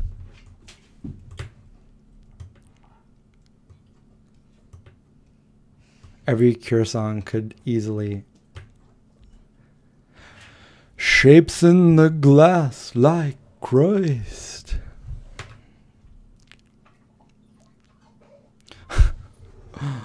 Oh, man. Josh slides a 20 to Chris and it magically slips into a 10. YouTube's like, thank you. No, I think they take like 30%. And I'm in no way discouraging anybody from super chatting. That's not what I'm saying. I'm just saying Josh lives with me.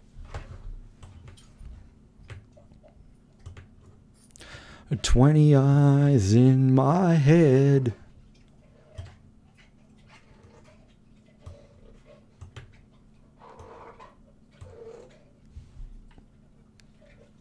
You don't like The Cure? What? Favorite band in the world?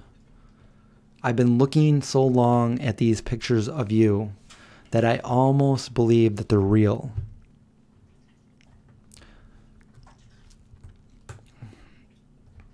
Remembering you, standing soft in the rain,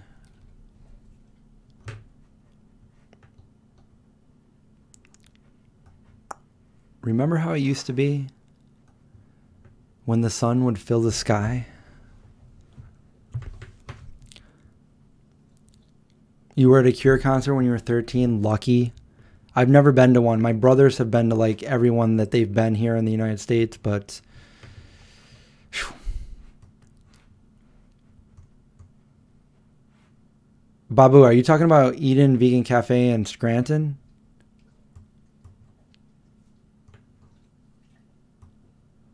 Who's my favorite YouTuber? What inspired me? What inspired me what? You got to ask, be more specific on what inspired me for what. My favorite YouTubers were always Film Riot.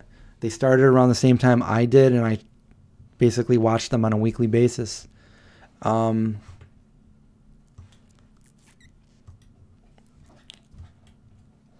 I had no idea that you were kind of close to here then.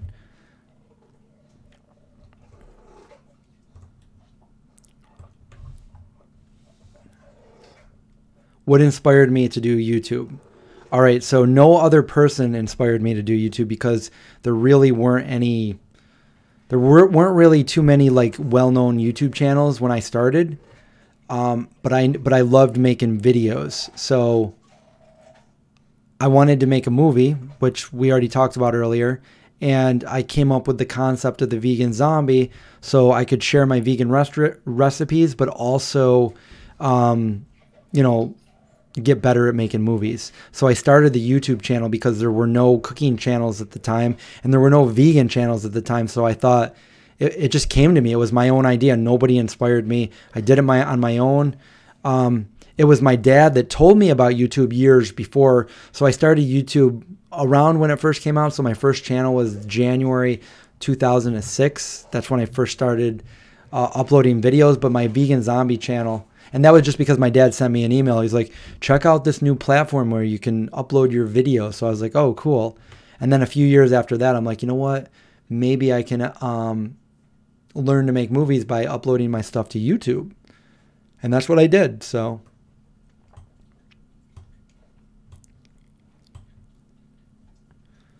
do you know Christian from Eden? I do like Casey Neistat. He's a workaholic, and I like his style. So yeah, I like Casey, and I've watched quite a few of his videos. I haven't watched them all, but I've watched a lot of them. You know, like anybody that wants to be a successful YouTuber, it's good to watch successful YouTubers and see how they do it. Try to get some advice like that. Unfortunately, I don't speak any other languages. The next best language that I'm okay at would be French, but I'm not really even good at that either.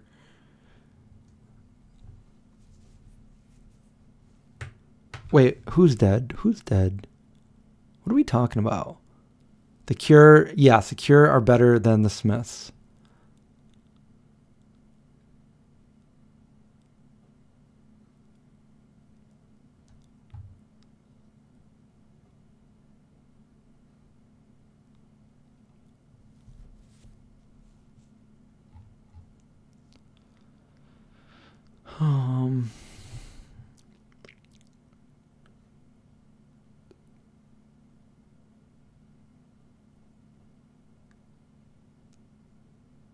Have I gone to vegan treats in Bethlehem? I have. As a matter of fact, I stayed at the owner's house, and then we got a little tour at like 2 in the morning of vegan treats with Danielle. And I have some video of it too if you guys want to check it out. She's really cool. Every time I go there, she like hooks me up with like a bag of cannoli because she knows I really like those.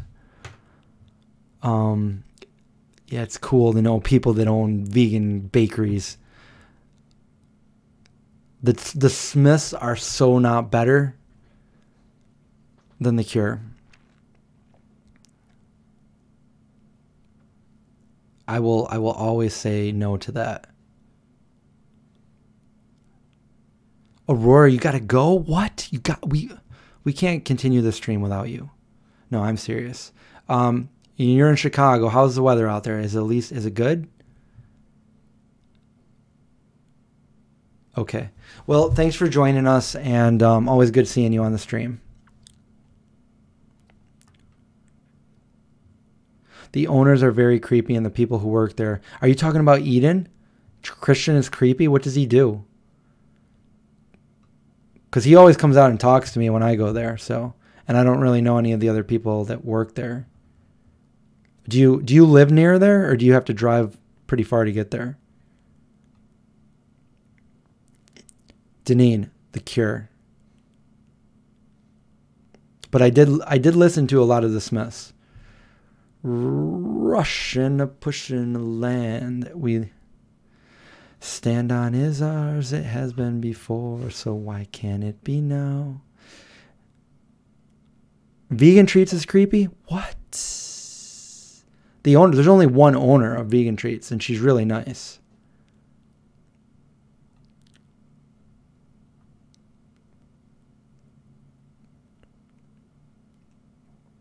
You're going to check out The Cure. Listen to the album Disintegration, best one. And my favorite song is Plain Song. I hate when people are stuck up. And I have been to vegan places where the staff is stuck up. You just got to be like, yo, get unstuck. No, I've had some, I got to say, I've had some really bad experiences at some vegan restaurants. Really, really bad. And not okay ones. You know what I'm saying? And it sucks because you want to support vegan, but you don't want to support that crap. Good night, L. Thank you for joining us. The owner who has serial killer art in her home. She's amazing. So, I don't know. Do you know her? Because I actually know her. She's really cool. Have I ever had a punk phase? No. I mean, I like some propaganda, like propaganda, social distortion, and like there's a bunch of other ones like what was that? Survival of the Fattest. That whole album was really, really good. My pants are falling down. The room is spinning round. My stomach is making funny sounds. I'm falling down.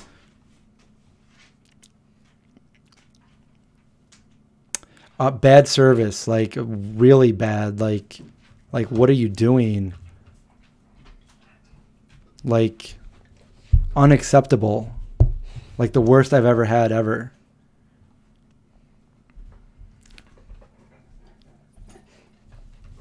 What are you doing? What are you doing? Don't force pet. No force pets. You should be in bed. You just ordered a bunch of stuff from Comforting Vegan. I'm excited to try it. Bad restaurant stories.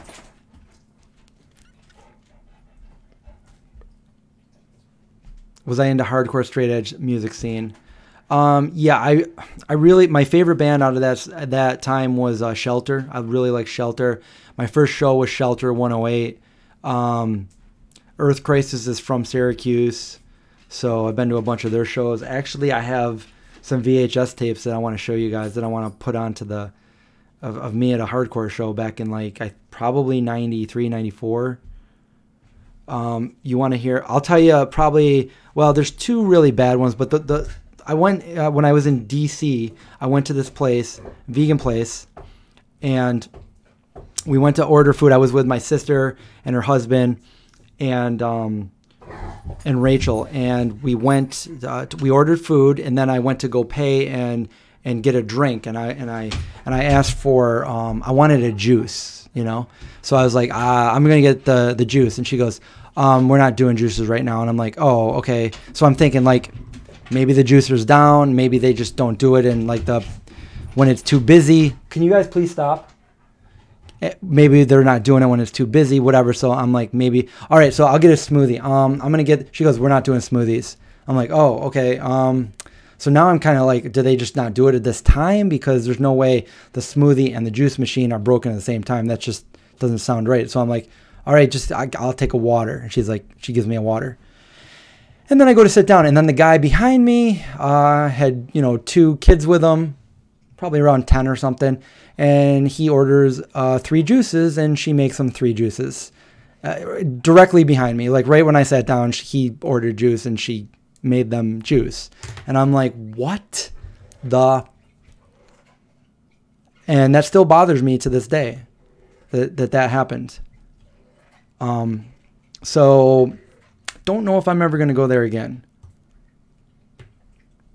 Yes. Yes. That was messed up. That was effed up.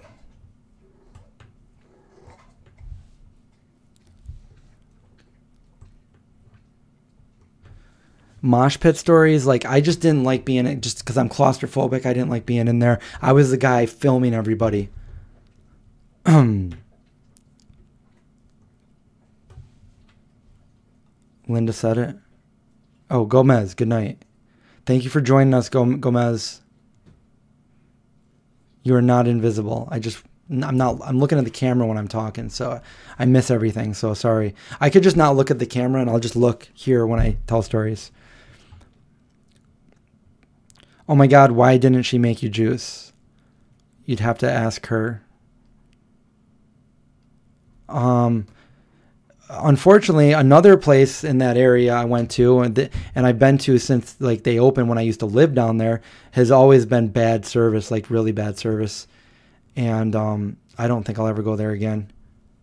And I try to give like the benefit of the doubt, you know, like let's look at things in other people's shoes and stuff like that. But these are like unexcusable things.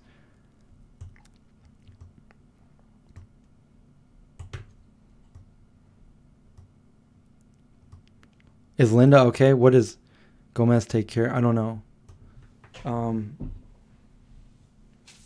What are you guys doing anyway? What are you doing here? Here, go lay down in your bed.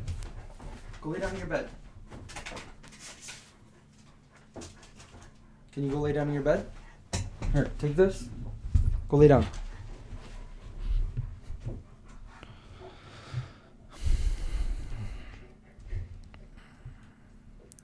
My dogs are vegan. I mean, technically plant-based because I don't think a dog can have like the mentality of a vegan, but yes, they eat all vegan food.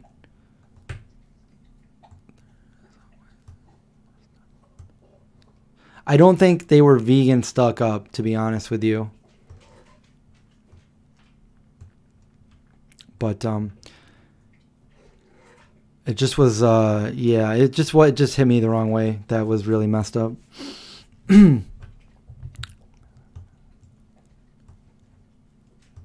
OKC or Linda? Let's see what other ones. You were telling your friends about the vegan dog food? I have links for it, yeah. They can get discounts too if they use my my code for it.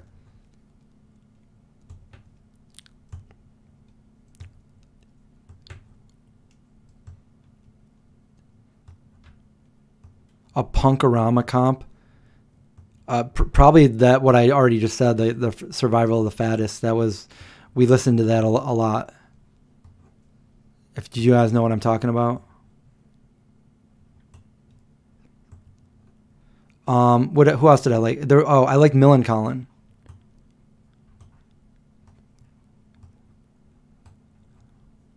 Vulcan eyebrows, Vulcan ears. A space to destroy for Christian Hosoi. Together on the sand. I told John to play that the other day. He stopped at the right part. Good night, Leanna.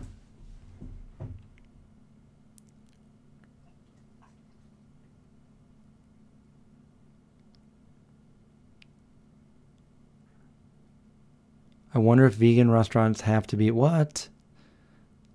That's deep. Podcast. The No Sleep podcast is the one that I used to listen to. I couldn't remember it last night, but the No Sleep podcast, yeah. It's like different horror stories.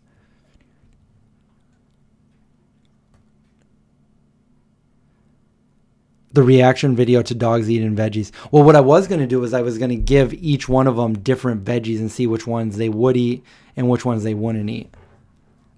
Like, will my dog like this? You know, different foods. Millencolin played a few months ago. That's cool. You have no car. See, that's why I think that I'm sorry about that for one, but I think that was a good choice for me not to send my camera back to get fixed, because I don't think I would get it back for a very long time. And I need my camera. Otherwise, this entire stream is going to look horrible. I think it looks really good right now. Except for it kind of looks like, it looks like I shaved my head off. I mean, my hair. My hair, not my head. I wouldn't be talking to you if I shaved my head off.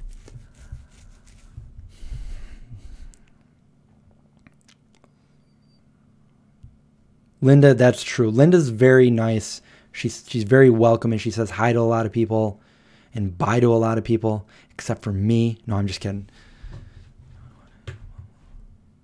Josh, I'll go with you. I will go because I need to go do something.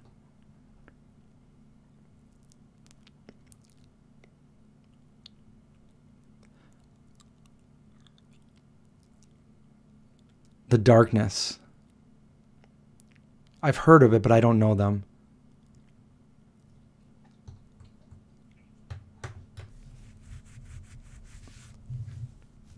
We should watch Night of the Living Dead.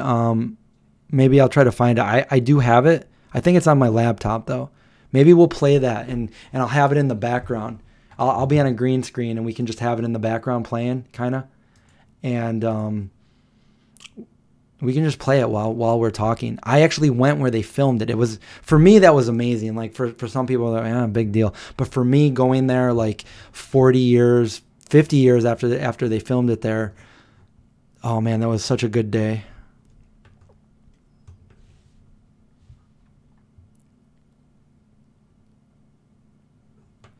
What do my cop friends think about me being vegan? I don't really have any cop. Well, it's funny because I don't have any of those old cop friends anymore. But I do have a friend right now that's a cop, and she's vegan. So there, she's a vegan cop.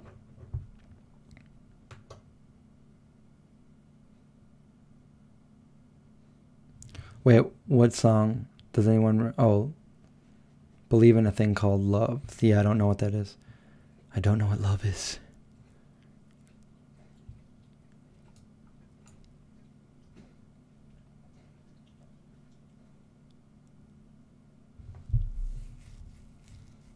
I don't want to go. What are you talking about? It's only been 4 hours and 17 minutes. This didn't end up like I wanted it to end up. Like, I wanted to go on for 1 hour and then go watch more of that Netflix show. And then time just flew. And here I am. Caught forever in time. If anything ever happens to me, guys, you can go back and watch these videos of me forever. As a matter of fact, what I've been talking about doing, and other YouTubers will probably listen to this and copy me. No, people have probably already done it. I want to film some videos and schedule them to go up in like a year or two to see what's different in a year or two. You know, something like that. And if anything ever happens to me, you'll know that I'm still going to be posting videos in the future sometime. So don't unsubscribe. Blink 182. With that vegan power. Josh is always hungry. Except for when he's full. And then he's hungry again in a couple minutes.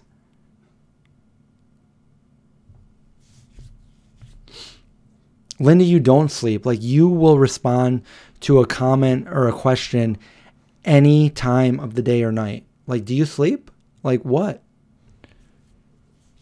Josh is like 48. Minus 10. No, Josh is like 38.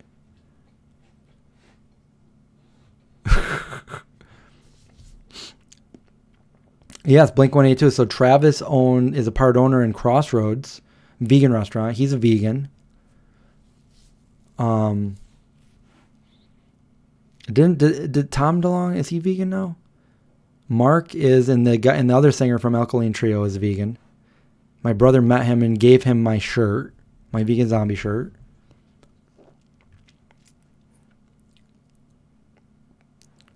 A thing called Love by the Darkness.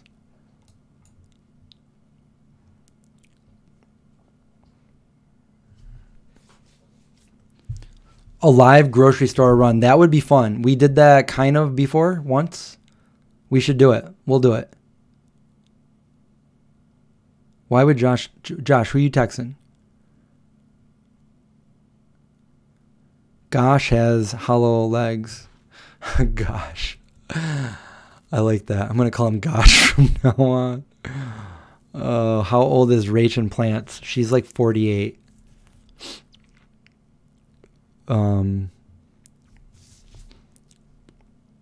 Rach, she'll be like 25 in a couple months. Chris, is the vegan grocery store still open? I don't know. I don't know. Maybe I can find out tomorrow if Josh really wants to go all the way out there.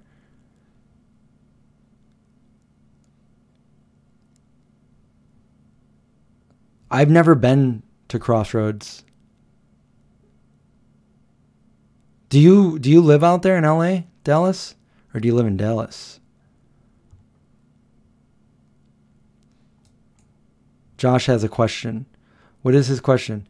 Linda, I'm going to drag him out of bed by his feet when it's time to leave. I don't drag you out of bed by your feet when you're sleeping.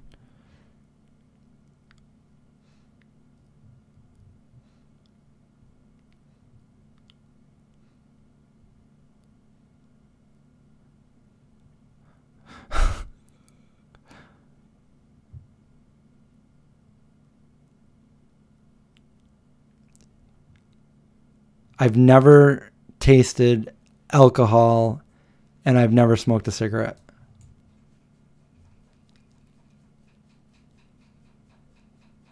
But crack, on the other hand, no, I'm kidding.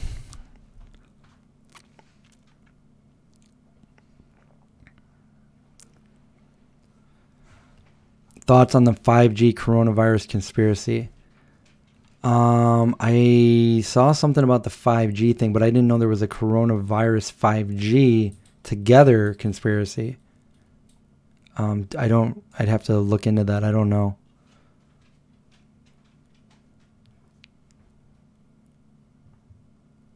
Oh, Samantha is going to be 25 in May. Wow, I've been vegan longer than you've been alive. That does kind of make me feel old. But then again, I don't feel old. You know, after a while, it's just a number. I feel just like I did when I was like 20. Same thing. Which is surprising because I didn't think it was going to be like that when I was that age. I'm like, oh, that's so old. But it's really not.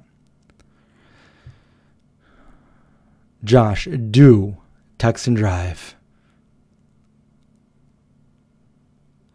You lived in LA for 3 years, but just moved to Portland. I like LA. I like a lot.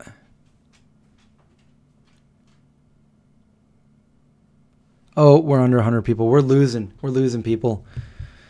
I guess we're not as interesting anymore without those stories. As soon as we get down to 70 people, I'm going to tell the story that you've all been waiting for.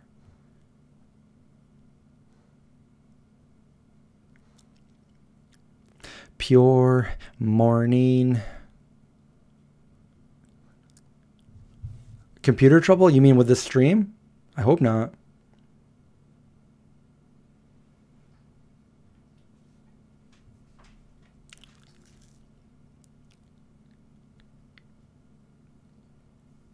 I've never been to... I try to stay away from big, like, Warped Tours and stuff. Like, it's just too many people. LA is nice unless you live there. That's exactly what I say about New York City. When I lived there, I didn't like it. When I go to visit, it's awesome. I'd love to do it. Like, once the movie's done, I'd love to go, you know, go to film festivals and tour everywhere, including Germany. Because you guys love horror movies, too, over there. and Vago bars. I just got some today in the mail from my friend. The ones without the hazelnuts in it, and a white chocolate one, and yeah, they really hooked me up. My friend, his wife is from Germany, so she comes over and visits him. He lives here, and she lives there.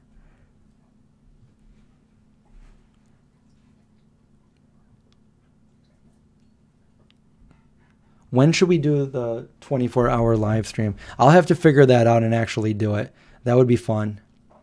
I feel like we should just do it now. We're already 4.5 hours in. That's 4.5 more hours I don't have to worry about.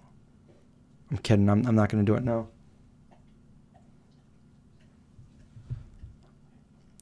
Josh's birthday is in June.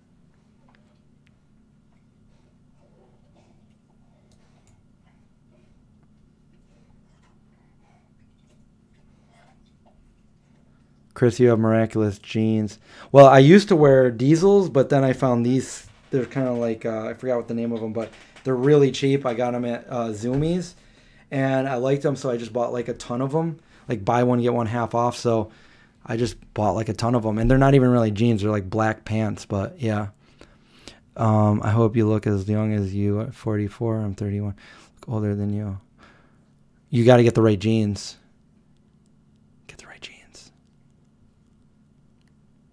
You've never had Vago.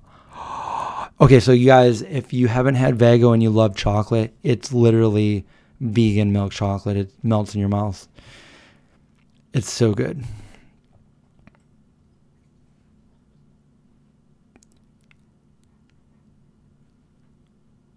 Does anybody have the same birthday as me? Is anyone Aquarius? I found so many people that have the same birthday as me. It's funny.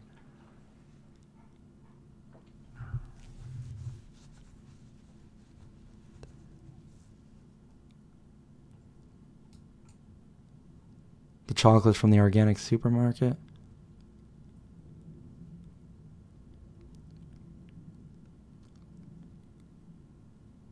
Babu, where do you get the locally made chocolate? Do I buy stuff from Hercules? Sometimes, but usually, so Craig would always say, hey, Chris, can you pick me up at the airport tonight? I'll give you a bag of chocolate. And I'm like, oh, yeah, sure. And he gives me like a bag of like chocolate covered pecans or something. And I would have picked them up for free, but I can't say no to the chocolate.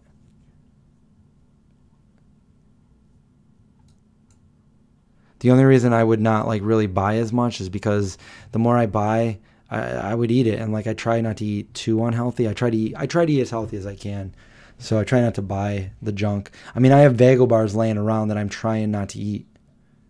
True story.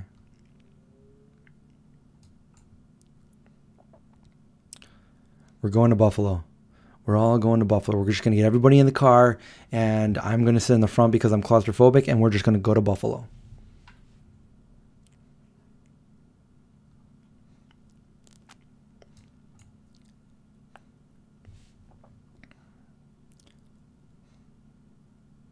Does anybody have a birthday in January? And if so, what's the date?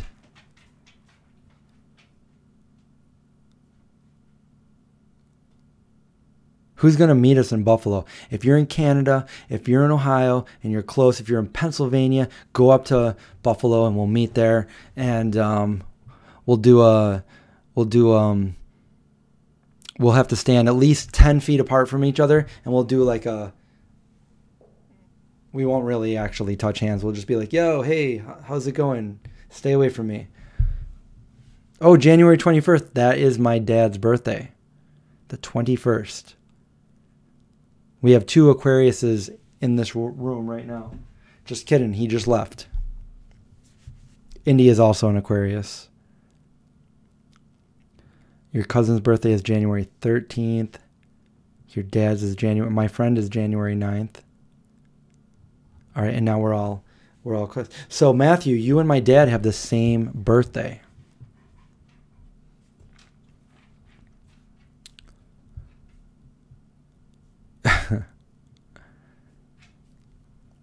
You know whose birthday? January 28th is Indy's birthday. Yeah. You know whose birthday is April 20th? He was a very bad man.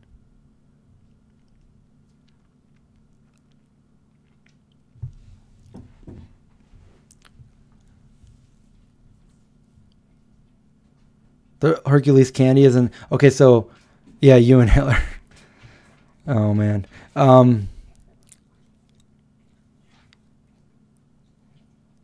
So we're going to get off here as soon as Hercules goes live. No, I'm going to have to go a little bit earlier.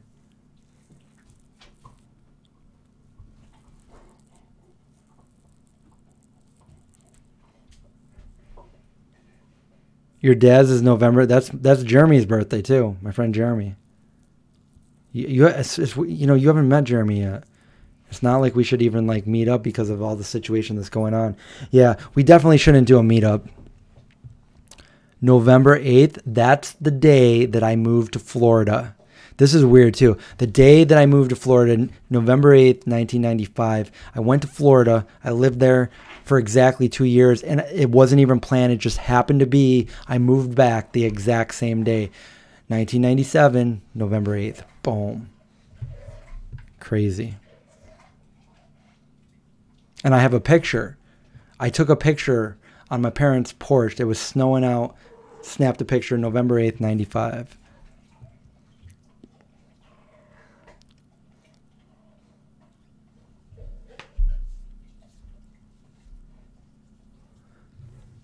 There's no one like you. You're just like everybody else.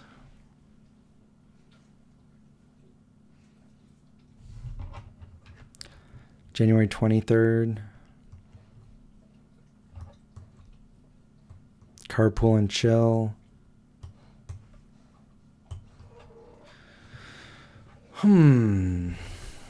Nobody has... Oh, my one of my best friends is November 28th.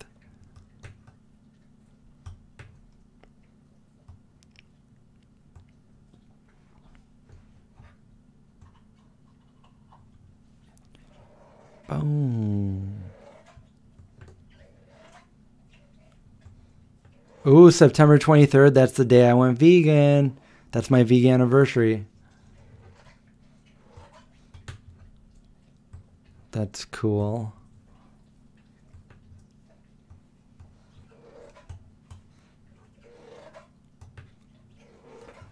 What about the story? What story?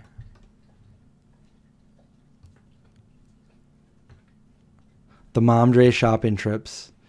I like when he puts those special effects in there. Yeah, September 23rd. That's the day I went vegan. Oh, Brentwood. I did a video on Brentwood at the top of the hill at Healthiest Vegan's house. We did blowtorch s'mores and epic tacos, taco salad. It was fun.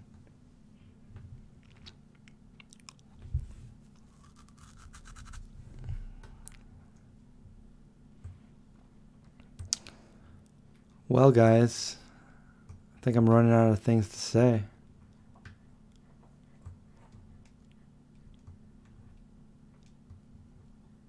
Oh, yeah, Josh's car drives for us. You don't even have to do anything. We took a nap for like an hour while it drove for us. It was pretty cool. Trejo's tacos are pretty good. I want to get a little video with Danny. I know, but I'm not going to get down to 70. I'm just going to log off.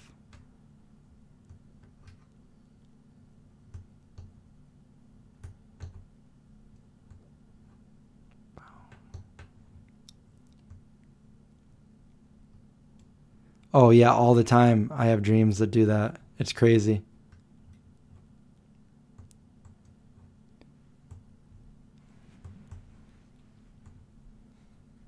Josh doesn't drive a Tesla. My brother does.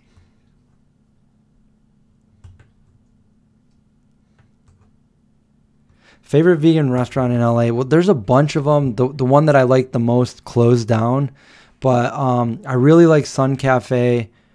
I like Ramen Hood because I love ramen and it's an all vegan ramen place. Not the one, I didn't like the one in New York City as much as the one in California. Donna Jean's really good. Plant Power is super good.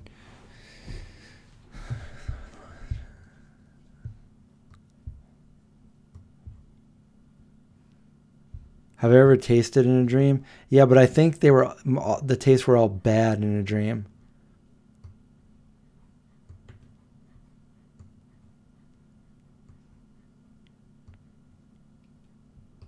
What's the ramen place in Pennsylvania?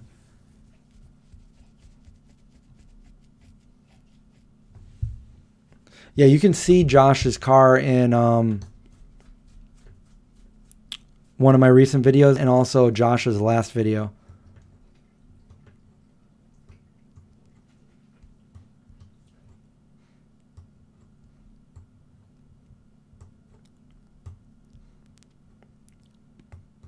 I actually never read the Starch Solution.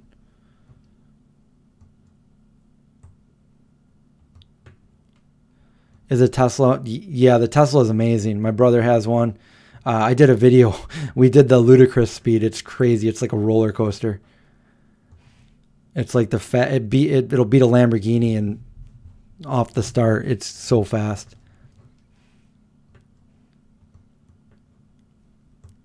What would be bad tasting? I'm just saying, I think I had like a bad taste in a dream or something. I don't remember what, but I don't think I ever I can't recall if I ever tasted anything other than like a bad taste. Just like, I think I was like expecting to have like the best tasting meal or something and it just wasn't, it was like nothing.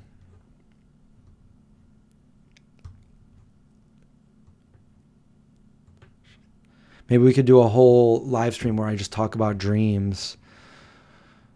Although, sometimes when people talk about dreams, other people are like, doo, crickets. They don't want to hear it.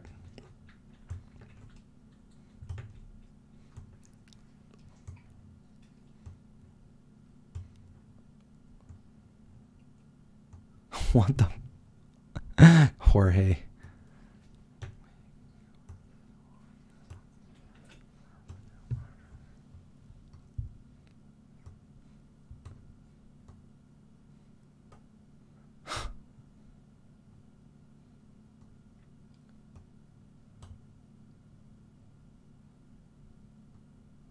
You have nightmares about your old house? I'm weird. I'm the kind of person like I don't get many nightmares, but when I do, I love it. I love nightmares. Most people are like, "Oh my God, I don't want a nightmare." And I'm like, "Bring them on, you know, more content for me to like." I love nightmares.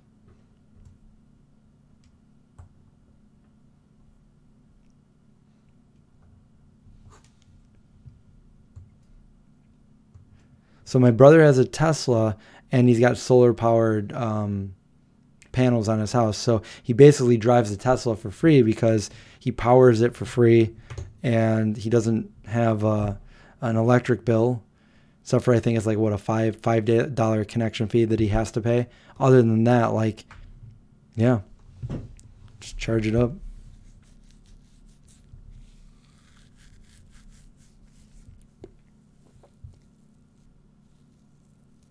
Usually my dreams are like, I try to remember them because some of them are pretty amazing. I'm like, oh my God, I need to put that in my movie or something.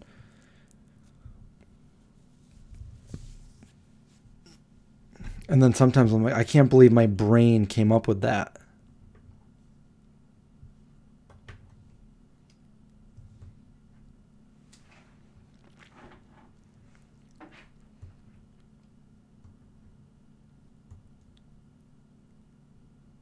You actually fought zombies in a nightmare?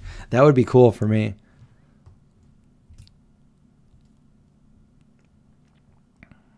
I would have a recurring nightmare when I was a little kid, and I was in this city, a dark, dark city, and it had like a green tint to it. And I'm not sure where it was, but there was a steep hill, and it was raining really hard, and I was with my dad, and I was a little kid, so I was like holding his hand. And then we walked into a store, and it was like, you know, well lit and everything. And it was a completely unfamiliar place. The only thing familiar in the entire dream to me was my dad. And he went up to buy some like cigarettes or something. And I was looking at the candy bars, and I brought one over to tell him that I wanted him to buy it for me. And I couldn't find him. He was gone, and I didn't know where I was. And I was just I was like 4 or 5, and I'm like, you know, where is he? And I'm like running, and I looked outside, and I couldn't find him. And everybody was a stranger. And it was really scary. And I had that dream like 7 times.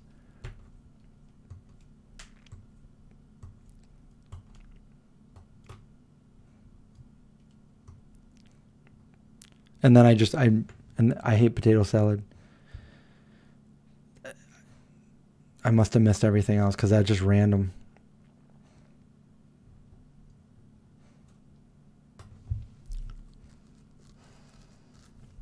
Blowtorches and huge machetes.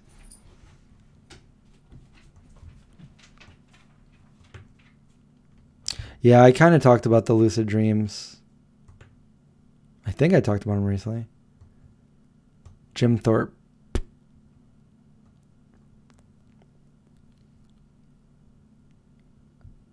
Yeah, same here. I've had a lot come true too, and it's really eerie.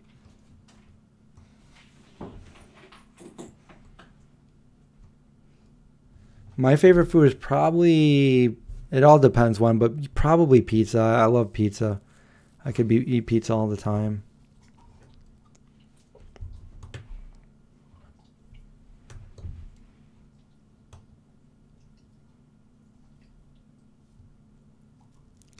Crazy trippy dreams. Well, I have a really, really amazing dream that could be like a Twilight Zone movie, and I don't really want to say this because I want to turn it into a short movie. I've never tried the Impossible Whopper, but Josh has in one of his videos. Probably a live stream tomorrow. I've been doing live streams every night now for about a week. So my favorite color would be a lack of color, black. And if I can't choose black, then it would be blue. Do you want to hear this story about how my favorite color used to be green and then it wasn't green anymore?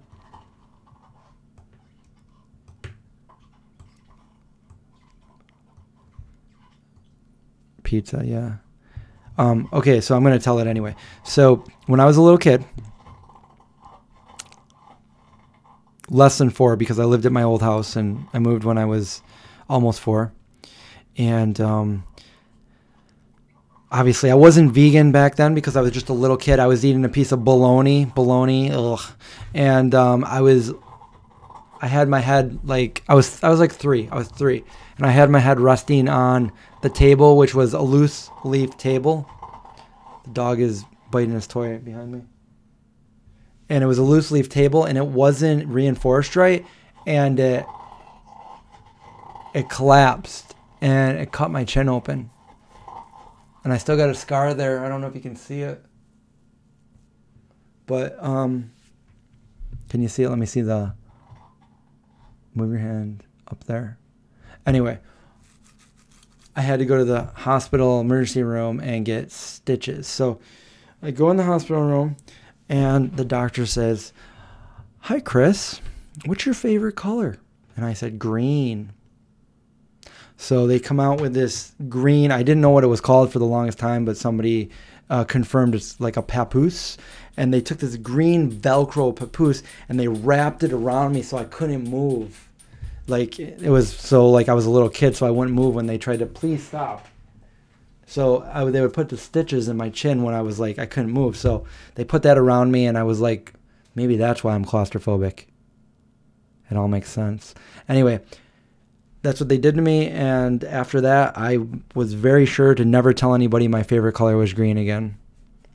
It immediately changed to blue, but I like black, so.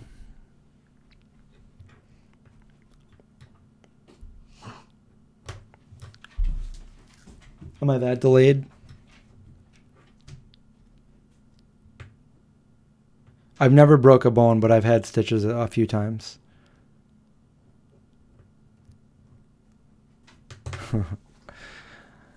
Yep. Sorry, I had a weird story about my favorite color, but it's kind of funny.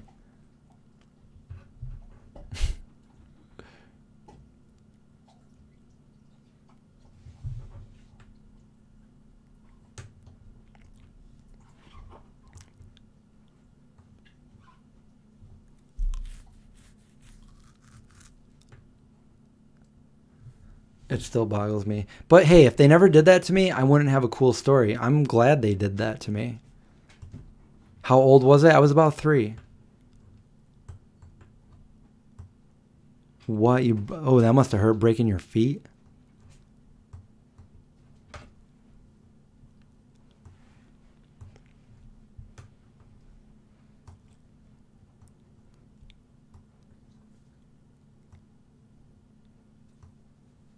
Wait, why'd you yell that, Gomez?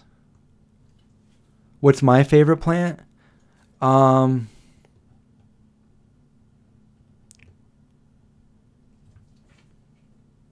Probably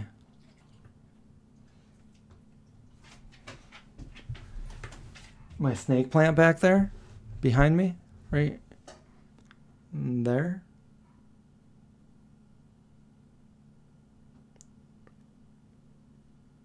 There. Or a variegated, Rach knows every plant. Like, so I know so many plants now because of Rach and plants. So now, like, when I never knew what plants were before, I'm like looking at plants. I'm like, well, that's a snake plant. That's a pothos. Ew, what's that?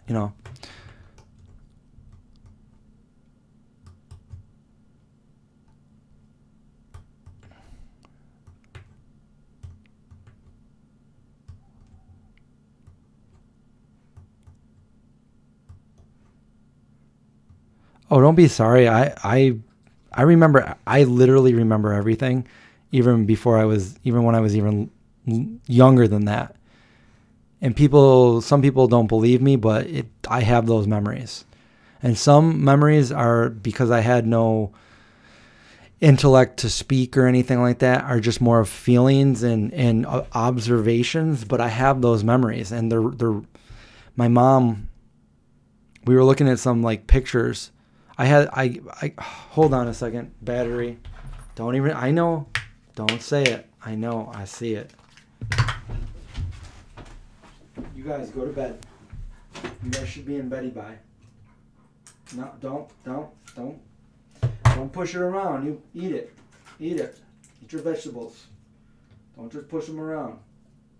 Eat them vegetables.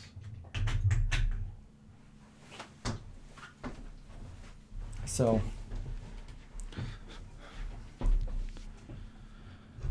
what were we talking about?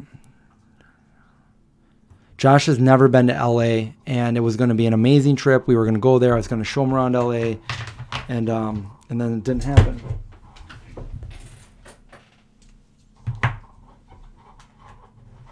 But we're going to try to do that next year. What was the memory I was going to say? I forgot what I was saying. This battery just got in the way like that.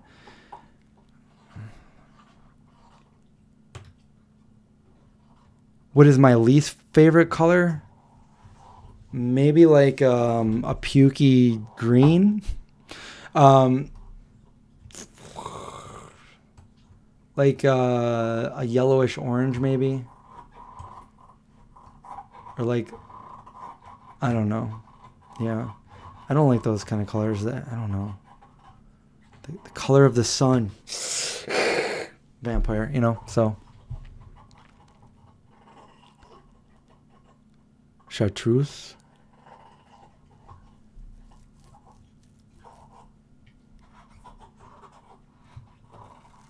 Early memories. Okay, so what was I talking about? I forget.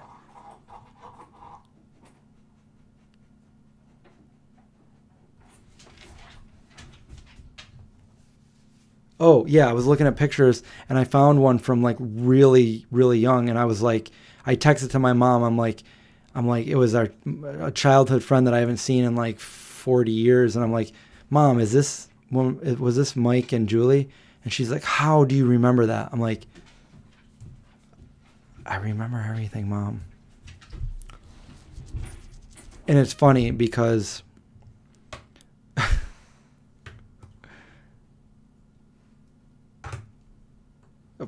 my mom had an argument with me in front of people about a memory that she was wrong about.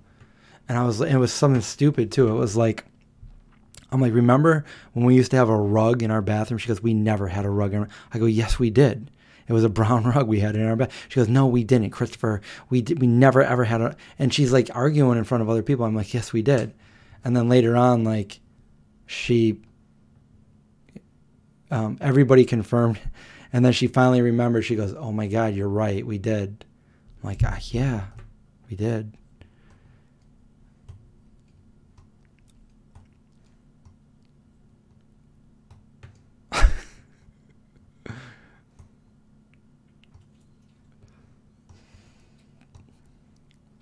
When I moved in this house, all of these walls were like the crappiest colors and wallpaper. And it was, I might have a video of it from a long time ago, but it was so bad. I had to redo everything. It was like, and all of the walls were like, they had paneling on it. I had to rip it all off. And the basement had like orange shag carpet that was like that long. It was smelly and nasty. And I had to like scrape it up.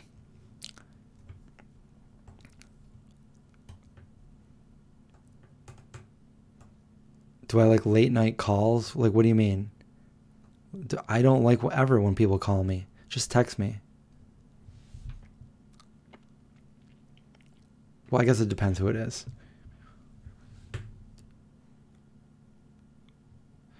Do I think it's harder to forgive people when I remember everything?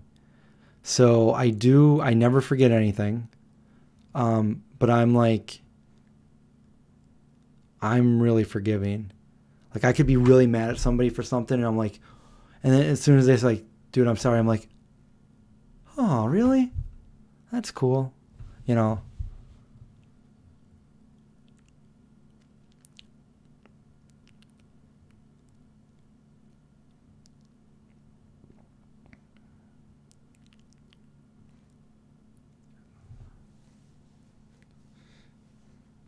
You're right, Holly. The 70s colors were not okay. I remember everything.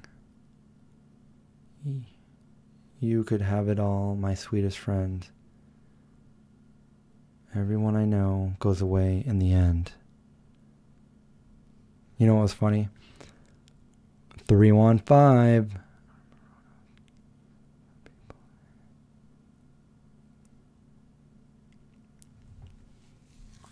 Elephant memory. I have a memory of an elephant, and my mom always jokes about it, but she wasn't there.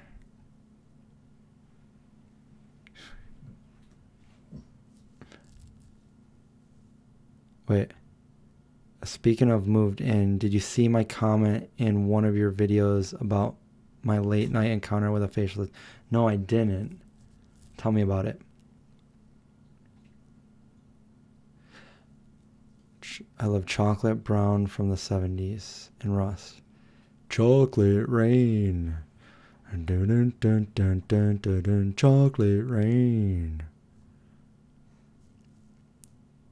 Yeah, so what I was laughing about, Matthew, was there was a do you guys remember like this reporter reported on, because Nine Inch Nails played, it wasn't even that long ago. I mean, it wasn't there when they first came out. It was like maybe 5 or 6 years ago, or maybe even less than that. But they played, and this reporter, who obviously didn't do the research and didn't really know Nine Inch Nails, wrote up like a really nice story. And at the end, they were like, Trent Reznor really knocked it out of the park when he did Johnny Cash's rendition of Hurt. And everybody was like, what? Dude. That's Trent Reznor's song, not Johnny Cash's. Johnny Cash remade his song. Oops.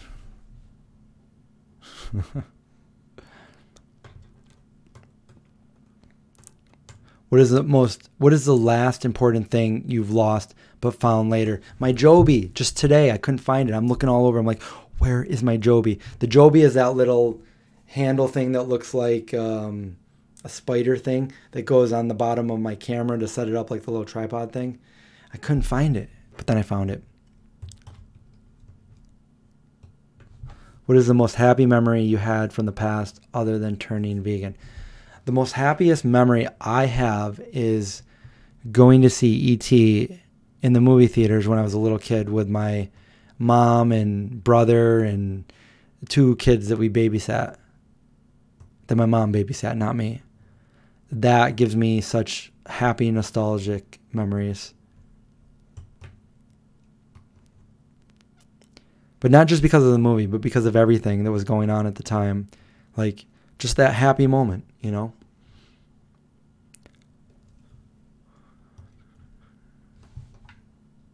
And now I just found out God's going to cut me down.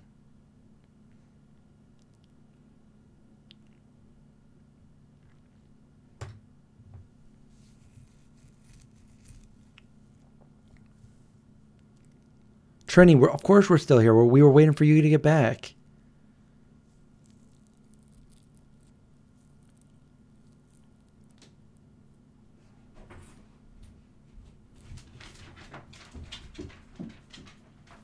So I don't know if you noticed, the dogs just got up and left. I just heard something downstairs, and it made a weird noise that was undeniable, and both the dogs just got up and left. So that's what I'm talking about with my house. There's nobody here. Josh is gone. Josh is 6'7", and he's gone. Personal Jesus. I did a video to Personal Jesus at the old mall here when I was like 16 or 17.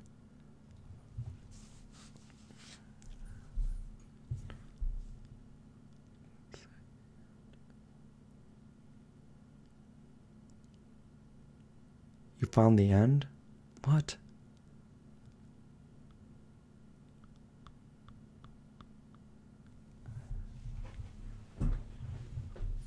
You hate how you didn't used to care. Well, at least you changed that. That's the important part. Because a lot of people don't think about that.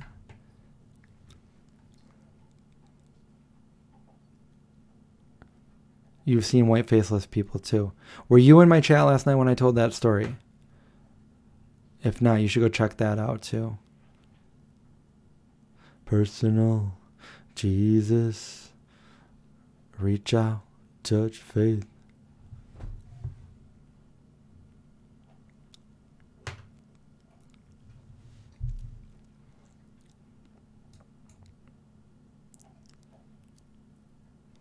Yeah, for real. I think it's Jacob.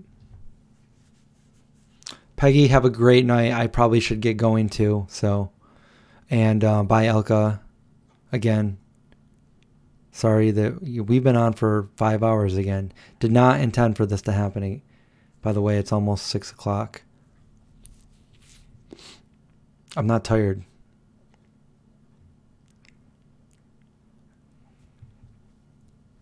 You were thinking of those scary stories from last night, especially the girl. You know, I thought I told that story on a standalone video, but I didn't. So I need to do that story. Just that story. And I'll go back out and I'll take footage of where it happened and all that. Wow, this is the latest people have been staying up this week. This is crazy. Like, you know, I'm just thankful you guys are actually here watching my live stream, especially at this late. This is crazy. But then again, we're all kind of in quarantine, so why not? 8:30 p.m. in Australia.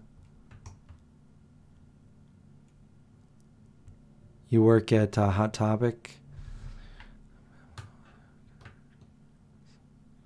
I've got good energy.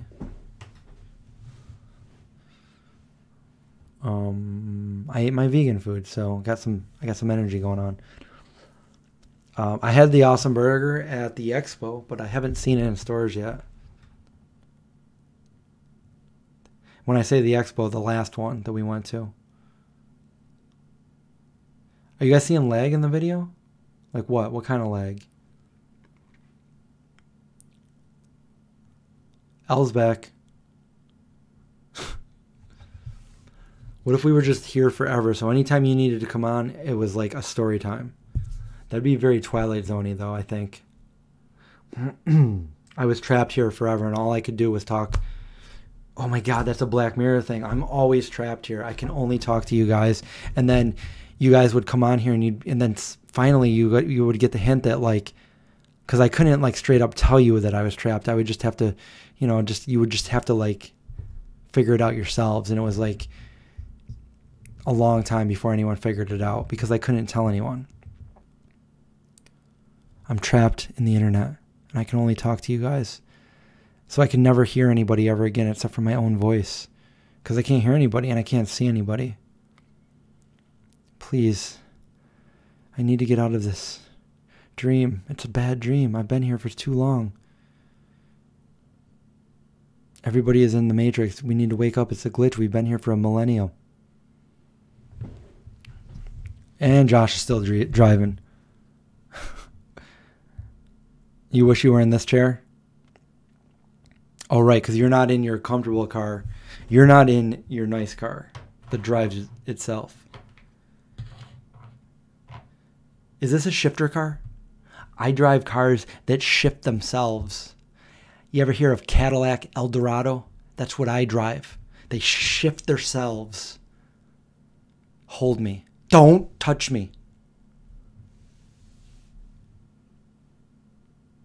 Name the movie.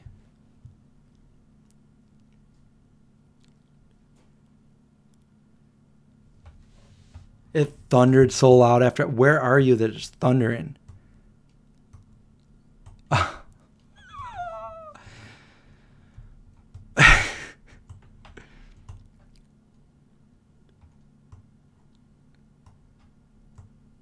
Add in 3 kids. That would be like my childhood. That'd be. Only we had 4. It was me, 2 bros, and a sis. Nobody knows that movie I was quoting? Come on, it's such a good movie. 90 people? How many people are actually sleeping right now in this live stream? There's probably some. But 90 people, that's a lot of people. If you were in a room with 90 people right now, you'd probably get the coronavirus. You're asleep while you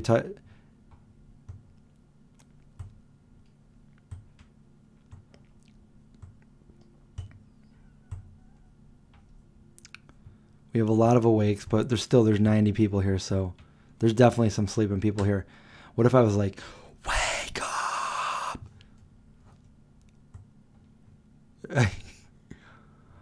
Oh, man.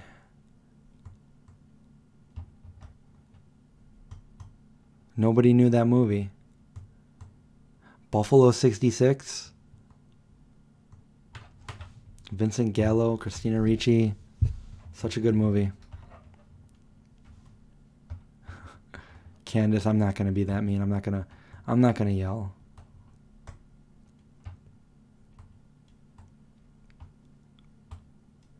You restarted the audio and the video issues went away. Oh, Rabbit likes Buffalo 66.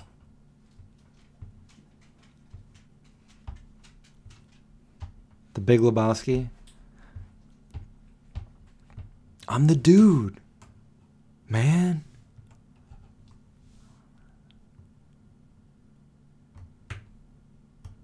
God, it's such a good movie. The shifter car.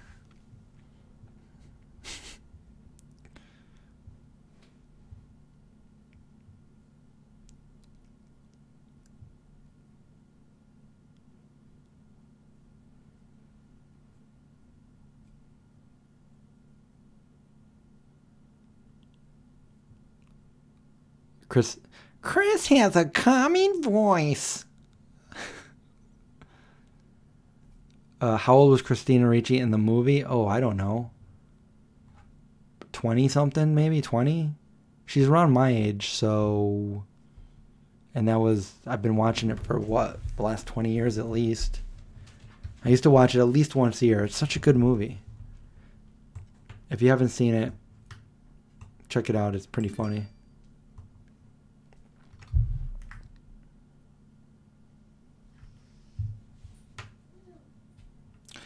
Yep.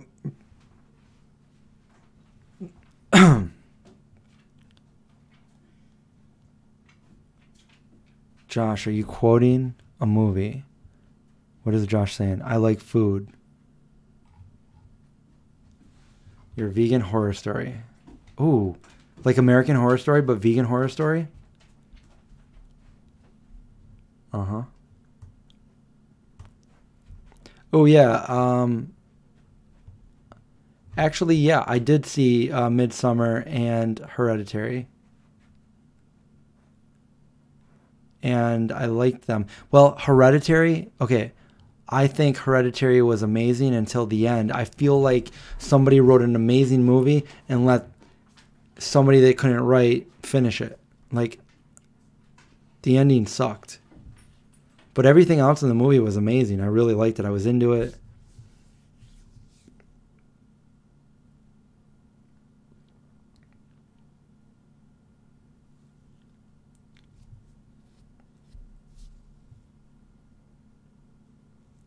It was just like a cheap cop-out ending. Oh, man.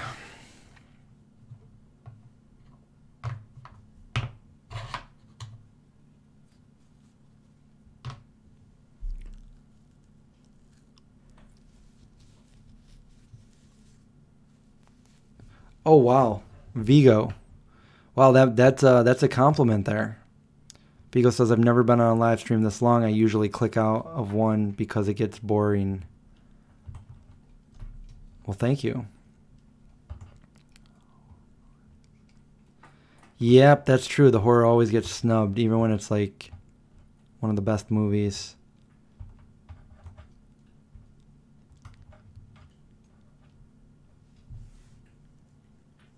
No, I just like food. I am kind of hungry. Yeah, D Rabbit, watch some Buffalo 66.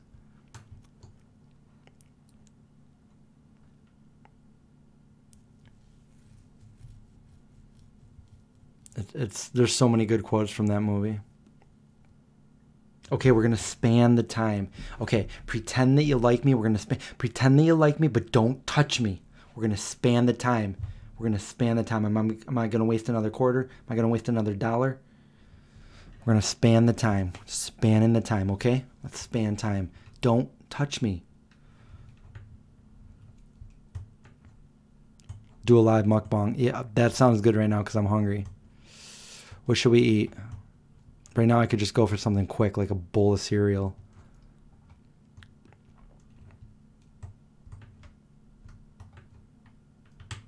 Josh, are you tired? I wish I was tired so I could go to bed right now and be up at a reasonable hour because it's almost 6 a.m., but I'm not even tired. Oh, that sounds good, Len. But I would go for the Oatly.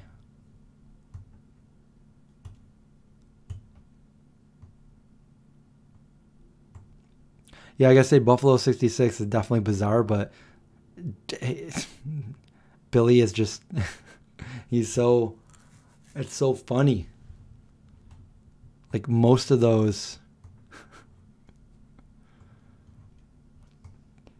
Do you ever clean your window? Here, clean your window. You never clean your windows? You're showering and then going right to Buffalo. Did you find out if they're open tomorrow? Yeah, you did.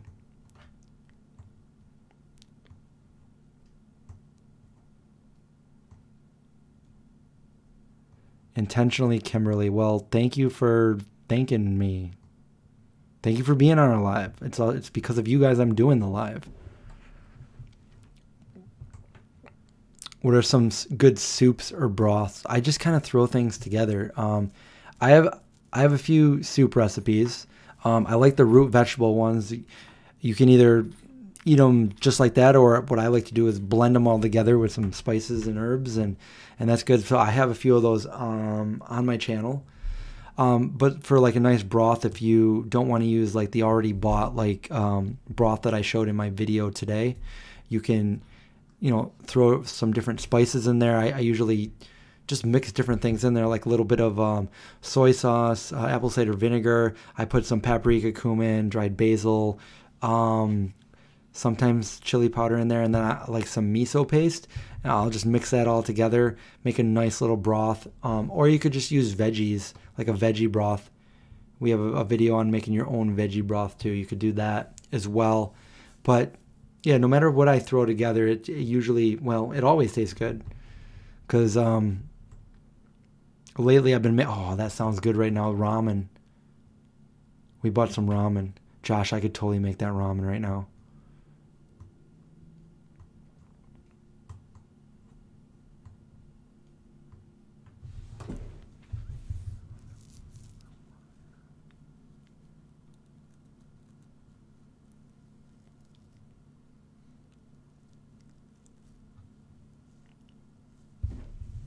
Oh, tamales are, yeah, tamale. We've got a recipe for those.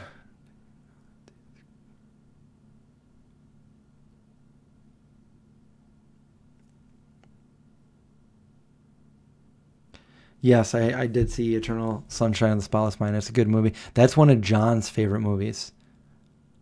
Yeah, Elijah Wood.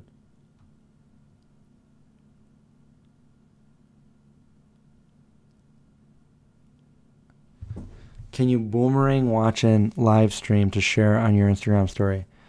Yeah, but I got to do something, the boomerang, right? I can't just sit here like this. I got to. So we're on a leg, so I'm going to have to just coordinate it myself. So I'm going to count to 3, and then I'll tell you to boomerang. So what should I got to do something. I got to count to 3. So are you ready? Do you have it all ready to boomerang?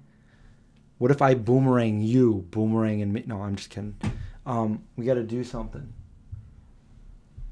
Okay, here, I'm just going to do something with my microphone. All right, so you boomerang it on the count of 3. Ready? 1, 2, 3. That's just a cheer. That's a cheers with the microphone. Tell me if you got that. What is Buffalo 66 about? It's a very low budget movie, but it's just the character is perfectly played about this guy that just comes into some really bad luck because he bet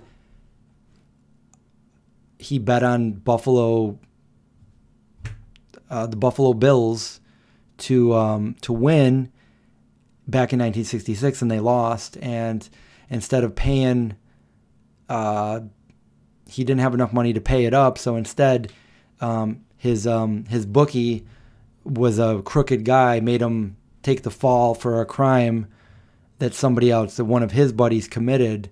So basically, this character had to go to jail when he didn't do anything illegal. He just lost a bet. And when he gets he just comes into a lot of bad luck. And then when he gets out of jail, he's just, trying to, it's really funny. In a weird way, because he's not really trying to be funny, but his personality, he's just,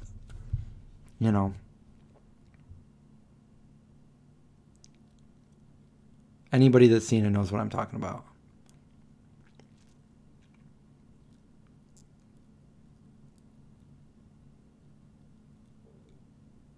Oh, you went to a Pennywise concert.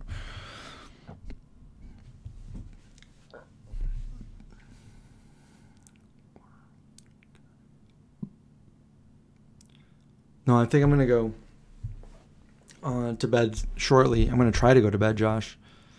The never-ending live stream. The never-ending live stream. We need somebody that can actually sing to sing that for me when I do my 24-hour live stream. Search your screen. I can't.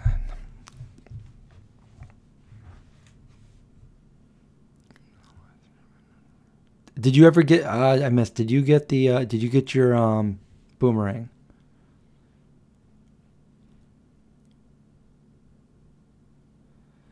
John can sing.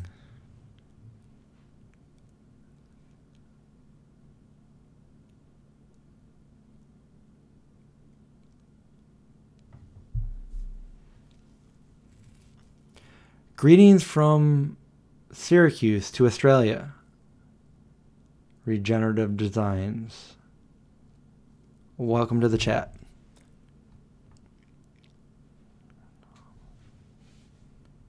Our text doesn't die in this version. You just shared the boomerang? Let me check it out. I'll show the whole world what you boomed. Did you tag me or the vegan zom? Wait, you're not the vegan zombie? No, I'm just kidding. Let's see what happens in this. Oh, it worked. Cool. We did it. We coordinated it perfect. I like that. Okay, guys, here we go. This is what he did. Jorge. Go follow Jorge. Jorge Fruit. Jorge Fruit. No, I am the vegan zombie. You can tag me.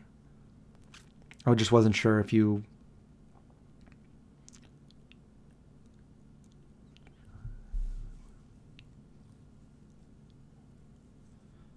Oh, you like the wacky cake recipe. Thank you.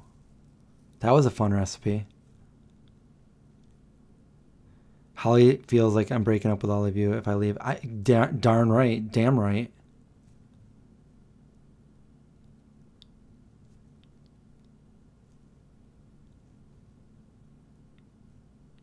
Ghost World on Amazon Prime. What's that about?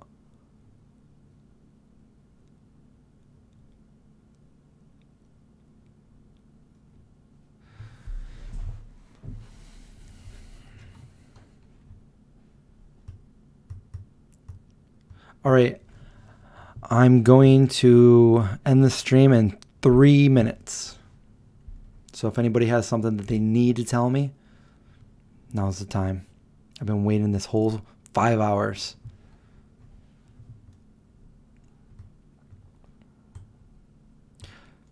Chris, please go with Josh to Buffalo. Well, we'll see about that. I'll see if I can do that or not. Rachel says, I'm going to bed. She's not even going to wait for these 3 minutes. She's just going to go to bed now. I did make an oil-free hummus recipe. It was good, too. But I never did a video for it.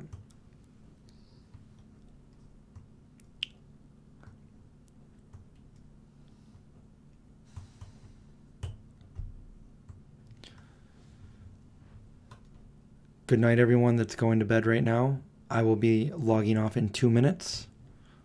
Good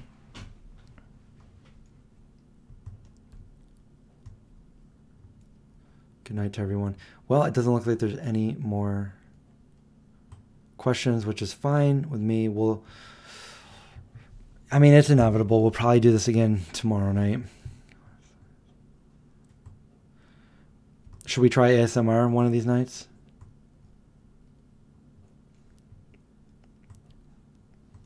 If this makes people feel better in light of what's going on, then I'll keep doing these. Good morning, stay safe, wash your hands, clean your phone, blah, blah, blah. All that stuff. It went too fast, I couldn't read it all. And we will get through this. Yes, Anthony.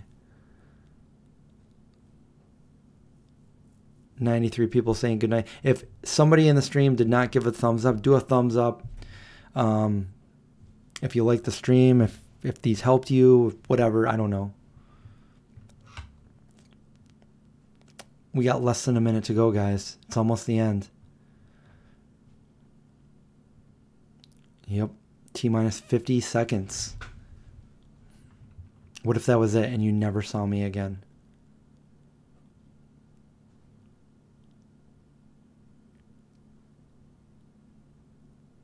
Anthony, we were on the vegan cruise. You were? I need to see a picture of you. I will remember you if I see a picture.